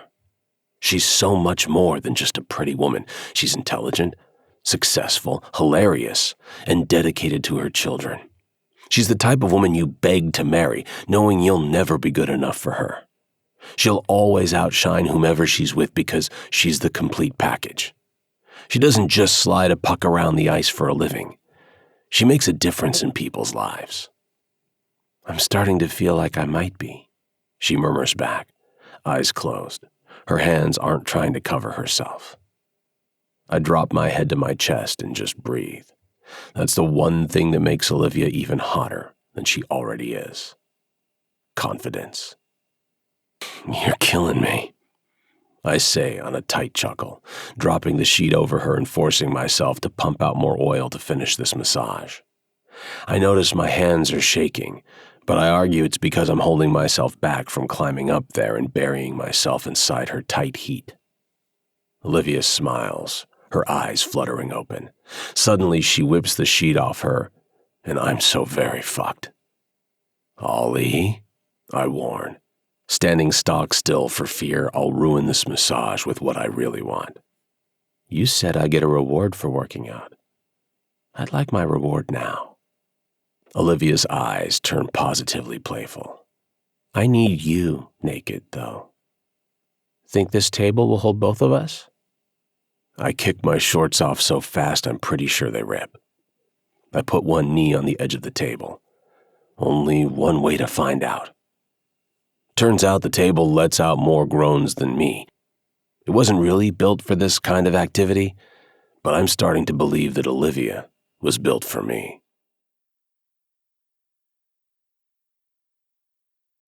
Chapter 21. Olivia. For someone who almost died this morning, I don't look half bad. I smile as I study my reflection, smoothing my hands over the robin's egg blue bias-cut dress that hugs my hips and breasts just right. Evie picked it out on our panic-induced pre-wedding shopping trip, and I kind of want to kiss her for it. I don't even care that the humidity will destroy my makeup before the I do's, or that my dress is 2 sizes bigger than those I wore when Scott and I were married. "What's that?" Roman asks as he exits the bathroom. "Nothing, My words die on my tongue when I catch sight of him in the mirror. I turn to get a better look and, wow. Roman stands by the bed in a wickedly fabulous navy linen suit, adjusting the cuffs on his crisp, dove-gray dress shirt that he's left open at the neck again. My tongue wants to trace the exposed hollow of his throat until he groans in my ear. His groans are as addictive as movie popcorn with milk duds mixed in. It doesn't escape my notice that he's still not shaved since I told him how much I love his salt and pepper scruff. I have it on good authority that most hockey players grow beards as part of playoff superstition, yet Roman has kept his chin clean-shaven for the last few years. The fact that he feels comfortable enough with me to let it grow makes my chest warm and gets my mind moving in dangerous directions. "You look fantastic," I tell him, not hiding my admiration one bit. Lord knows he hasn't been shy about his appreciation of me. Stretch marks, tummy, and all. So there's no reason for me not to ogle him. "You should never cut your hair again," I tease because I love the way it brushes his collar and flips up at the ends in the back when it's damp, like it is now. He grins. "I'll take it under advisement." Then he steps closer, a very familiar look in his eyes. "Speaking of fantastic." I throw my hands up between us. "Nope. It took the stylist an hour and a half to get me looking this good, and I'm not showing up at the wedding with sex hair." "Then I need something else to keep my hands occupied." He grins. "Here." I toss him my phone and he easily catches it before I turn back to the mirror so I can put on my earrings. "Text my mother to tell her I exercised today. She'll be thrilled." "What's your password?" I was joking. "You don't want me talking to your mother?" He teases back. "You're ashamed of me, aren't you? Am I nothing but your dirty little secret, Olivia?" His hand is over his heart now, making me laugh. "I'm doing you a favor, believe me. My mother would love nothing more than to see me getting some for a change." I pause with an earring mid-air. "I take that back. She'd probably try to strong-arm you into marrying me." I roll my eyes. "It would save my mom the trouble." He shakes his head with a frown. Not wanting to linger on this topic, even though I'm the one who brought it up, I quickly secure both earrings and turn to Roman again. "Ready?" He crooks an arm for me to take, and even I can admit we make quite the dashing pair. "Let's tear it up, Ollie." I manage not to cry. Barely. And it's not because of Scott and Taylor, who both look radiant and happy, but because my kiddos appear so grown up.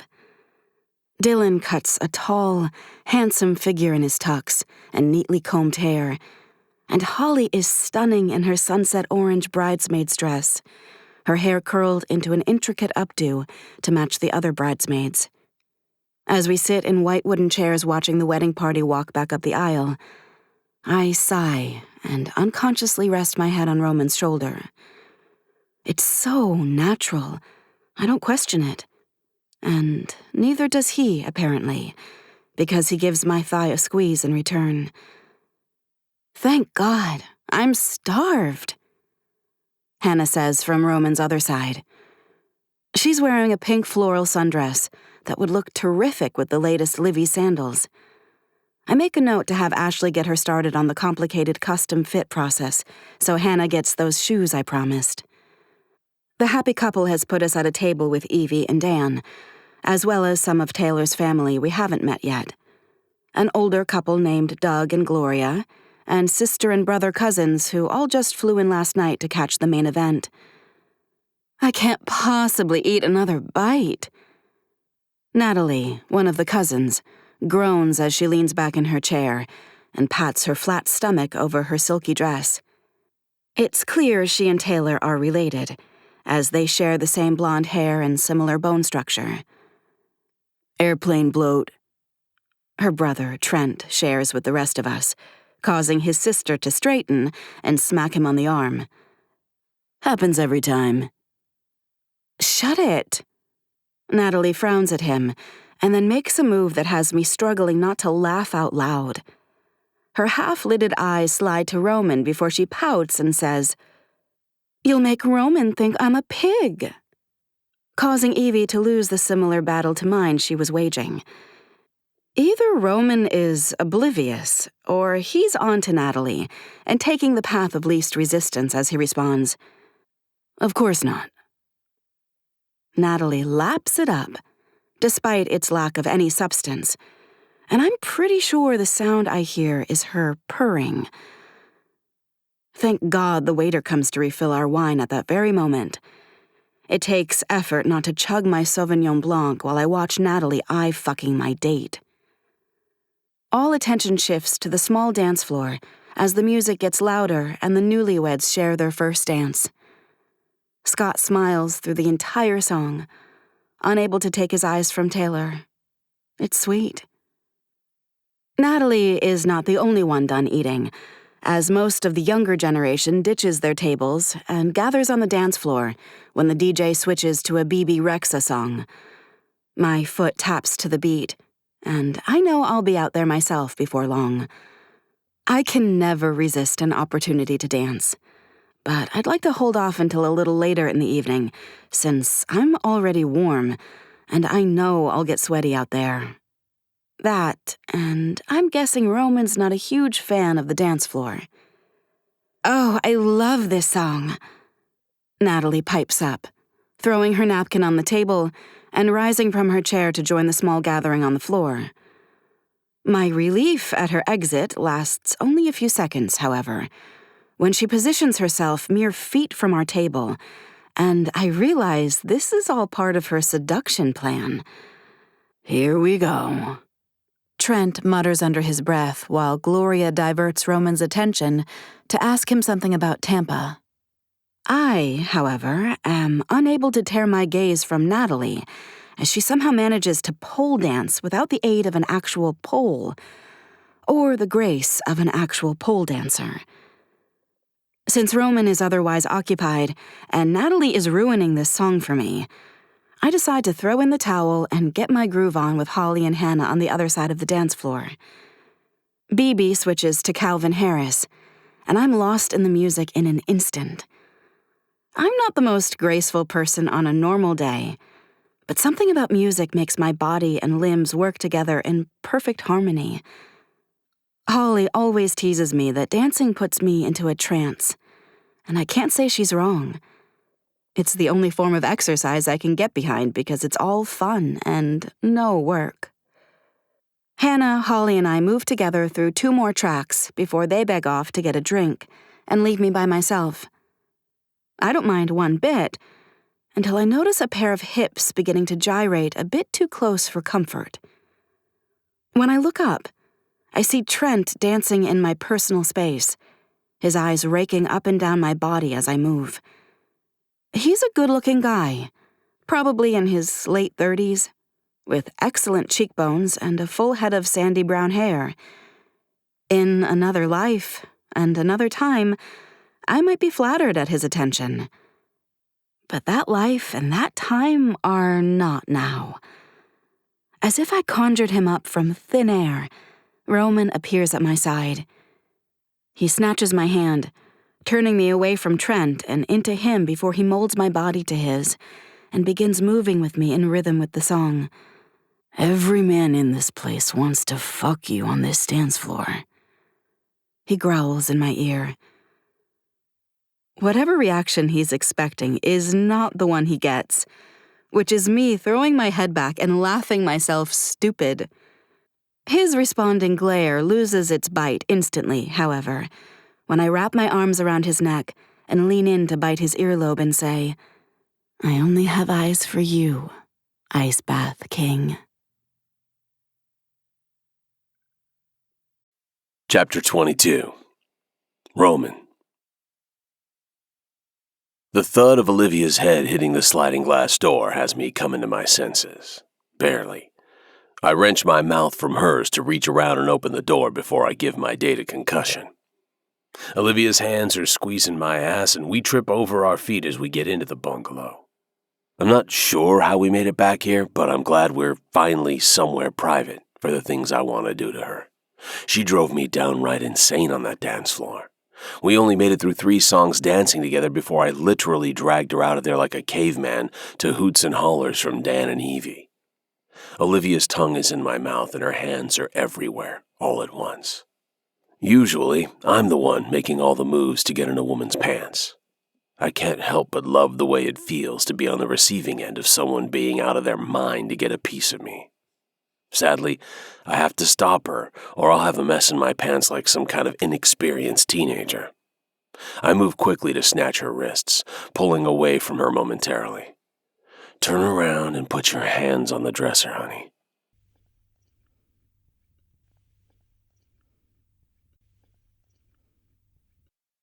Sounds and sensations come back to me after a few minutes of sucking oxygen into my lungs. I blink and realize I'm probably crushing her. I somehow let go of her and stretch to standing, before scooping her up into my arms and carrying her to bed. She blinks up at me like I wasn't just an asshole pounding into her like an animal. "I'm sorry, Ollie," I whisper, settling into bed next to her. She rolls her head and furrows her eyebrows. "Why?" That was... Olivia smiles. "Amazing. The best kind of out-of-control sex ever." Relief rushes through me. "I didn't hurt you?" She wraps my arms around her and snuggles deeper into my embrace. "Absolutely not. I might need a day to recover, but count me in for that any day." I bury my nose in her hair and we fall asleep that way. No blankets, no fans, no hot flashes or insomnia. Just 2 exhausted, happy people, snuggling the night away. Thank God my teammates can't see me right now. I'd never live it down. "Who cares if we're late? They kept us waiting for dinner the other night." Olivia is rushing around the room, trying to slather sunblock on herself while also getting dressed and putting her hair in a ponytail. She's an adorable mess. "I know, but this is our one full day with him and I don't want to waste it." I get it, but when she gets sunblock in her eye and starts running around the room in pain, I intervene. "Stand still, woman." Remarkably, she does, probably because she's in pain and can't see out of one eye. I finish rubbing in the sunblock all over her body, then help her step into shorts. She goes into the bathroom to wash her hands and I pull a pair of matching sandals out of her suitcase for her, along with a beach towel and the hat she wore on the snorkeling trip. I don't tell her that I woke to find my suit jacket hanging on our bungalow door, along with a sticky note that simply had a badly drawn winking face emoji. It reminded me of being in college and hanging a sock on the doorknob to keep your roommate out when you brought a girl home. I'm pretty sure that delivery was the work of Evie, but so as not to embarrass my date, I didn't bring it up. "Okay, I'm officially ready." Olivia jams the hat on her head and spins in a circle to prove that she's finally ready for a day on the boat. "How did the kids find a boat? Hopefully it's big enough for all of us." I put my hands on her hips and bring her in for a soft kiss. I rented it, and believe me, there's room. Olivia eyes me suspiciously. "What did you do?" I shrug and lead her out of the room, shouldering her beach bag for her. What is the point of having ungodly amounts of money if you can enjoy it with others now and then? She scoffs and whacks me with the back of her hand. Then she spins on her heel and runs back inside to pee one last time. I swear, she has a bladder size of a squirrel. We finally make it to the marina just south of the resorts without forgetting anything.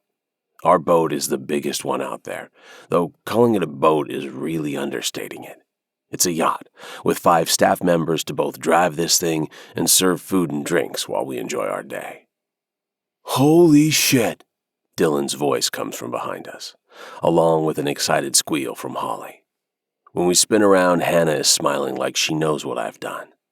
I was the good time dad her whole life, showing up with expensive gifts or taking her on exotic vacations.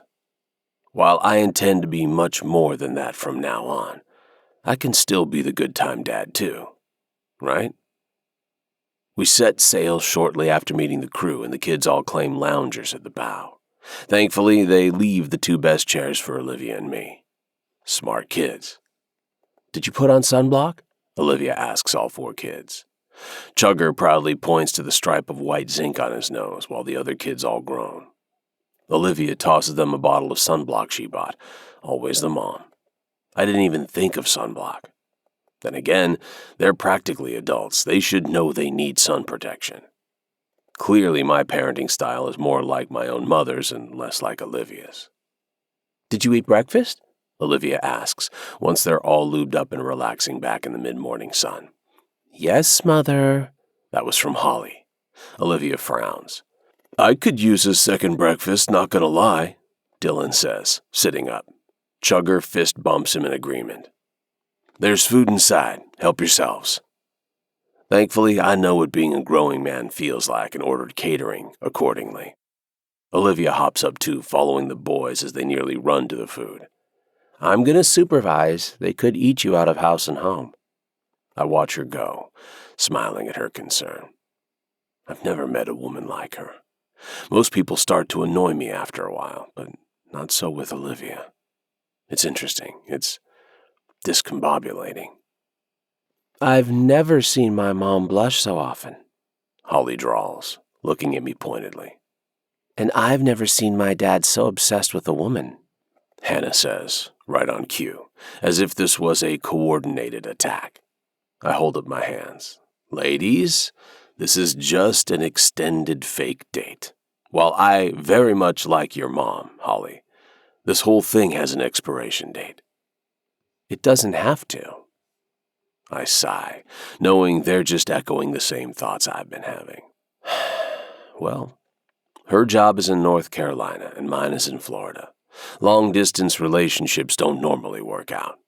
But you said you're looking to retire soon, right, Dad? Hannah looks so hopeful it pains me to crush the ideas in her head about me and Olivia. Well, yeah, but I'm not sure exactly when that will be, and I can't ask her to wait, especially not when we've only known each other a week. That's a big commitment. Nor do I even know if she wants a dumb jock like me. She's a successful, gorgeous woman who could have any man she wants, preferably one who lives in her state. Have you asked her to wait? Because I bet she would. Holly and Hannah look at each other, nodding in agreement. I open my mouth to argue, but Hannah beats me to it. Daddy? My jaw snaps shut. Oh, shit. She used the daddy card. Yeah, pumpkin? I've never seen you this happy before. You're usually too busy getting back to hockey to even have a conversation. But you're different with Olivia. Please, just talk to her. See if this can go anywhere before you write it off. Will you do that for me? Hannah doesn't let up. There's more to life than hockey, you know. I gasp, infusing humor into a conversation that has me reeling. How dare you? Hannah and Holly giggle like I knew they would. Promise me? I hold out my pinky finger and Hannah lifts hers from across the bow, just like we did when we FaceTimed each other when I was out on the road. Promise. Chapter 23. Olivia. I'm gonna move here, Dylan announces as he drops his head back on his lounger, looking like the classic tanned college spring breaker he is. Oh, the joys of youth. You'll have to learn Spanish or Creole if you ever expect to get a date then, Holly reminds him from her own lounger. He doesn't bother opening his eyes or turning to address his sister. Nah, half the people here speak English, and from the hotties I've seen, half will do just fine. Said like a true American. Holly rolls her eyes and looks to me for backup.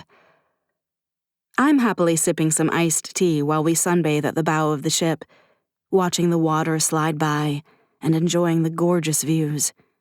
I know the doctor said caffeine only makes hot flashes worse, but what kind of monster expects a woman to survive without it?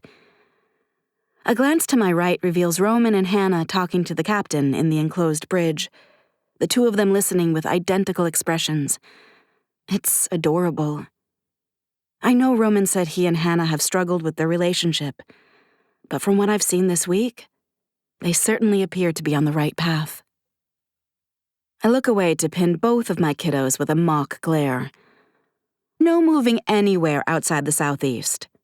Preferably not out of North Carolina, but I'm open to negotiations if you have valid reasons.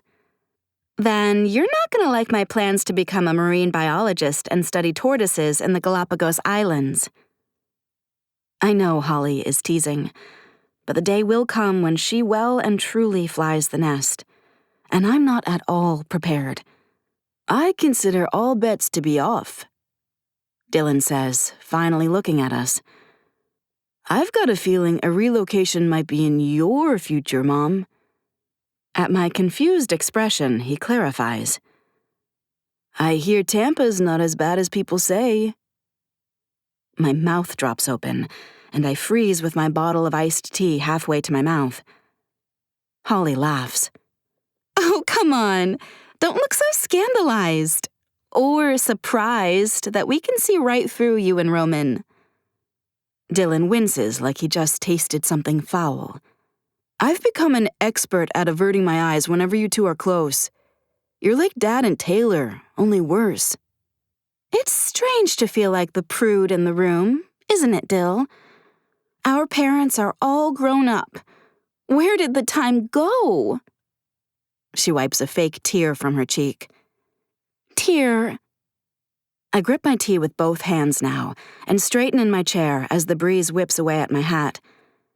I don't have the slightest idea what you're talking about. You're both well aware this was just a setup for show. There's nothing real about it. I lie. They look at each other for a few beats before throwing their heads back and laughing hysterically. I birthed a couple of prize smartasses. I can only shake my head and wait for the hilarity to subside.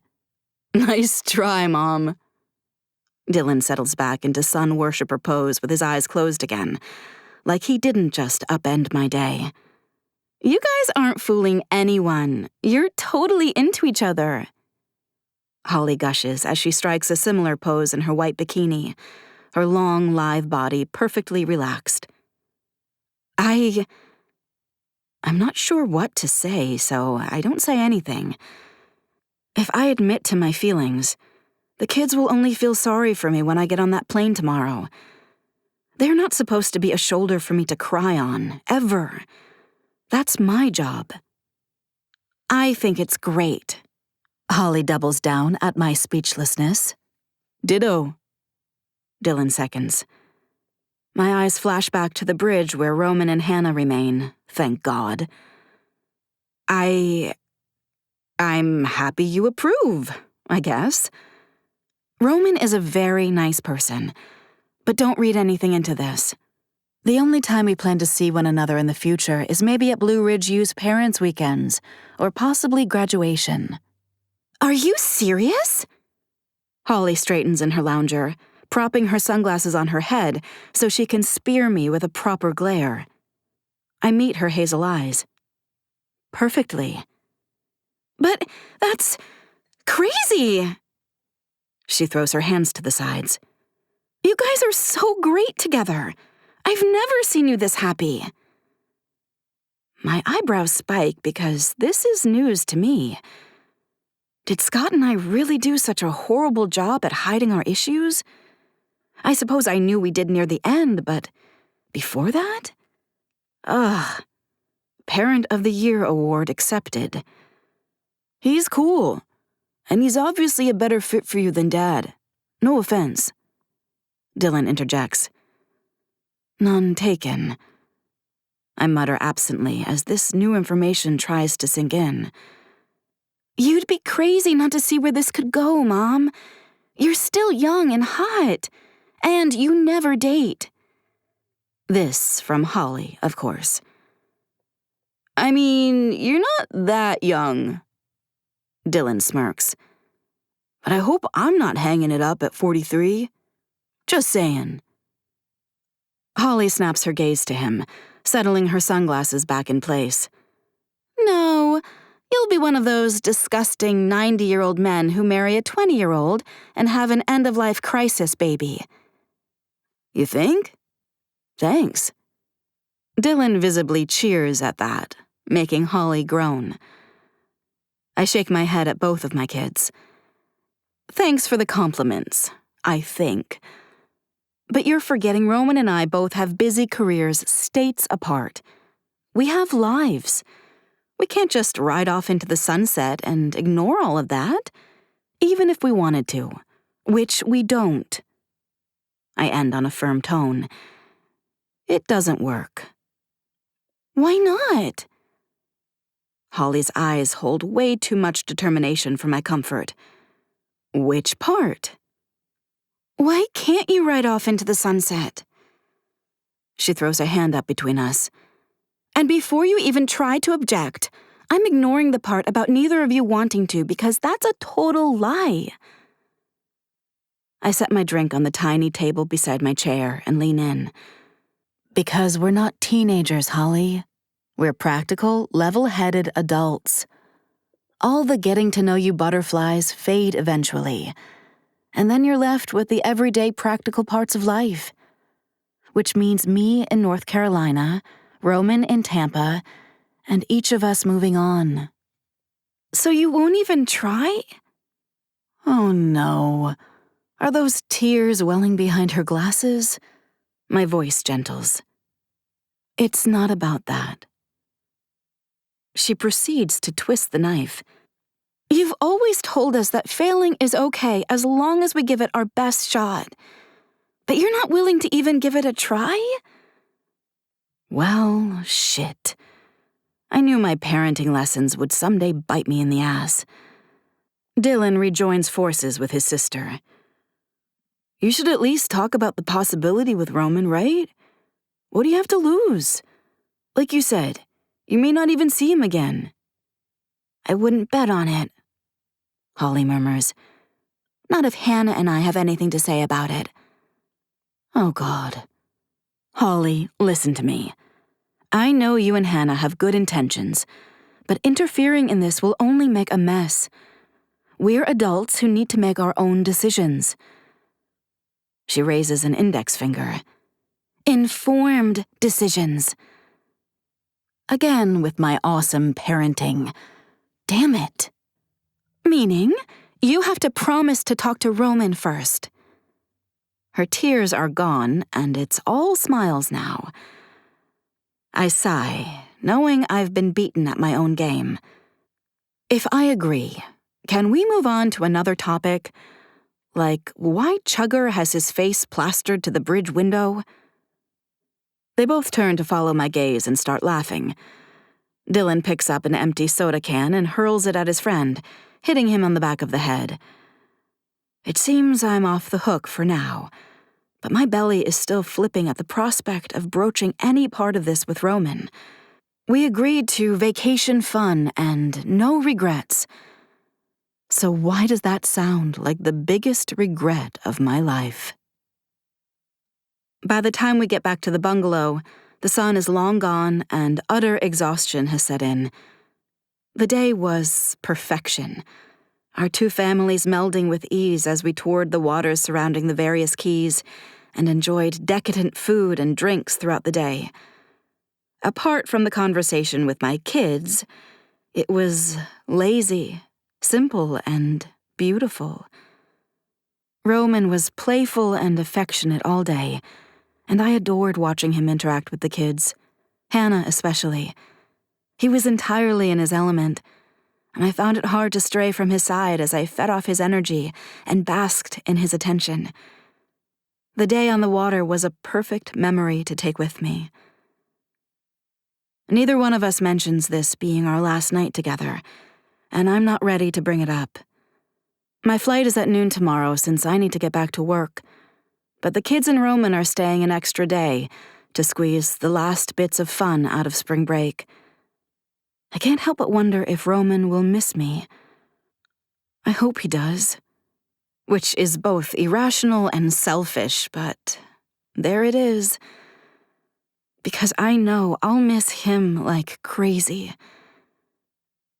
Wordlessly, I head to the bathroom to get ready for bed. The dried salt water has my skin feeling tight, and my hair is a rat's nest on top of my head. So I switch on the shower and give it time to warm up while I brush my teeth. The bathroom door is closed, and that's intentional. I need a minute alone to gather my thoughts and make some decisions. And the fact that Roman doesn't stride in and finagle a joint shower tells me either he's passed out already, or he needs a minute too. The other benefit of showering alone is that I can shed some silent tears without having to explain myself. Like daughter, like mother. When I exit the bathroom 20 minutes later, Roman is on the hammock outside. The instant he catches sight of me in his peripheral vision, his face turns soft and he slowly pulls himself up, eyes on me. He's so handsome, and sweet, and fun, and sexy, and everything. I've never felt like I do when I'm with him. Could the kids possibly be onto something? Roman shuts the door behind him and pauses when he reaches me. The backs of his fingers brush my jawline as he whispers, "I'll be out in a few." To keep myself from going completely insane, I crawl onto the mattress with my phone and scroll through some emails. One from Ashley manages to distract me because it's filled with her usual overabundance of exclamation marks as she shares the name of our latest celebrity client. It doesn't feel too shabby at all to be in such high demand. Might be time to hire another designer. Roman emerges in a cloud of steam, like some hot superhero surfacing from a collapsed building turned to rubble. Can you switch on a fan?" I stutter. He grins knowingly, but does my bidding anyhow before approaching the bed in a towel, damp skin, and nothing else. I blindly grope for the bedside table to ditch my phone without spoiling my view of his body. But the device falls to the plexiglass floor with a thump, and I could not care less. Somewhere between his grin and his knee hitting the bed, he loses the towel. Then his body covers mine, only the thin material of my "Go sports ball, do the things, and win the points" t-shirt between us. The same one he hung his head in shame at just the other day. How is it possible we've only known each other a few days? It's beginning to feel like we were meant to find each other, except that fate has an abysmal sense of timing. Roman doesn't tease or cajole, and I don't attack him or even smile up at him. We're quiet and focused as our lips meet and our mouths melt together. The kisses are soft and unhurried, our hands lazily exploring one another's bodies until Roman slips my tea over my head while I thread my fingers through his hair and savor every sensation, like it's the last time I'll feel it. Because it is. But I can't let myself think about that. My fingertips skim from his hair to the warm, firm skin of his shoulders, and I urge him back up to my mouth for more of his delicious kisses. When I urge him with my hips, he only continues his leisurely pace until I understand what he's doing. Or at least I think I do. He's making love to me. This isn't fucking or naked vacation fun. This is making love and saying goodbye.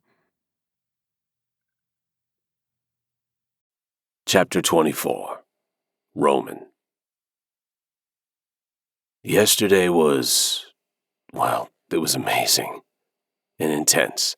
I woke up this morning well before the sunrise, lying next to Olivia with my brain spinning. Yesterday felt like the exact life I would have chosen if hockey had never entered the equation. A beautiful, relaxing adventure with a stunning wife and a couple of kids. I never would have imagined that kind of life for myself, but the preview yesterday jostled something in my head. Now, it's all I can think about. Which is why I plan to talk to Olivia at the airport. Hannah's right. I need to put myself out there and see if there can be something more for us. There already is on my end of the fake relationship. I can only hope there's more on Olivia's end, too. Ollie? I call from the hammock. She's still not out, and we have to leave in 10 minutes if she wants to get to the airport on time. I hear the bathroom door slam and take that as my cue to help her with her luggage. She's not meeting my eye while she grabs her laptop bag, a neck pillow, a pair of sunglasses, and her phone. It's like I can see the shift in her from vacation mode to business mode. Got everything? I ask, wheeling her bag to the sliding doors. This feels awful. Like skating out there on the ice, knowing I'm hiding an injury and shit will absolutely hit the fan once the first guy bumps into me, but not being brave enough to turn around and stop this all from happening. Probably not, she snorts. I'll ship you whatever you leave behind, I assure her. Hell, if things go according to plan after my little speech, I'll ship myself out to her. We walk down the pier in silence, absorbing the early morning breeze and the birds chirping as they fly over the water looking for their breakfast. Olivia chuckles, and I find her looking out at the water, a soft smile on her face. I feel like the day I arrived here was another lifetime ago, she says, seeing me give her a questioning look. I grin, remembering meeting her. You were a sweaty mess, but still hot. I especially liked the see-through tank top thing you wore. I waggle my eyebrows and Olivia backhands my arm. Man, you hated me back then. Olivia slides her arm around my waist and puts her head on my shoulder. I didn't hate you. I just couldn't stand how gorgeous and cool and collected you were when I was so frazzled.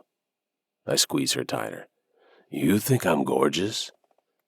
She tilts her head up at me with a smile I tuck away in my memories.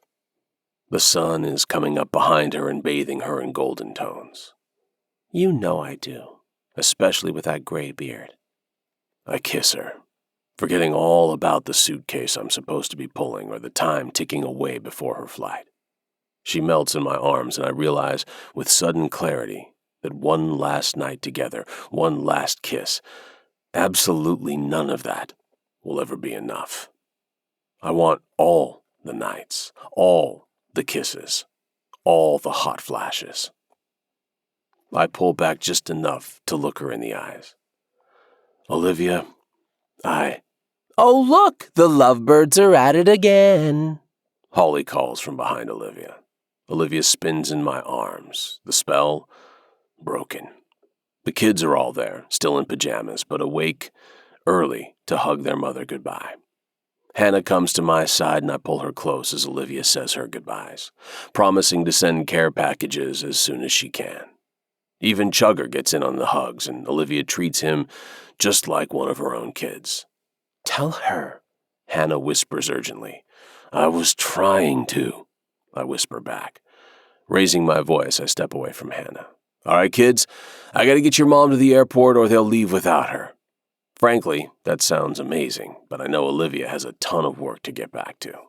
They all wave and shout goodbyes as we walk to the front of the resort to catch the boat, and its chatty captain to the mainland. I called ahead and had a rental car delivered to the dock for us. The valet stows her suitcase and I hold Olivia's door. She raises her eyebrows and I brace for teasing. A Bentley convertible?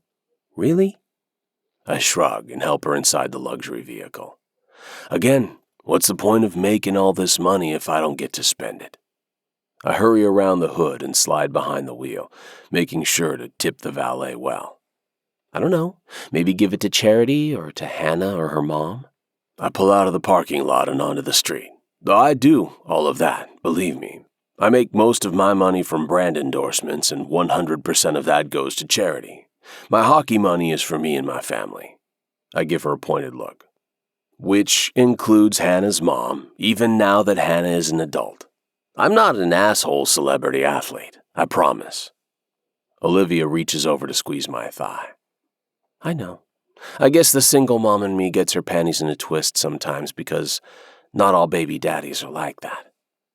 It doesn't really feel like the right time to talk about a relationship, not when we're discussing exes and child support. Instead, we chat easily, like we always do until we get to the airport. I park and get Olivia's suitcase out of the trunk. We walk hand in hand to the terminal and check her bag. My heart begins to race as we turn for the security checkpoint. It's now or never. Feels a bit like right before a game when adrenaline is high and there's a lot on the line. And thankfully, I was born for this moment. Olivia, I begin, tugging on her hand and turning her to face me. Oh my God, is that you, Roman? A feminine voice interrupts me yet again. Olivia and I turn to see a well-dressed woman barreling down on us, or me specifically. Caitlin Phillips, I say with a genuine smile. I'm not happy to be interrupted when I'm trying to pour my heart out to Olivia, but Caitlin is a sports agent who's damn good at her job. If I were just starting out in my hockey career, I'd choose her with utter confidence. She's beautiful, which turns quite a few of the young male athletes' heads, but her brain is sharp as any agent I've ever seen. In fact, I've referred several of the new guys on the team to her. She lifts her arms and we hug, her chin coming up to my shoulders in the sky-high heels she's known for wearing. Her suit is probably more expensive than the ones hanging in my closet at home. She pulls back but gives me $1 million smile. I was just going to call you. How crazy running into you here. I turn to include Olivia. This is Olivia. I pause, wondering what to call her, but then smoothly move on when nothing comes to mind that won't cause chaos. Olivia, this is Caitlin Phillips, an agent for some of the guys on the team. The two women shake hands, but I can't help but feel like Olivia's smile is fake. Caitlin turns back to me, talking a mile a minute as usual, before I can excuse us and have my private talk with Olivia. I wanted to reach out, but this is even better. I have some gossip I think you'll want to hear. Caitlin's eyes are sparkling, like she's about to offer me something I can't refuse. Knowing her, she's probably right. It hasn't been announced yet, but I have ears everywhere. Mid-Florida University is starting an ice hockey program, D1. New rink and state-of-the-art facilities have just been approved, and they need a coach staff. Fuck. That caught my attention all right. I'm not a coach, Caitlin. The sparkles intensify. Nope, but everyone knows you're an ice hockey legend on the brink of retirement. What's a better way to go out on a high than to slide right into a high-level collegiate program? You'd be helping start the whole department, leaving your mark in the hockey world for the next generation. It's damn near perfect, Roman. Olivia shifts on her feet, and I'm aware of her every move. A week ago, I would have jumped at this chance. I'd be sitting down with Caitlin, hammering out a plan and calling everyone I know in the hockey coaching arena to see if this could happen. But it's not a week ago. I've fallen in love with a woman who lives in North Carolina. I'll have to keep that in mind, I say diplomatically. Caitlin snorts softly. You'd better think quick. Positions like that go before they're ever made public. Have your agent call me. We can work together to get you the interview this week. I'm technically on vacation, but you know I work 24/7. Her sharky gaze softens. You've sent a lot of players to me over the years, Roman. I want to return the favor. I reach out and take Caitlin's hand. I'll call you tomorrow. Caitlin beams at me before turning to Olivia and dipping her head as a way to say goodbye. Olivia makes a noise I'm not sure anyone hears but me. When I glance at her, there's nothing but vacant aloofness in her eyes. She drops her gaze and speaks to the floor in a hurried mumble. I've got to catch my flight. And then she spins on her heel and marches toward the security line, her passport in hand. Olivia, wait! I lift my hand, but Olivia has decided to take up running after all. She's now disappeared around the corner in the roped-off area of security. I can't go in there without a passport and ticket. I mean, I could, but I'd make a scene, and my agent hates when I make public scenes. Caitlin would have him on the phone before I got the invasive pat-down by an overzealous TSA agent. My hand lowers back to my side slowly. Shit. I can't believe she just ran off like that. No goodbye, no hug or even a fuck you later. Nothing. Did I interrupt something? Caitlin's frowning at me, probably because I keep cursing, as if it's a magical chant that will make Olivia reappear. My brain is spinning yet again for a solution, but there's nothing that can be done. That didn't go well. At all. But maybe I can call Olivia once she lands and make things right.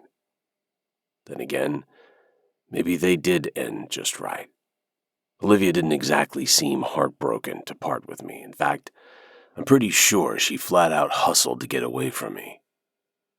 That isn't the goodbye of a woman who loves me. Roman? I turned to Caitlin and put my hand on her shoulder, digging deep for the patience I need to be professional.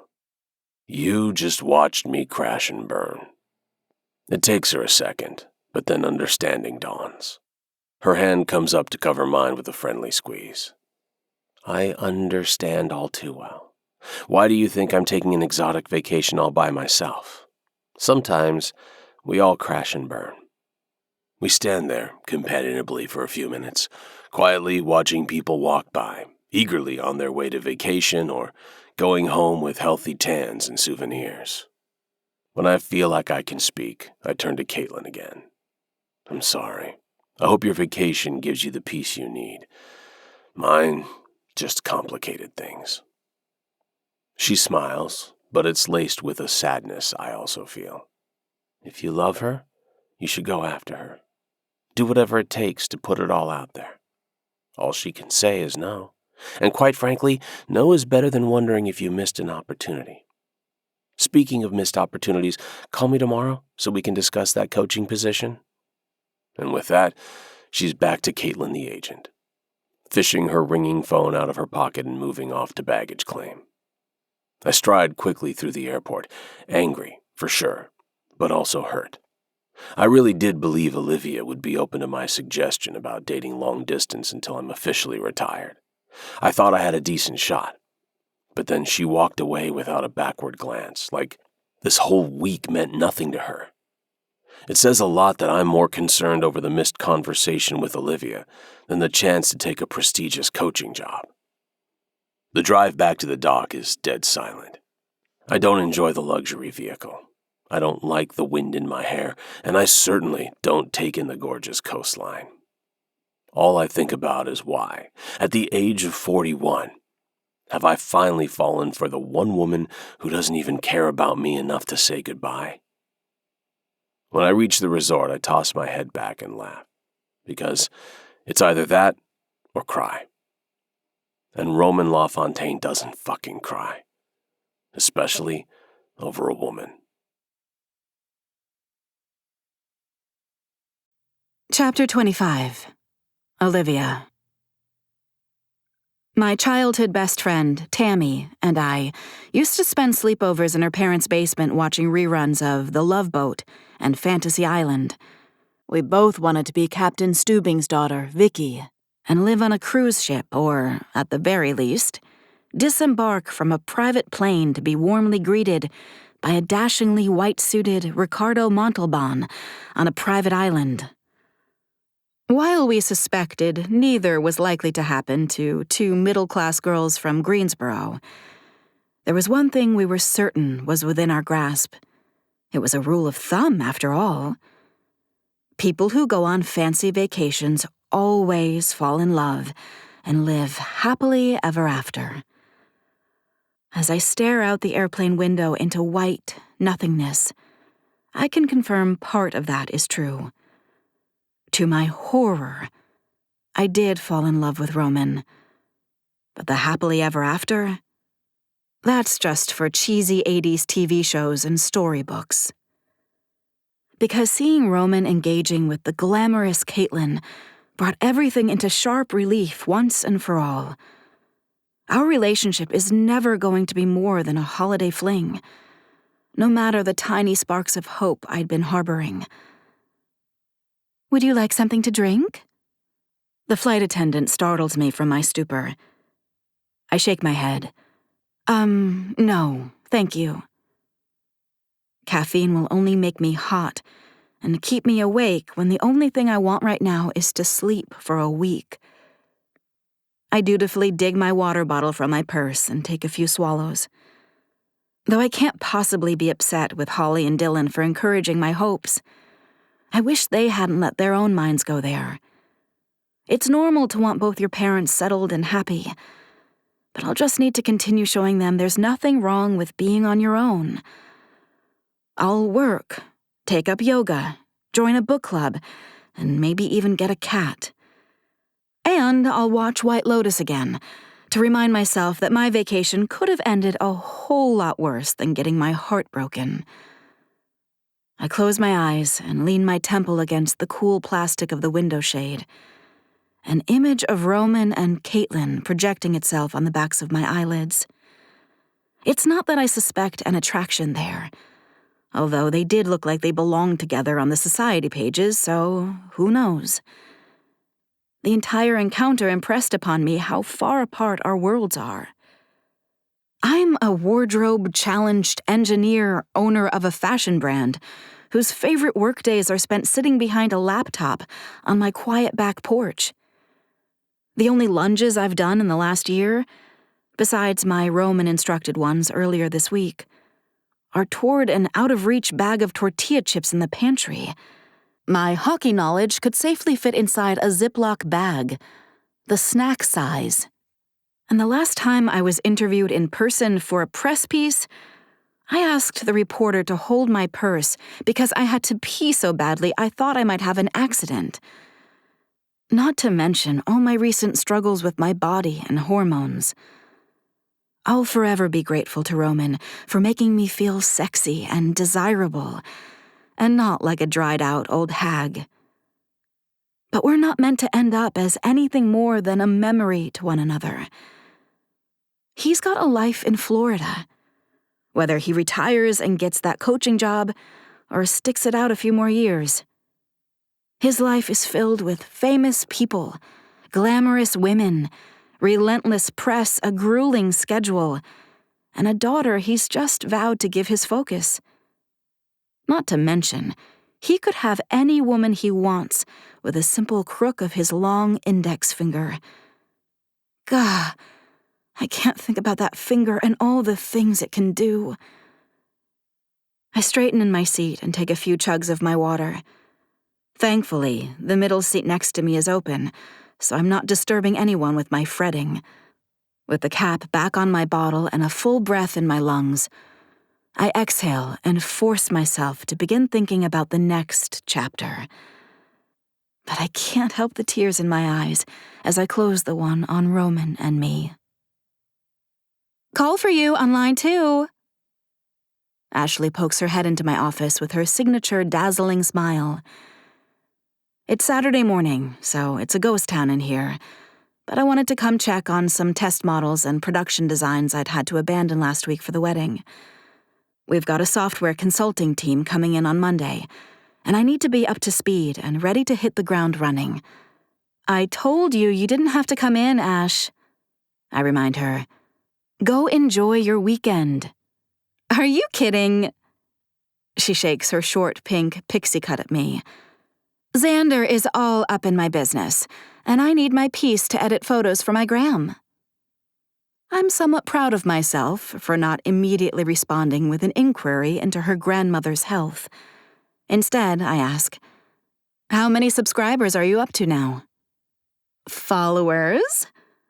49,000, thanks to my in with this amazing shoe mogul. She winks. But I'm working on subscribers too. It's a whole thing. Not to mention TikTok, Snap, YouTube. You know the drill. She teases, and I roll my eyes as she races away. She should be a vice president or a creative director, but she insists that being my assistant frees her schedule up for her true passion, lifestyle blogging. The woman knows herself, even at 24, so who am I to argue? I snatch the receiver from its cradle on my desk and hold it to my ear before pushing the button for line 2. "This is Olivia." When the caller doesn't respond immediately, a flush rushes up my neck at the irrational hope it's Roman calling. Maybe he misses me as much as I miss him. Despite my promise to move on, the only things I've managed to do since I got home late last night are scroll through cat adoption websites and spend every second thinking about him. When I picked up a decaf, at a coffee shop on my way in earlier, my brain was so full of thoughts of the man that I gave the barista Roman's name instead of my own. I had to chug it and toss the cup before anyone saw it. I was so embarrassed. "Miss Wilder?" A decidedly non-Roman voice asks, and I slump back in my chair. "Yes? How can I help you?" "This is Peter Bancroft from Style Wire magazine." I shoot forward in my seat again, my eyes snapping wide. Style Wire is the country's elite mashup publication. They cover everything from fashion to music, sports, and tech. They've got to be right up there with GQ in circulation numbers. "I'd intended to leave you a message, but your assistant told me I lucked out and caught you in the office," he continues. I quickly don my executive hat and pray for cool. "It's a pleasure to hear from you, Mr. Bancroft." "Peter, please." I acquiesce. "Peter. It sounds like I'm not the only one who works Saturdays. The early bird and all that. Listen, I wanted to fill you out about a possible article we'd like to run on tech in fashion. Word on the street is you're the one to talk to." Holy crap. Don't downplay yourself, Olivia. You're a badass executive. What would Roman love to hear you say? "Let's say you have my attention, Peter." Here goes nothing. 20 minutes later, I'm hyperventilating in a stall in the woman's restroom with wet paper towels shoved under my armpits and my head between my knees. I'm unsure how it happened, but I appear to have given Peter Bancroft the impression that not only am I a tech genius, but I'm a savvy fashion goddess as well, and am ecstatically anticipating both the in-depth feature and sprawling photo shoot he and his staff will be planning in the near future. One minute, I was giving myself a Roman-style pep talk, and the next I was flying by the seat of my pants and talking a bigger talk than I've ever had the guts to before. The train ran off the tracks, and I was all aboard all the way. Shit. I tried pulling in a full breath to stop the hyperventilating and managed to fill my lungs halfway. Another couple tries, and I get closer to normal breathing and further from passing out on the bathroom tile. While I have faith in the building's cleaning crew, it's still a place where people pee, after all. "You doing okay?" Ashley's feet appear under the stall door. "Yep." My response is strangled. "Did something happen on your vacation, Olivia?" Oh, God. She's sweet and perceptive. "No, I'm fine. I promise. Just an upset stomach." I lie. "I'm going to head home." That part is the truth. What I need right now is perspective and a cold drink, preferably sourced from the Napa Valley region of California, and a pillow to suffocate myself with. Either that or a kitten. Welcome home, Olivia. Chapter 26. Roman. The bang on my door wakes me up. I sit up in bed to see Hannah waving through the gap in the curtains I didn't bother to close when I came back from my midnight insomnia run. Now I know how bad Olivia feels when she can't sleep. "Get up, lazy head," Hannah shouts through the glass. "You already missed breakfast." Swiping a hand over my face, I go to crawl out of bed, only to realize I'm not wearing a stitch of clothing. "Go away so I can get dressed," I croak, surprised at my own voice. When did I turn into a senior citizen? "Ew," Hannah deadpans. "I didn't need to know that my father sleeps naked."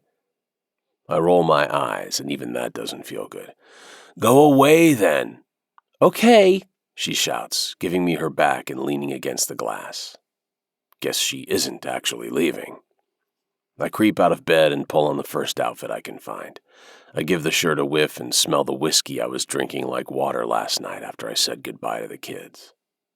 With a grimace, I toss it aside and pull on a different t-shirt.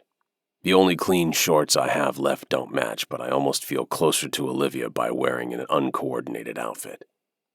I slide the door open and Hannah tumbles into my room. The room that no longer feels like a fun holiday without Olivia in it. The room that mocked me as I stared at the ceiling all night, unable to get to sleep. "Geez, you look rough." Hannah wrinkles her nose. "Did you leave any whiskey on the island for the other tourists?" I grunt, and she laughs so loud it hurts my head. "You're evil under that innocent face." "Oh, please. You have all these fans and PR people around you that baby you all the time. The great Roman LaFontaine can do no wrong," Hannah snorts, tugging on my arm and forcing me to step outside where the sun is too bright. "What you need is some tough love." "What I need is to get back to hockey," I say automatically, the yearning to return to my sport so natural it's like breathing. Hannah stops abruptly on the pier, pulling me to a stop next to her. "No, absolutely not." "What?" I squeeze my eyes shut and then look again. I could have sworn there was steam coming out of my daughter's ears. Her hands go to her hips and I brace myself. "That's what you do, Dad. Things get even slightly uncomfortable and you just bury your head in the ice." I lift a finger. "That actually would be quite painful." "Shut up!" I snap my jaw closed and stare at Hannah. I don't think I've ever heard her shout at me, roll her eyes, hang up on me, walk out of the room, sure, all of that, but never a raised voice. "You know, I used to look up to you. I thought you were the strongest guy in the world, smashing up against the boards and checking other players left and right. You're a hockey legend to everyone else, but you're my dad, my hero. I thought you could do no wrong, but this trip has shown me that you're just a guy, like everyone else. Weak." She shrugs her shoulders and I want to grab and shake her. "Excuse me? You heard me. The going gets a little bit tough and Roman just slinks away and drowns his sorrows in whiskey and hockey. That's pathetic, Dad. You need to grow a pair." I nearly swallow my tongue, part of me wanting to ground her for speaking to me that way. The other part of me is assessing what she said and not finding much wrong with it, and that pisses me off too. I open my mouth and then close it again. She's standing there defiantly, daring me to prove her right. "Go ahead, walk away. I know you want to." The image of Olivia walking away from me at the airport yesterday flashes across my brain and I can barely breathe. Is that how Hannah felt every time I'd walk away from her and return to hockey? That I was choosing a sport over my own daughter? That she meant nothing to me? With a gasp of emotion I can barely contain, I pull her into me, wrapping my arms around her and holding on tight. "No, Hannah, I'm never walking away again." My voice breaks, which accurately describes the condition of my heart, too. Hannah's arms come around me and she holds me just as tight. We stand there for long minutes, making up for lost hugs. "You're still my hero, you know," she whispers. "You should find another one. This one is pretty shitty," I whisper back. She giggles and pulls back, tears in her eyes that match mine. "No, that was just the tough love I warned you about." Admiration swirls in my chest. "Have you ever thought about becoming a hockey coach? That speech was epic." Hannah laughs and threads her arm through mine. We walk toward the beach area where I've reserved a cabana for all of us for the day. "I'm glad you're not walking away from me, Dad, but I think you also need to not walk away from Olivia." Pain slices through me, along with a tiny thread of embarrassment. I've finally lost my heart to a woman, and she doesn't even want it. She walked away from me pumpkin. Hannah points to my lounge chair. Dylan, Chugger, and Holly sitting on theirs already like they've been waiting for me. Have you talked to your mom today, guys? Holly and Dylan share a look, but it's Holly who spills the beans. Just got off the phone with her, actually. Did she sound weird to you, Dill? Dylan shrugs.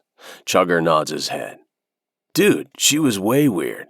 My mom does this thing when she cries. Her voice goes way high, like she thinks we can't tell she's crying. Your mom's voice was really fucking high. I flop onto my chair, equally horrified to hear Olivia's upset and irrationally hopeful that her emotions have to do with me. Did she say why? Holly snorts.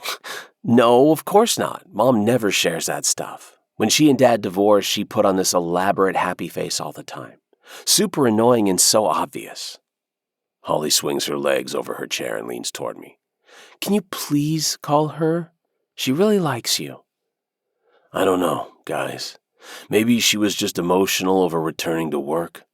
Dylan cracks up. Mom? Emotional over work? No, dude. She's emotional over you. So if you could please give her a call and make things right again, that'd be great. Happy mom, happy son.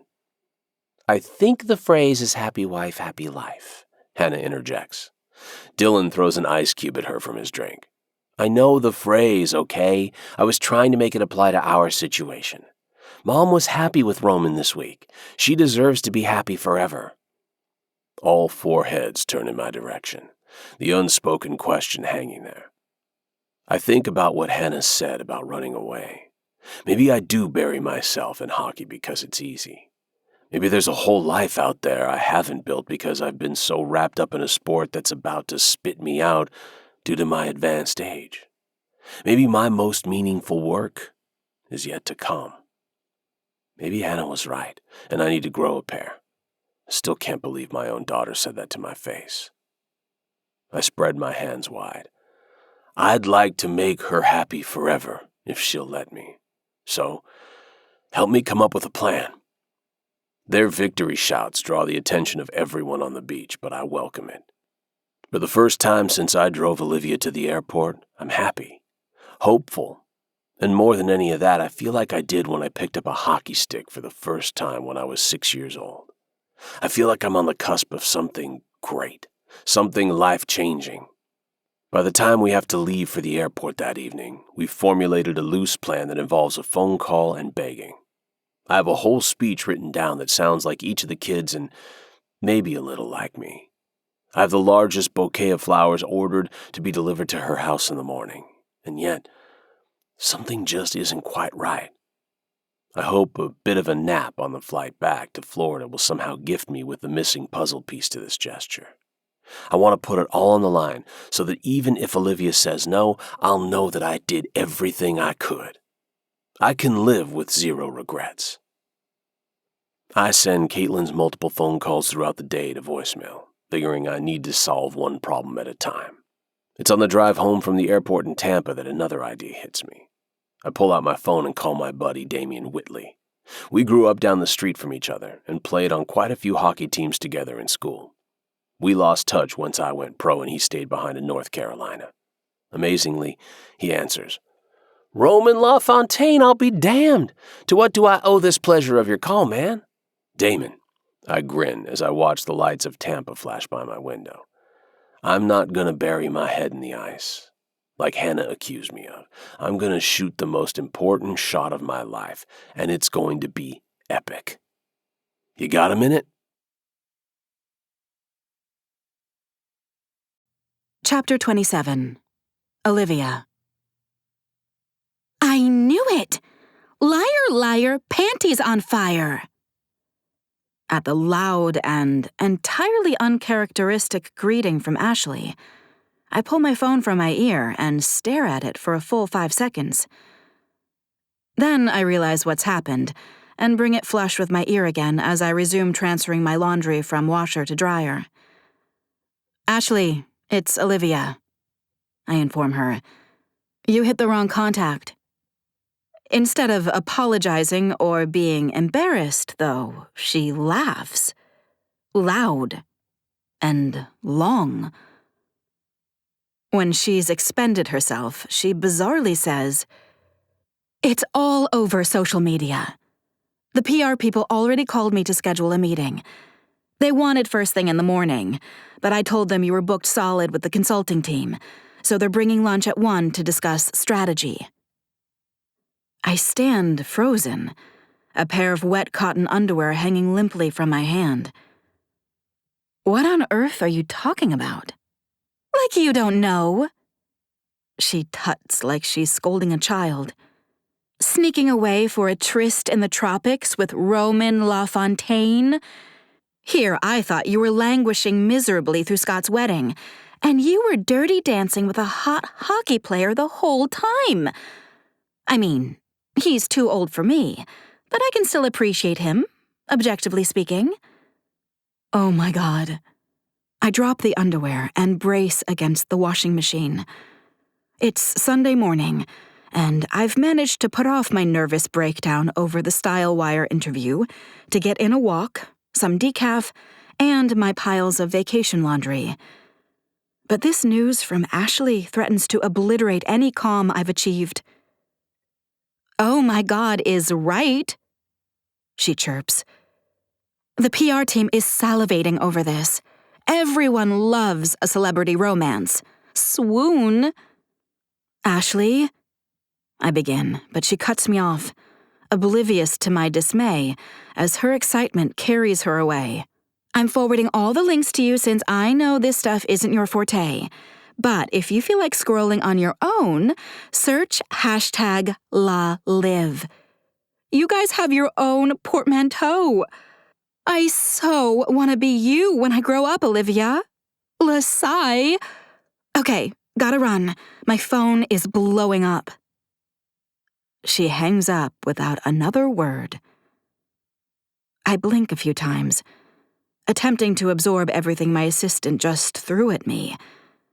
Roman and I have a hashtag? What the hell is going on? Ditching the laundry, I stagger to my bedroom and flop onto the bed, thumbs to my phone as I prop myself on my elbows and open my email.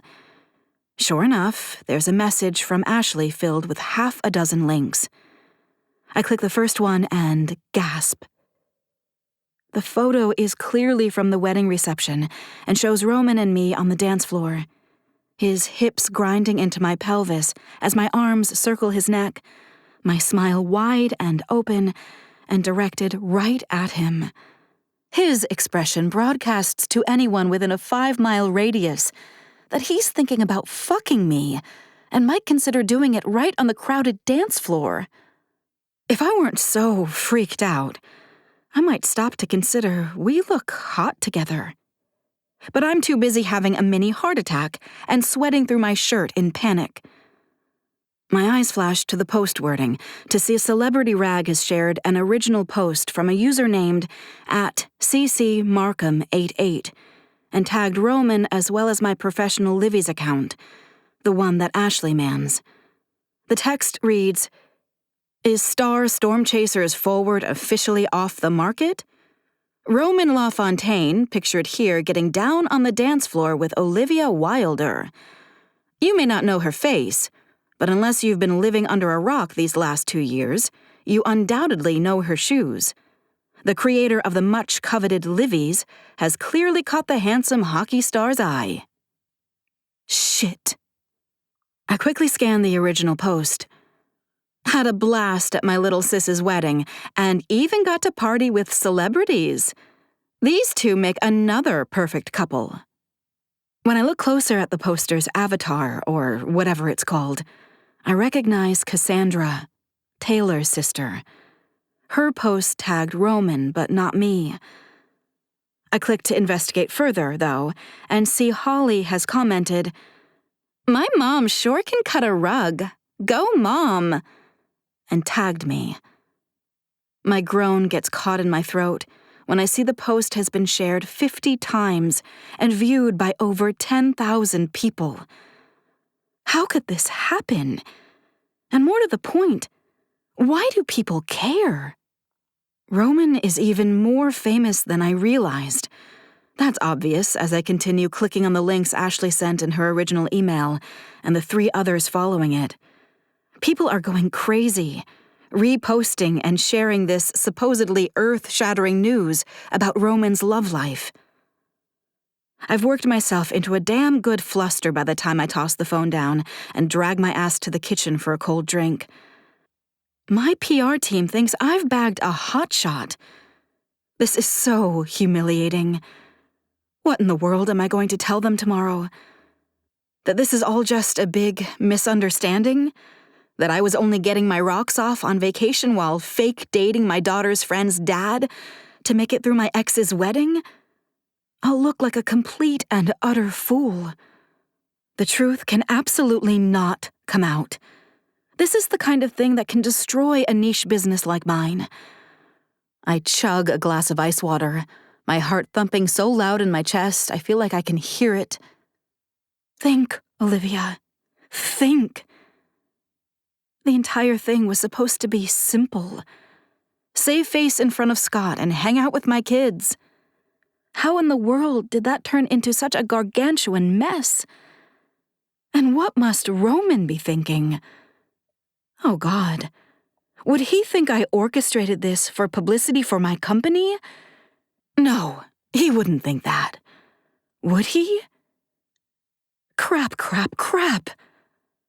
The ringing of my doorbell has me jumping out of my skin. Have the infamous paparazzi found me to quiz me about my affair with Roman?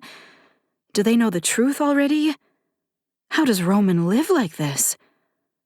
I tiptoe to the dining room and pull back the curtain an inch to get a clear view of the driveway. A flower delivery van sits parked in the drive, but that's it. Perhaps my imagination got away from me a tad. I decide it's safe to open the door. Delivery for Olivia Wilder? The man reads from the card in his hand as he extends a huge bouquet toward me.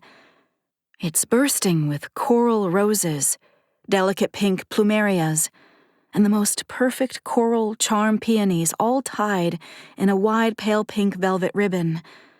It's utterly fabulous. I stutter a few words and accept the enormous bouquet before shutting the door and racing to the kitchen to read the card. It's idiotic to get my hopes up. It's probably from Peter Bancroft, a thank you gesture for granting the interview that I can't think about right now, or my head really will explode all over my granite countertops. My hands are shaking as I pull the card from the envelope. We need to talk. XXR. What the hell does that mean? Didn't we just do this a month ago? Evie asks from her usual chair opposite mine at my kitchen table. Roman's bouquet and card, with its cryptic message, lie on the table between us. Maybe I should move. At least that would mean no more mindfucks appearing at my door. I'm certain this isn't meant to mess with your head. He obviously wants to pursue this thing with you, not get together to go over your expense report. I've changed my mind. I sweep my hands out, almost knocking over my water. Let's talk about you instead. Have you signed that client yet? The one who refers to his Dobermans as his beloveds? My stall tactic doesn't work. I know this when Evie gives me her version of resting bitch face, which is so far from actual bitch, it's funny. But at least she tries. I give in. He's upset about all the posts. Of course, I shared the posts with Evie immediately. Instead of finding them alarming and a bit terrifying, she thought the whole thing was cute. She also thinks my concern over my company is nuts. Cocking her head, she expertly switches to her "are you high" look. What about these expensive-ass romantic flowers says anger to you? Wake up, woman. You're hot. He's hot. You're both hot for each other. End of story. I fiddle with my water glass and bite my lip as I consider this. Our time in Belize could certainly be characterized that way, given all the evidence at the time. But it's over, isn't it? Practicality and all that? Evie gestures to the flowers and continues. This clearly isn't about social media posts or being upset. Angry people send emails littered with manic typos. Either that or they leave nasty voicemails. Or bags of flaming dog poo on your front porch. Or they hide behind their keyboards trashing you online and tagging your boss because people are petty AF. Or sometimes, I get the picture. I cut her off. She smiles and casually sips her coffee. I can only pray Roman doesn't spill the truth about posing as my boyfriend. I've already texted the kids begging them to keep it zipped. Although, from the photos and posts Holly has made, she's clearly still holding out hope for #LawLive. My forehead hits the table on a groan. Evie reaches over and pries my face from the table. She's not the only one. Evie, the scene at the airport was not pretty.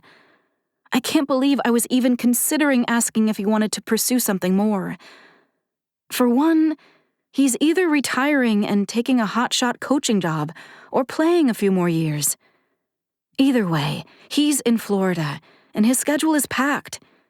And two, he probably has a girl in every port, so to speak. The notion of letting things ride and seeing what happens was never even on the table. She only shrugs and flips her dark hair over her shoulder. I say you hear the guy out. What harm can it do? My heart is already broken, but hearing his voice again could shatter it into even finer pieces, shards that will cut like glass. Of course, I can't tell her that. Who falls in love over a fake date and a few nights? You know, this isn't exactly the Oregon Trail. My brow knits. I know my focus hasn't been stellar lately, but did we just switch topics entirely? Thankfully, she explains. You don't have to travel by wagon train to see one another. It's not even a 2-hour flight to Tampa. And you can take your time to see if it works out. The fate of the world doesn't hang on you two riding off into the sunset tomorrow, or repopulating the earth with his super sperm. She does the impossible and makes me grin. His super sperm? Her coffee mug clunks to the table. Have you seen him play hockey? No. Something delicious curls in my belly at the thought. I'm so easy. The man can drive me to distraction even when he's a couple states away. Then you are in for a treat, my friend. Is he really that good? I go for casual and fail, if Evie's expression is any indication. Her chin dips and she eyes me. Is Yum the best ramen place in Charlotte? My eyes widen. Yum's ramen is sacred to Evie and me. We go there at least twice a month. Evie snatches my phone from its spot by the note and holds it out to me. At least text him and thank him for the flowers. We both know it's physically impossible for you not to exercise the most basic of manners, at the very least. I sigh and take the phone from her, knowing she's right, and mentally tugging up my middle-aged girl panties. Welp, here goes nothing. Chapter 28. Roman. My fucking back feels like I got punched in the kidneys. My knee is screaming again because I didn't work out nearly as much as I should have in Belize. Unless you count orgasms as workouts, in which case I won a goddamn gold medal. And my entire focus is on getting to my phone after practice to see if Olivia texted or called. The flowers should have been delivered by now, and I'm hoping for some contact. Some tiny sliver of hope that everything I'm about to do is not for nothing. Hello! Banks waves a hand in front of my face, his voice higher than Mrs. Doubtfire. I blink and shoot him an eat shit in dialogue. He knows I love him, and that he irritates me equally as much. What? I tuned out about the time you started talking about the redhead's dress. Banks shoves my shoulder and flops down on the bench, leaning on the front of my locker. There go my plans for grabbing my phone first thing. I'm sorry. Am I making you jealous with all my recent conquests while you were hanging with Hannah on some remote beach? Yeah, that's it, I say dryly. You should not speak of women this way, Banks. Nico Drogoff, the Storm Chasers' best goalie, comes to my rescue, frowning at Banks in that way of his that leaves even the biggest guy with a shiver of fear up his spine. Banks tosses him an easy smile that works on everyone, no matter their gender or inclination toward grumpiness. Oh, come on, Druggy. I was just playing around. You know I'm all about consent. Nico throws his pads in his locker, briefly touching the photo of his daughter he's had taped there since she was born 6 years ago. You must stop with that nickname. Bobby Rhodes, a new player with a ton of potential and not one lick of social etiquette sense in his young brain, pushes himself into our tight circle. Hey, old men crew, what's hanging? Besides your balls. He tosses his head back and laughs his ass off. Fucker. I'll have to check him next practice to remind him I may be aging, but I've got 2 decades of evading the notice of the referees. Why you be staring at our balls like that, weirdo? Banks gets up to bump chest with Bobby, leaving my locker free, finally. I lunge for it, not giving a shit about the same old hazing we give each other every single day. I grab my bag and slide out my phone. Instead of a text from Olivia, there's 1,000 notifications on my screen. I scroll through, not understanding what's happening, but zeroing in on the ones from my mother. For a split second, I wonder if my secret got out before I'm ready to announce it. Then, the first link Mom sent loads, and I see a picture of my hot fake girlfriend, her hands suspiciously low on my back. I know that exact moment. We were dancing at the reception and Olivia grabbed my ass. 2 seconds after that, I dragged her off the dance floor and took her back to our room where she grabbed it some more. Mom. Family dinner at my place, bring your girlfriend. Me. Whoa, slow your roll and for God's sake take off the caps lock, very hard on my aging eyes. Mom. I wouldn't have to text shout if my own son kept me up to date on his life. Holy shit! Banks's loud voice interrupts my responding text. His head lifts from his own phone, just a few lockers down from me. He looks right at me, eyes dancing with humor. Looks like you still got it, old man! Then the locker room erupts. Every player who has my back on the ice giving me shit for going viral on social media with a relatively unknown woman from North Carolina. Pictures of our vacation together are passed around, and I'm having to hold myself back from punching each guy who talks about Olivia's luscious body. By the time Dave Wainwright, our team's assistant coach, bangs his hand on the side of the lockers to get our attention, I've taken 5 orders for custom liveys for girlfriends and wives. The fact that I can't promise them anything until I talk to Olivia doesn't seem to faze them. LaFontaine, my office! Dave spins right around and leaves the locker room to the hoots and hisses from my teammates. Oh shit, Roman's in trouble! Bobby whispers loudly enough everyone can hear. I roll my eyes, make sure my phone is in my hand, and walk out to find Dave. He's already in his little office, pointing at the single chair opposite his. I sit and try not to feel like I'm in the principal's office. I did nothing wrong, but this isn't how I wanted management to find out about my plans. Dave holds up his hands before I can speak. I'm not upset. Nothing wrong with the photos that were leaked.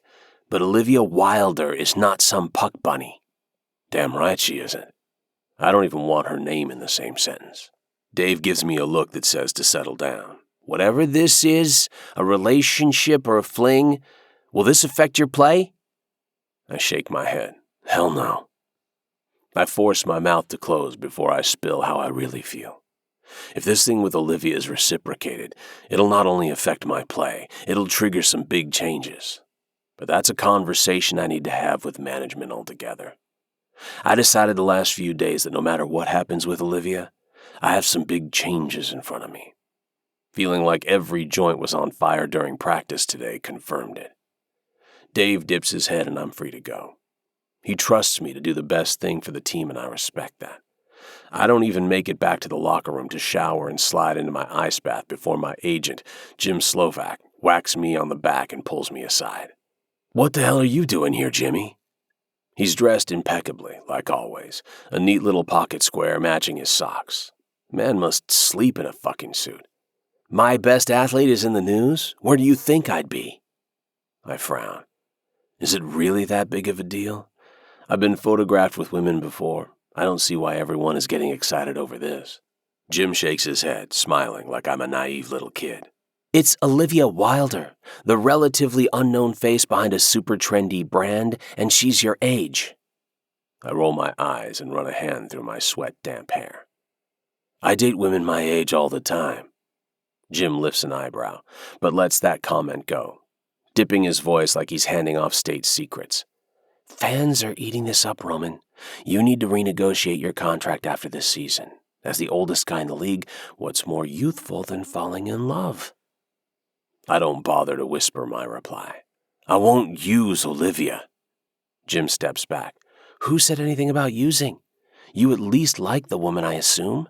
I nod. "Then let's get more pics with her, drip them out, keep the fans raving, sit down at the negotiating table with momentum behind you. You need to seem younger than you are, Roman. In fact, you need to be showing up even earlier for extra skate time, longer workouts. If you want another year or two, you need to be all in on every front. Management needs to know you can handle another season." I'm exhausted just listening to him. My phone vibrates in my hand and I look down to see a text from Olivia. My heart takes off, as if I'm in the middle of that extra skate time. "Gotta go, Jim, but I'll keep all that in mind." I head back to the quieter side of the locker room, slipping into the ice bath while all those young fuckers don't bother with recovery modalities. I have to grit my teeth against a white-hot pain before I allow myself to read the text without distraction. Olivia. "Thank you for the flowers. They make me smile. I agree that we need to talk. My PR team is freaking out." I drop my head and then whip it back when my nose dips into the icy water. Shit. I didn't even think about how her own PR team would feel about the leaked pictures. Maybe they're more conservative than hockey, frowning upon these kinds of things. It's not the reason I want her to talk to me, but I'll take what I can get. "Me. You have the world's best smile. I hope the pictures don't cause trouble for you. Tell you what, I have a game in South Carolina tomorrow night, and then we'll be up in North Carolina 2 nights after. How about we talk in person?" Olivia. "I'd like that." I shove my fist in the air and let out a shout. Fuck yeah, I'll be seeing Olivia in just a few short days. Stepping out of the ice bath, I wrap a towel around my waist and prepare to bring in the big guns to execute my plan. But first, I need to get dressed and have a tough talk with management. Hockey's been good to me, but it's time I'm good to myself. I simply want more. After intense discussions with Damon, head athletic director at Blue Ridge University, this week, I can confidently say that North Carolina is where all my more is. Chapter 29. Olivia. My envisioned coffee date with Roman to assess his state of mind over the whole social media blow-up, and possibly engage in some flirting and who knows what else, is quickly commandeered by Holly and Hannah, purportedly with Roman's blessing. He wants FaceTime with Hannah while he's in town, so any illusions I might have had about an intimate get-together are quickly squashed.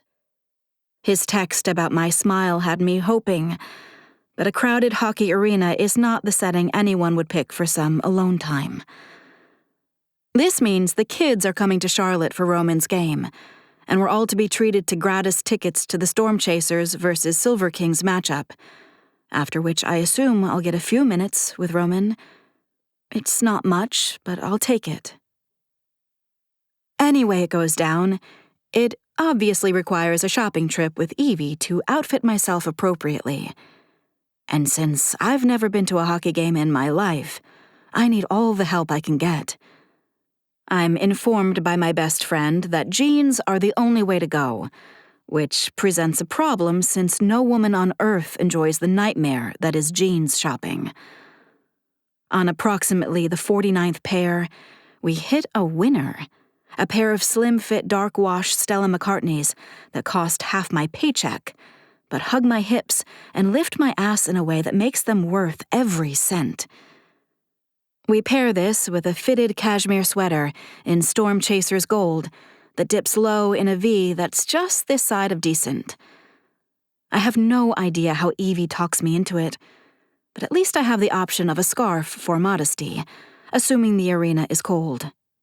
But what do I know?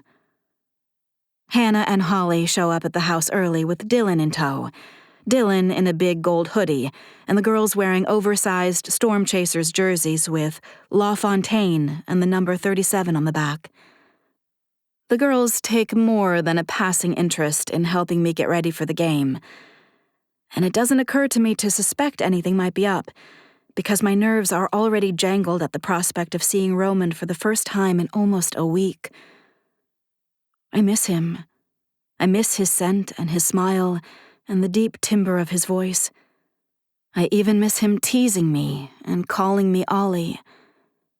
And I miss his arms, his kisses, his cock, his groans, all of it. Maybe this is a mistake. The way to get over a guy is not by getting dolled up and going to watch him skate around getting sweaty and flexing his muscles. By the time we get to the arena, my stomach is sprouting a butterfly colony, and I'm hot as hell due to the warm clothes on a sunny North Carolina spring day. But at least I look good. The girls did a bang-up job on my hair, taming it into soft curls that brush my collarbone. And they stuck mostly to my edict on natural makeup, although even I have to admit the red lip is killer, and immune to perspiration. Are we early? I ask, glancing around and noticing for the first time that the crowd is sparse at best. Tickets for La Fontaine, Hannah announces to the teller at the will call window instead of answering me. She slides her ID across the counter with a smile and a flip of her blonde hair, and I decide to just wait it out. The teller quickly passes an envelope to Hannah, instructing us where to go. When I drape my scarf around my neck, Holly swipes it from me in one stealthy motion and shoves it at Dylan, who stuffs it in his sweatshirt pocket. That's my scarf! You look better without it. Trust us. Hannah answers for my daughter as I narrow my eyes at both of them. I have no choice but to follow the kids to what I assume are our seats. It's not exactly freezing in here, I suppose. In fact, now that we're farther inside the building, the cooler air feels fabulous against my exposed skin. A stern-looking usher holds a hand up to stop our troop, and Hannah passes out lanyards holding big plastic cards with official lettering declaring us VIPs. Good Lord. Here, put these on. Excellent. Dylan tosses his over his head and saunters right up to the usher.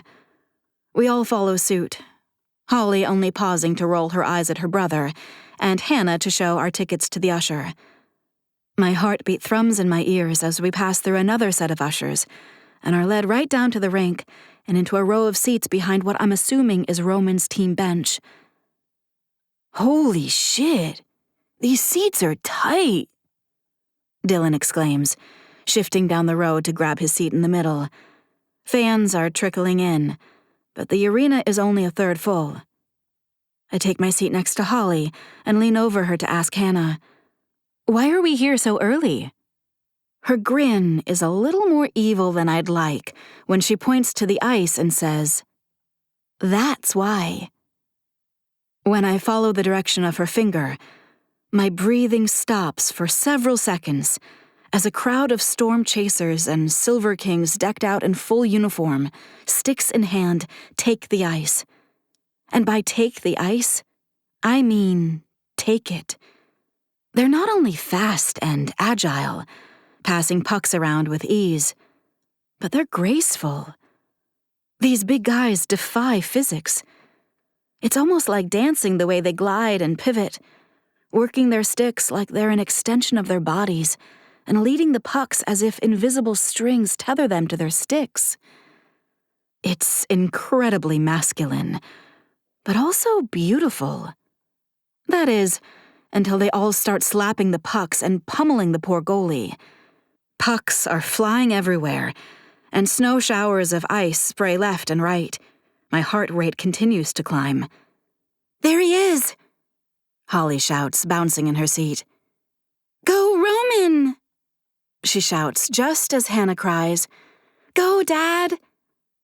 I can't tear my eyes away as Roman's neck twists our way. And then I'm pretty sure I have a small orgasm when his eyes find us. That sexy mouth widens into a full-blown smile, and he throws us an unbelievably cool chin lift. I notice immediately that he's kept the beard.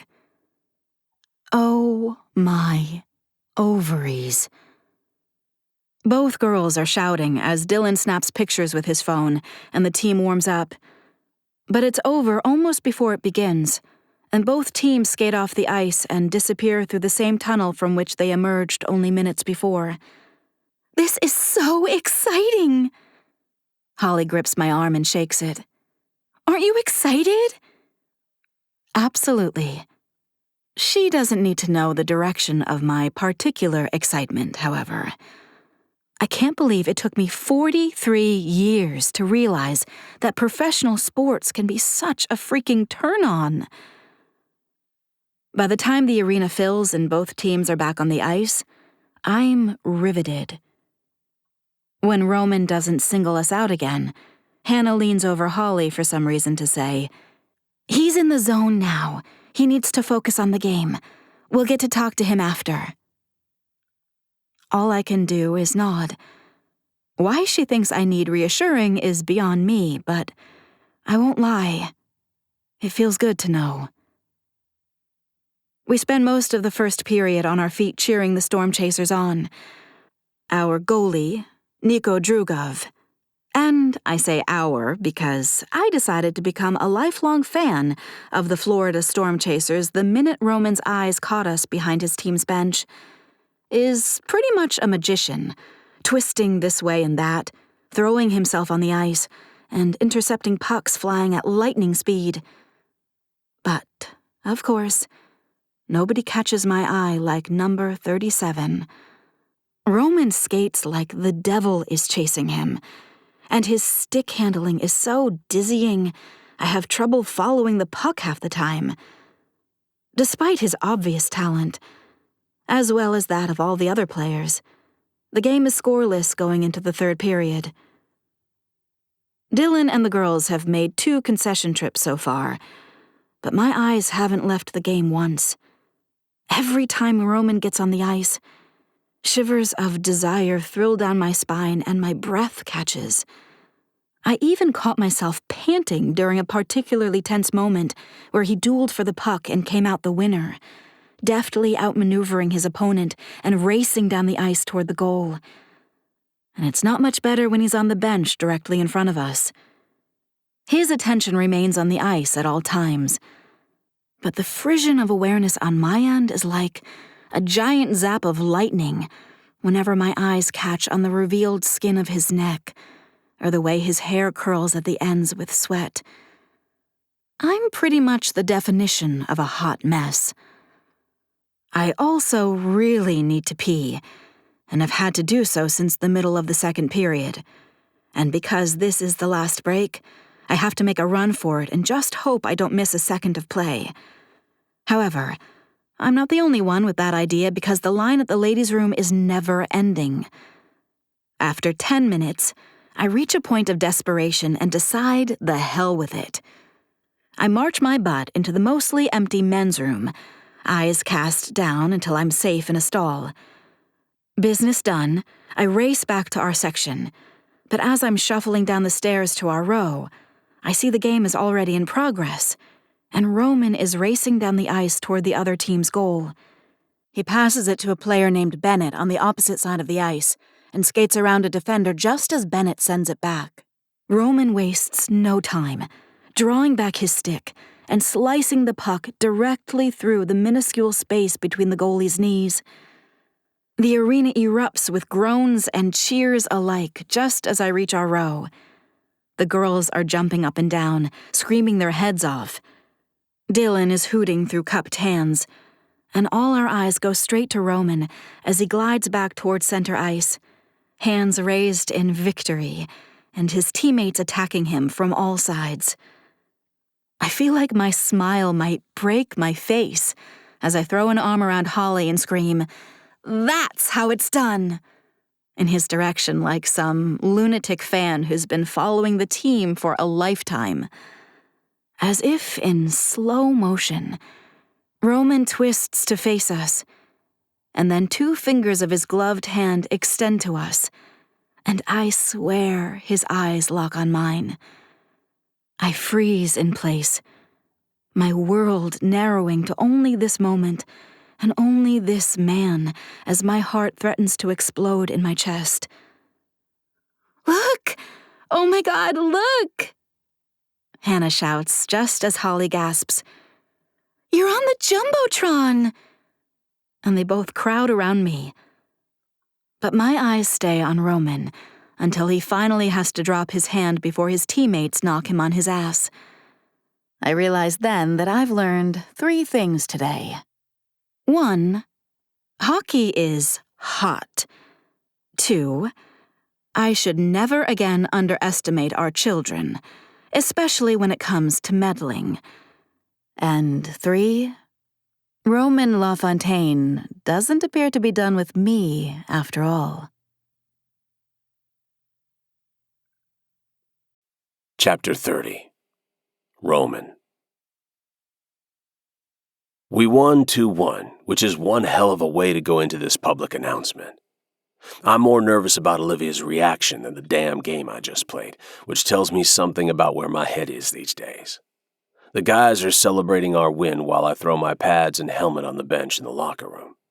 Someone claps me on the back and I turn to see Kent Bowman, our head coach.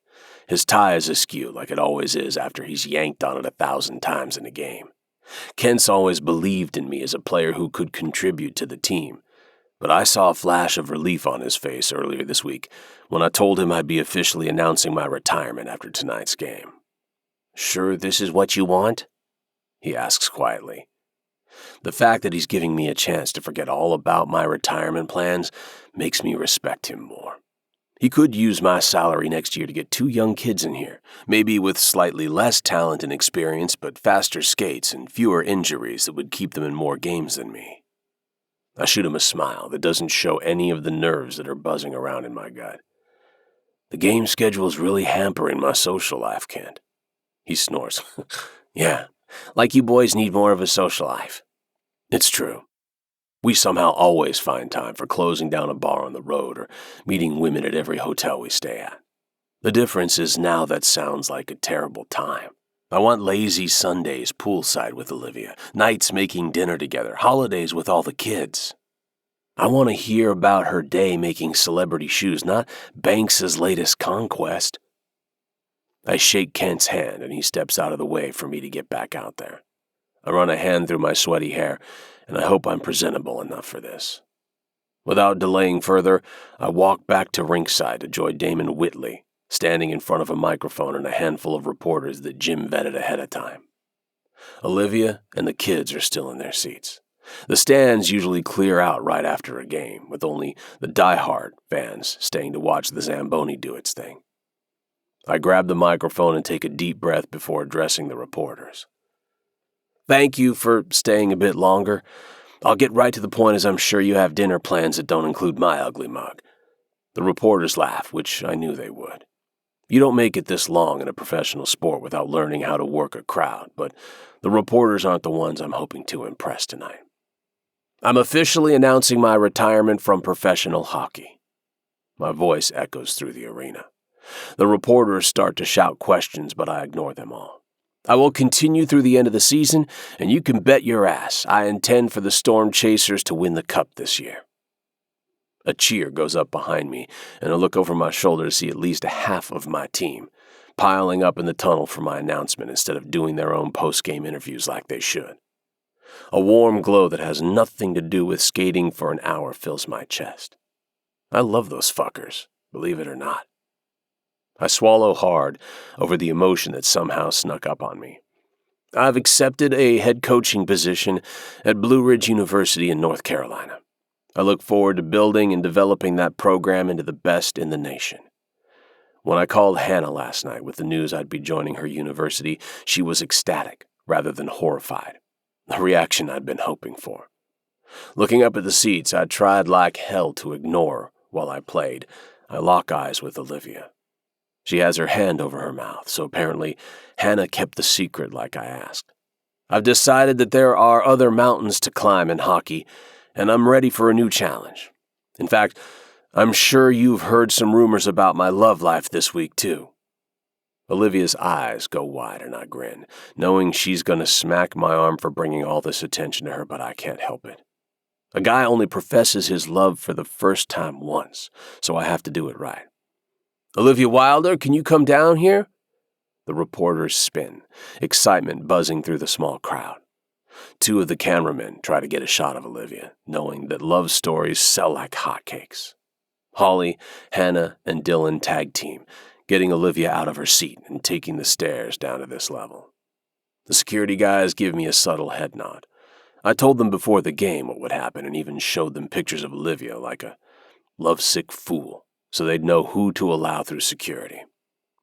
I pass off the microphone to Damon and step aside, letting him speak to the reporters about the new coaching position and what this means for his athletics department. All my attention is on the woman who already has my heart. There she is, our kids by her side and her big eyes filling with tears. She looks even better than I remembered all week when I closed my eyes and thought back to our vacation together. I'd be a complete dumbass to think I could live without her, just flying in here and there for a visit when our schedules aligned. It isn't just the great sex, though that's spectacular and life-altering all on its own. It's about envisioning a whole new chance at a life with Olivia by my side. I can see it now, and I want that vision so badly. I'm willing to humiliate myself on every social media platform that will run clips of this retirement announcement over and over again. Olivia.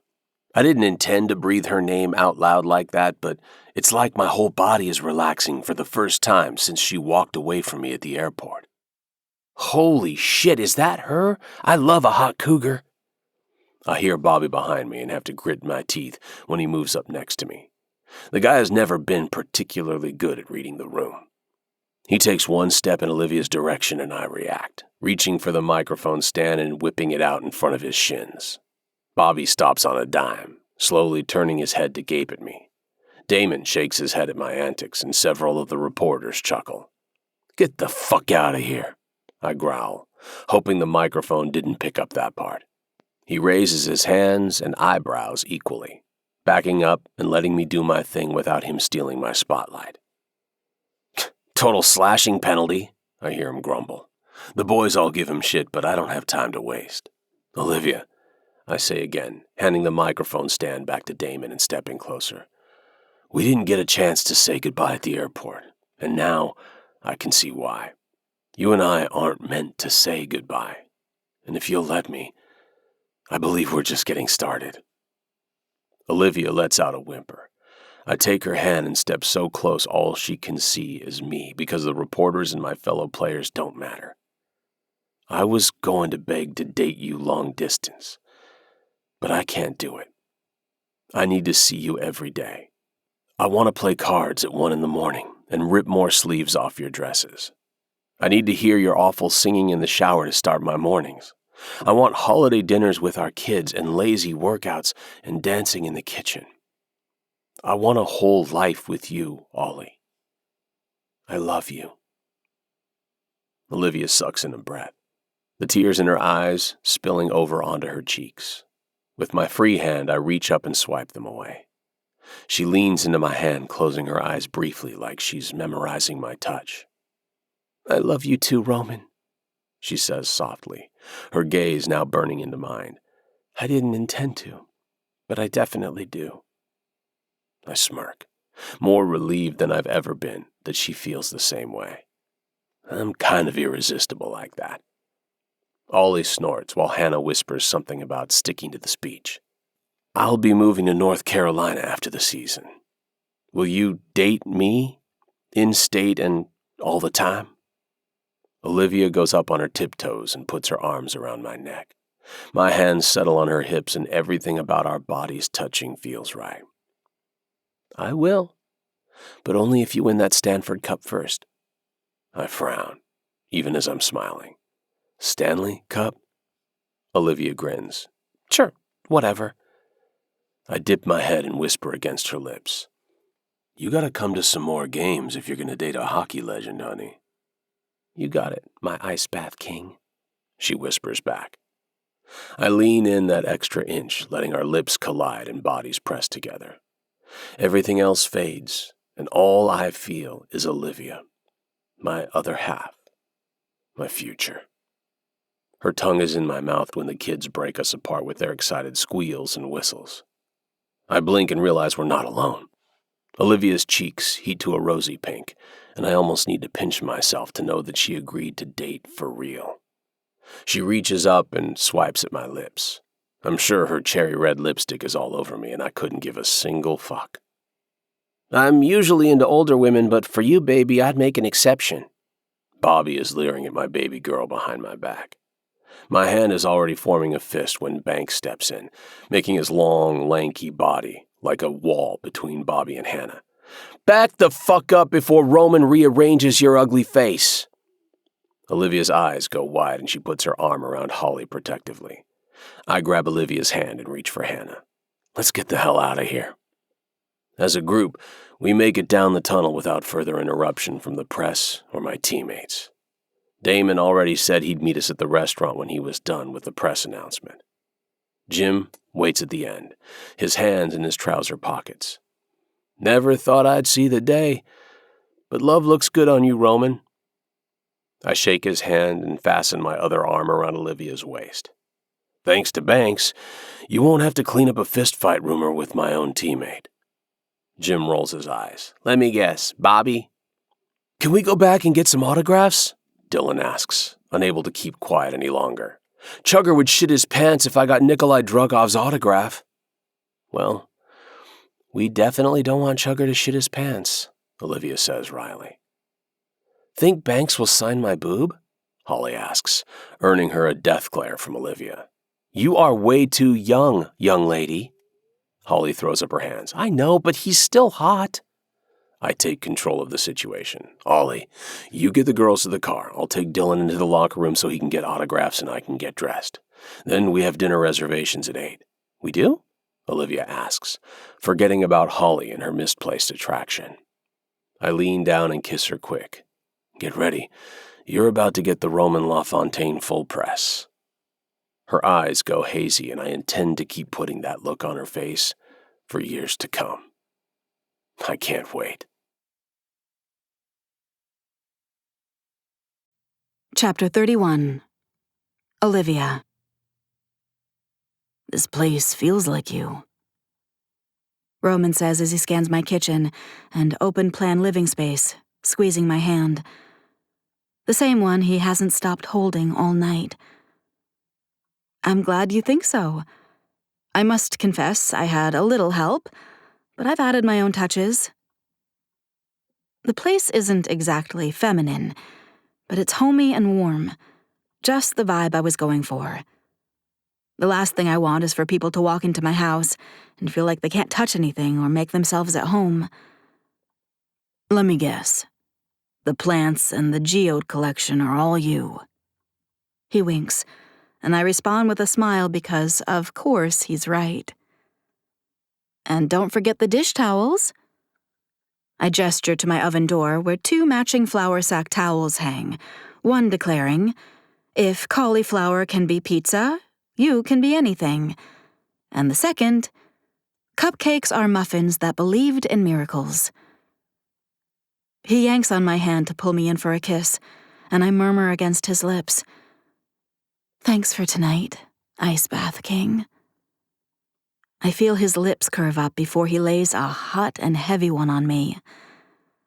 Dinner with Roman, Damon, and the kids was an absolute blast, especially with both of us riding the high of his very public stunt at the arena. I still can't believe he's not only retiring, but moving to North Carolina, something I'll be pinching myself over for weeks, I'm certain. He took us to my favorite cozy Italian spot, Ever Andalo, in Noda, which he somehow remembered me mentioning in passing while we were in Belize. I told you, he's magic.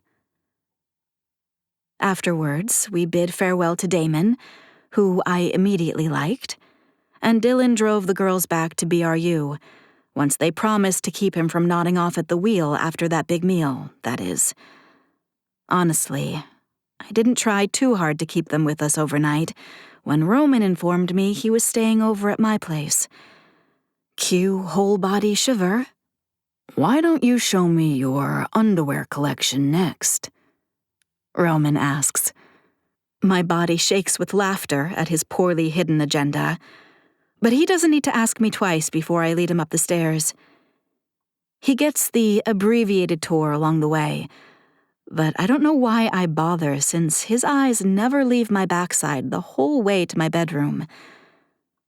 Feeling bold from our declarations of love, I pause at the edge of the bed, then turn and push Roman back a few feet. He clocks my naughty grin immediately and stays put, eyes raking my body from head to toe. My hands drop to the hem of my sweater, and I whip it off in one fluid motion before tackling my jeans.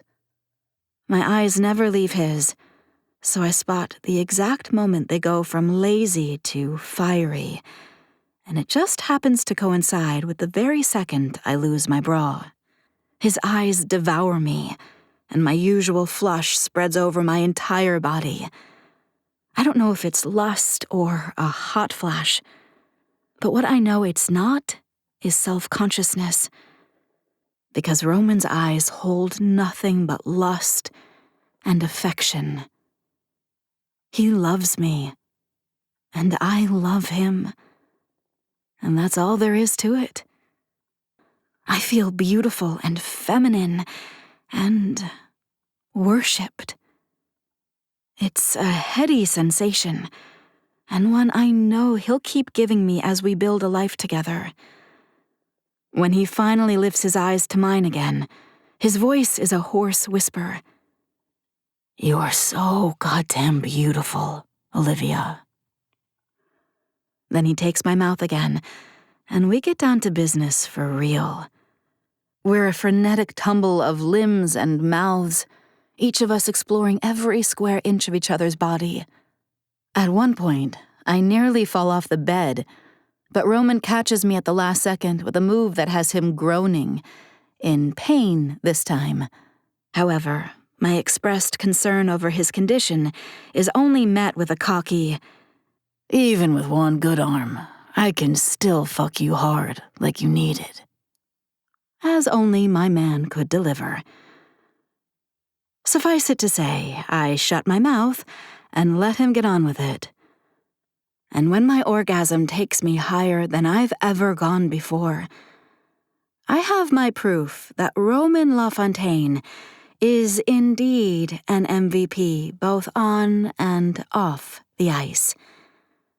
Not that I ever needed more evidence. "Okay, Olivia, now turn to the side. Yes, just like that," the photographer instructs, and I do my best to comply. The shutter clicks in a staccato beat as he smiles at me from behind his giant camera. To my utter surprise, the StyleWire photoshoot is kind of a rush. Who knew? Roman, of course, assisted with my wardrobe selection, in addition to copping more than a few feels while I modeled potential outfits for him. Despite his desire to be here today and cheer me on, duty called, and he had to head back to Tampa for a home game. The team is looking great, and he assures me they'll make the playoffs. When they do, I'll be right there cheering him on. The reporter from StyleWire interviewed me this morning. From our first introduction, she and I clicked, chatting easily about everything from airport travel to kids leaving the nest to menopause fog brain. She even recommended a top menopause specialist in New York, who just happens to be the same one Roman found for me through his connections only last week. I'm seriously considering getting my butt on a plane to find what relief is out there, if any exists. The interview itself went off without a hitch. She'd heard about Roman and me, of course, but the focus was entirely about me and my experiences combining technology with fashion to build a unique brand. I remained upfront, giving due fashion credit to Ashley and our design team, which I recently expanded to give myself more breathing room. After our sit-down, I took her on a tour of our facility, showing off our print studio and giving her a brief glimpse of our top-secret scanning technology. I also made it a point to send her Ashley's way, which had my assistant nearly vibrating with excitement. We parted having exchanged numbers and a promise to meet up for lunch if I end up going to NYC. I can't wait to read the final feature when it's done. Okay, with the earlier shots and these, I think we got everything we need, Olivia. The photographer straightens from a squat and smiles my way. I rise from my spot on the chaise in my office to shake his hand. Thank you so much, Alessandro. He and his team pack up and disappear in no time, giving me my first chance to touch base with Roman today. Hey, honey. His greeting and the warmth in his tone have me sighing. How did it go? Honestly, amazing. I share, relaxing back into the chaise again and peeling my cropped raspberry jacket from my shoulders. Then I tell Roman all about my day. Sounds like you knocked it out of the park. Wrong sport. Maybe it is time to retire, I tease. How was practice? Another day, another reminder that I'm getting out just in time. I can hear the exhaustion in his tone. Oh, I wish I was there to feel you up. Oops, I mean, give you a massage. His responding chuckle in my ear has my belly warming, so I continue. I'll make it up to you on Sunday after we go apartment hunting. Roman and I have worked out a routine these past few weeks, with him staying in Charlotte whenever he can, and me flying down to Tampa when my schedule allows. It's been hectic, but exhilarating, and I can't wait until his season is over and he officially moves to North Carolina. Not that I haven't been enjoying my newfound fandom of all things hockey. Okay, well, it might have more to do with how hot my man is on the ice, but either way, I'm all in. With Roman's new job at BRU starting immediately after the season is over, he plans to put his place in Tampa on the market and temporarily move into an apartment somewhere closer to BRU while we make sure our future is rock solid. And with campus only a little over an hour from my house, it will be a hell of a lot easier to see each other once he moves. About that, he murmurs, and I can perfectly picture his naughty grin even from hundreds of miles away. Hannah called last night, and we had a long chat. This is not where I thought he was going. What about? I hold the phone between my ear and shoulder while I pin my hair up to get it off my neck.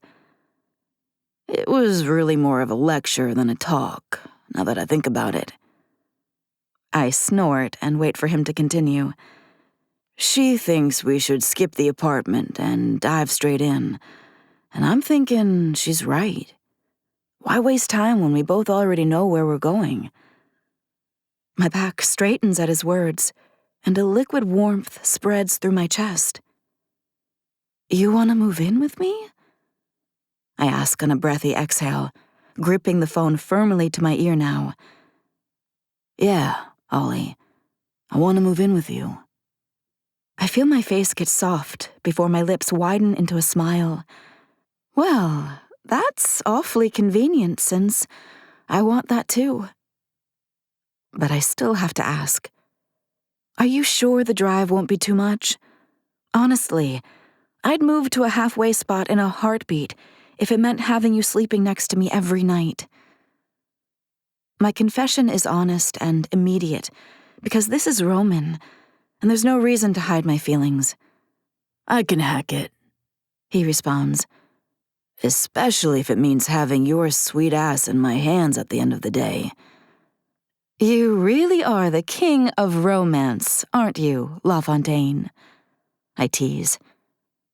Just wait until Sunday, and you'll find out. I'm sure I will, so my smile broadens. Okay, Roman. We'll talk more tonight. Right now, I've got to run.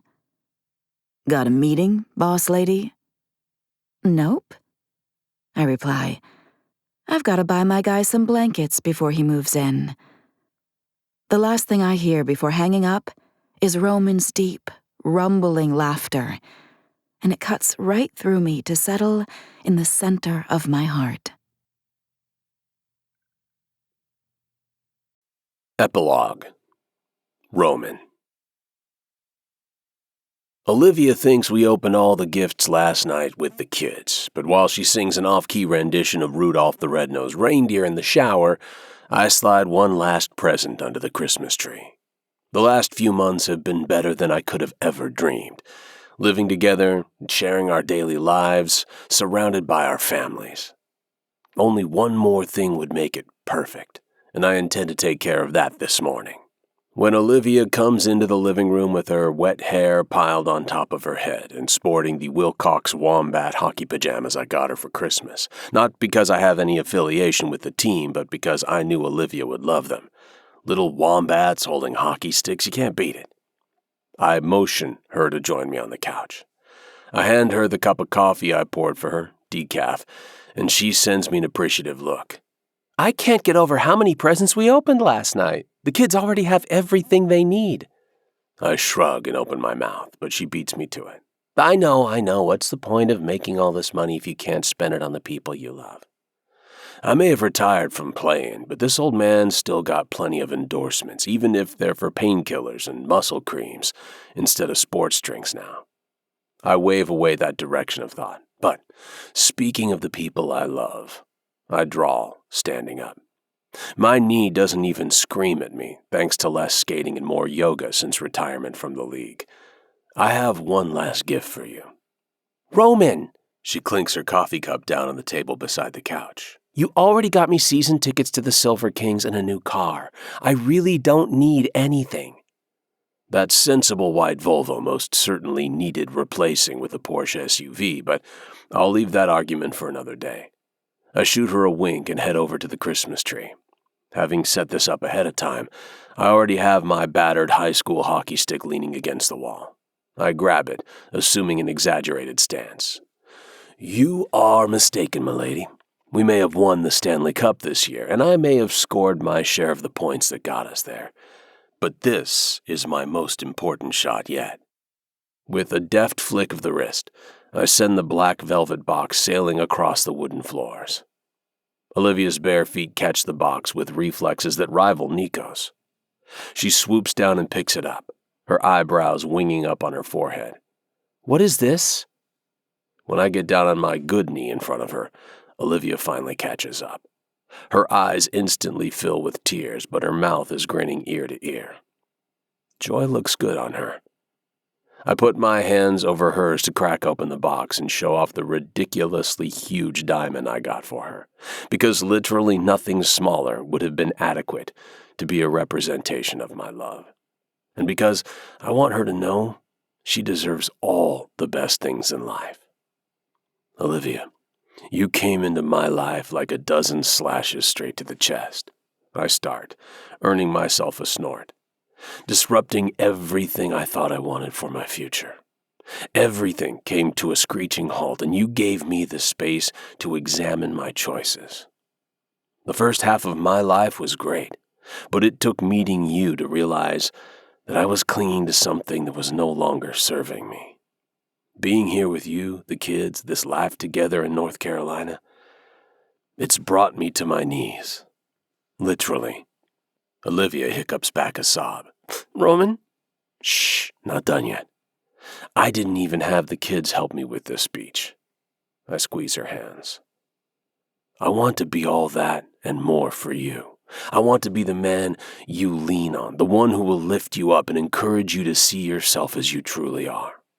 Incredible, talented, and so damn worthy of everything in this life, no matter what age you are. I want to grow older with you. I want to fan your face every time you get a hot flash. I want to see you build a fashion empire with your incredible brain. I want to hold our grandkids together in this house and wipe the happy tears from your cheeks. I want to love you with every single one of the breaths I have left. Will you marry me, honey? Olivia presses her lips together, a single tear from each eye leaking down her face. She taps the back of my hands, and I know she just needs a minute. I'll give her 1,000. Thankfully, because even my good knee is starting to send up an SOS, she doesn't need that many. Yes, she whispers, clears her throat and tries again. Yes! I don't wait for her to change her mind on a broken-down ex-hockey player. I get to my feet and bring her with me. Our lips crash together, and now the holidays are truly magical. Olivia hitches her leg over my hip, and I grab a handful of that ass that never fails to make me hornier than the 18-year-old boys on my new college hockey team. Reluctantly, I pull away just enough to take the ring out of the box. Slow down a second, honey. Next time I sink into your body, I want to see my ring on your finger. Possessive, are we? She asks, with plenty of sass. Damn right I am. I slide the ring on her finger, and we both pause to watch it sparkle in the multicolored lights from the tree. It's beautiful, Roman. But this life with you is even more beautiful. Olivia looks up at me, and everything clicks into place. I'm exactly where I was always meant to be. Every road trip across the country over the last 2 decades led me right here to this woman's doorstep in North Carolina. I waggle my eyebrows. What do you say we consummate our engagement? Olivia frowns. Isn't consummating for after the wedding? I shrug. This is our second half of life. I think we get to make the rules up this time. Olivia doesn't waste a second. She jumps and I catch her, tucking her against my waist as I stumble to our bedroom.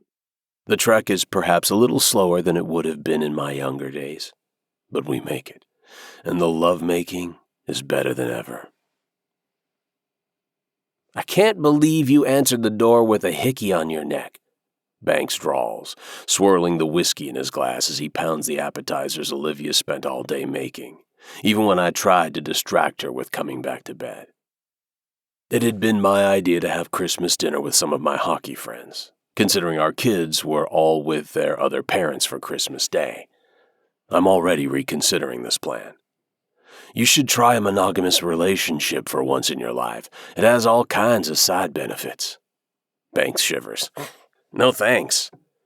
Olivia comes into the living room with another tray of those little sandwiches that Banks, Nico, and Bobby already managed to devour within 10 minutes of arriving. I leap up to help her and ignore Banks's quiet laughter. He has no idea what he's missing. Bobby jumps up and grabs a sandwich in each hand, leaning in to kiss Olivia's cheek. I shove him away before he can linger too long. You're a goddess, Olivia. Who the fuck invited this guy? I ask the room. Banks ignores me. Nico looks like he's ready to smash his fist through someone's face just for breathing, and Olivia backhands my arm. Be nice to our guests, she whispers, without any heat behind it. She's used to the amount of ribbing we engage in. Even after retiring, these guys still call me weekly to check in and catch up. Even fucking Bobby. Despite being professional athletes, they're a bunch of misfits. I feel like they need help with their personal lives, and it's my job to step in. Maybe it's just my post-engagement bliss, but these fellas could use a good woman in their lives. The doorbell rings, and I drop a quick kiss on Olivia's lips before moving to answer it. Fashionably late, like all good women are. Caitlin Phillips stands on my doorstep in a full-length fur coat that's surely overkill, even in winter here in Charlotte. Her smile is dazzling, and I return it, just envisioning the look on Banks's face when he sees our final dinner guest. "Caitlin, come on in." She steps forward and we hug. She lets me take her coat, leaving her in a red dress that looks practically painted on. I don't bother looking because the prettiest woman I know steps into the foyer and shakes Caitlin's hand. "I'm so glad you could make it." The women hug, and Olivia's smile doesn't look forced this time. "Wouldn't miss it for the world." Caitlin's smile falters. "Didn't have anywhere else to be if I'm being honest." Olivia wraps her arm around Caitlin's and tugs her toward the living room. I knew Olivia would immediately take her under her wing. Olivia can't walk away from someone who needs her. "You'll feel right at home here, even if I have to beat these boys away from you with Roman's hockey stick." Caitlin groans, but it's too late now. I purposely didn't tell her who all would be here. I follow behind the ladies, mostly to make sure Caitlin doesn't tuck and run when she sees Banks. Those two have never held back their contempt for one another. "Is this a collection of Santa's naughty list or what?" Caitlin drawls, surveying the room. Banks leaps up to his feet and slams his glass down on the table next to him. "And you must be the lump of coal in my stocking." "Banks, sit your ass down right now or I will charge you $1,000 for each of the sandwiches you just ate," Olivia snaps. Banks immediately sinks back down to the couch obediently. I've never been so proud of Olivia. "Caitlin is my guest, and you all will be kind to her even if I have to tape your mouth shut. Are we clear?" Banks nods, but he looks like he swallowed a lemon. Bobby grins like this is the best shit he's ever seen. "Yes, ma'am," Nico replies solemnly. Dinner goes off without a hitch, and we even get Banks to contribute to the conversation here and there. Caitlin licks her lips and runs her fingers along the edge of her wine glass just to make Banks squirm. I have no idea why they hate each other, but I have a feeling, given enough time, they might find a way to see eye to eye. Nico leans over to mumble his life story to Olivia. I don't hear much of it, but I do catch that he's sad not to have his daughter during the holidays. He's in a court battle with his ex-wife, and from the quick swipes to the corner of her eyes, while Nico tells Olivia his story, I can tell it's not going well. Bobby keeps the conversation lively on the other end of the table, and for once, I welcome his constant humor. It's over dessert that everything goes to hell. "I heard your agent dropped you," Caitlin purrs, looking directly at Banks. My fork clinks to the plate. He hadn't told me that. Banks looks like he wants to wrap his hands around Caitlin's neck and give it a firm squeeze. He throws his napkin down on the table and shrugs. "I'll find another, or negotiate it myself." Caitlin scoffs. "Negotiate your own contract at 38 years old? The team is probably trying to get rid of you. If anything, you'll need one hell of an agent to keep you skating, hotshot." "None of your concern," he fires back. "You could just fall in love and retire like me," I suggest, reaching over to hold Olivia's hand. Banks and Caitlin both grimace right on cue. "I'd rather move my shit right into an old folks' home." Banks dips his head to Olivia. "No offense to our fabulous host, of course. There's just not many women out there like you." "He's allergic to love," Caitlin smirks, taking a sip of wine. "Says the woman who isn't brave enough to even get near it." Banks's smirk is even smirkier. I scrape my chair back. My patience has run out and these assholes need to take their bah humbug attitude somewhere else. "Thank you all for coming, but you can leave now." "Roman!" Olivia hisses. "What? We just got engaged this morning. Surely they can understand that we'd like a little alone time." Olivia's cheeks flame pink, but she doesn't try to stop me. "I don't know. I hear some chicks are into threesomes." Bobby interjects with a flirty wink aimed at my fiancé. I lunge around the table to strangle the man, but he dashes away from the dining room and toward our front door. The fucker's fast. "I'm kidding, dude!" He's out the door and on the porch, still yelling over his shoulder. "Thank you, Olivia! Your home is wonderful, and I've never seen Roman so happy!" I growl at his retreating back. He flips me off, but then shoots me a smile before climbing into his truck. "Seriously, well done, Roman. I know I tease you about being an old man, but I really hope I have all the things you have when I'm your age." It's not the things, Bobby. It's the people. Yep, I've become the old man these days, dispensing wisdom from my front porch. He tilts his head. Does Olivia have a sister? I throw a hand through the air, waving him off. Drive safe, loser. Hope you don't have a heart attack during sex, old man. He drives off while I chuckle. Nico sneaks up behind me on the porch. The bastard is huge but quiet. I must leave now so you can get going with the nookie. I cringe. No one says that. What? Is nookie not American for sex? Plus, those two in there are giving me a headache. He ambles down the porch steps, favoring his right leg. I'd ask about it, but I know he wouldn't want to talk about his injuries. I hope next Christmas we can meet your daughter. He nods, spinning his keys in his hand. I will move heaven and earth to have her with me all the time. I don't bother to question how he can do that and still be on the road all the time during the season. I don't have the time to have my face bashed in, not with my fiancée waiting for me. He leaves, a stoic frown firmly in place. I go back inside to see Olivia wringing her hands as Banks and Caitlin are standing toe-to-toe, snarling at each other. Pushing my way between them, I get them to muzzle themselves before they shed blood on our floors. I thought maybe you two could chat like adults, but apparently I was wrong. Banks points right in her face. I don't like her. Caitlin snaps her teeth like she means to bite him. Same, hotshot, same. Olivia gets Caitlin in her coat while I yank Banks in the direction of his vehicle. Probably best to keep them separated from now on. Guess my matchmaking skills aren't as superb as my puck-handling skills. Why didn't you tell me about your agent? Banks won't meet my eyes. Not sure what I'm going to do about it yet. Why bring it up when you're all aglow with happiness? I slap my hand on his shoulder. Hey, we're more than former teammates. We're friends, Banks. Share everything with me. Maybe I can help. Banks's gaze shifts back to the house where Olivia and Caitlin are saying goodbye in the doorway. That one is definitely not helping. I nod. Understood. Won't happen again. We hug, with thick slaps to the back, and then he's gone. I apologize to Caitlin, but she's already laughing it off. He's an asshole, but he keeps my comebacks sharp. She gives me a hug.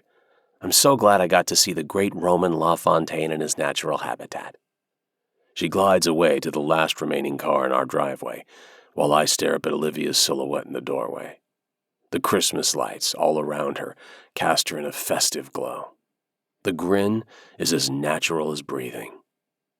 This is my natural habitat. Home with Olivia. I holler up to her, not giving a damn about our neighbors. I think we have just enough time for 3 more Hochi Mamas this Christmas. Roman!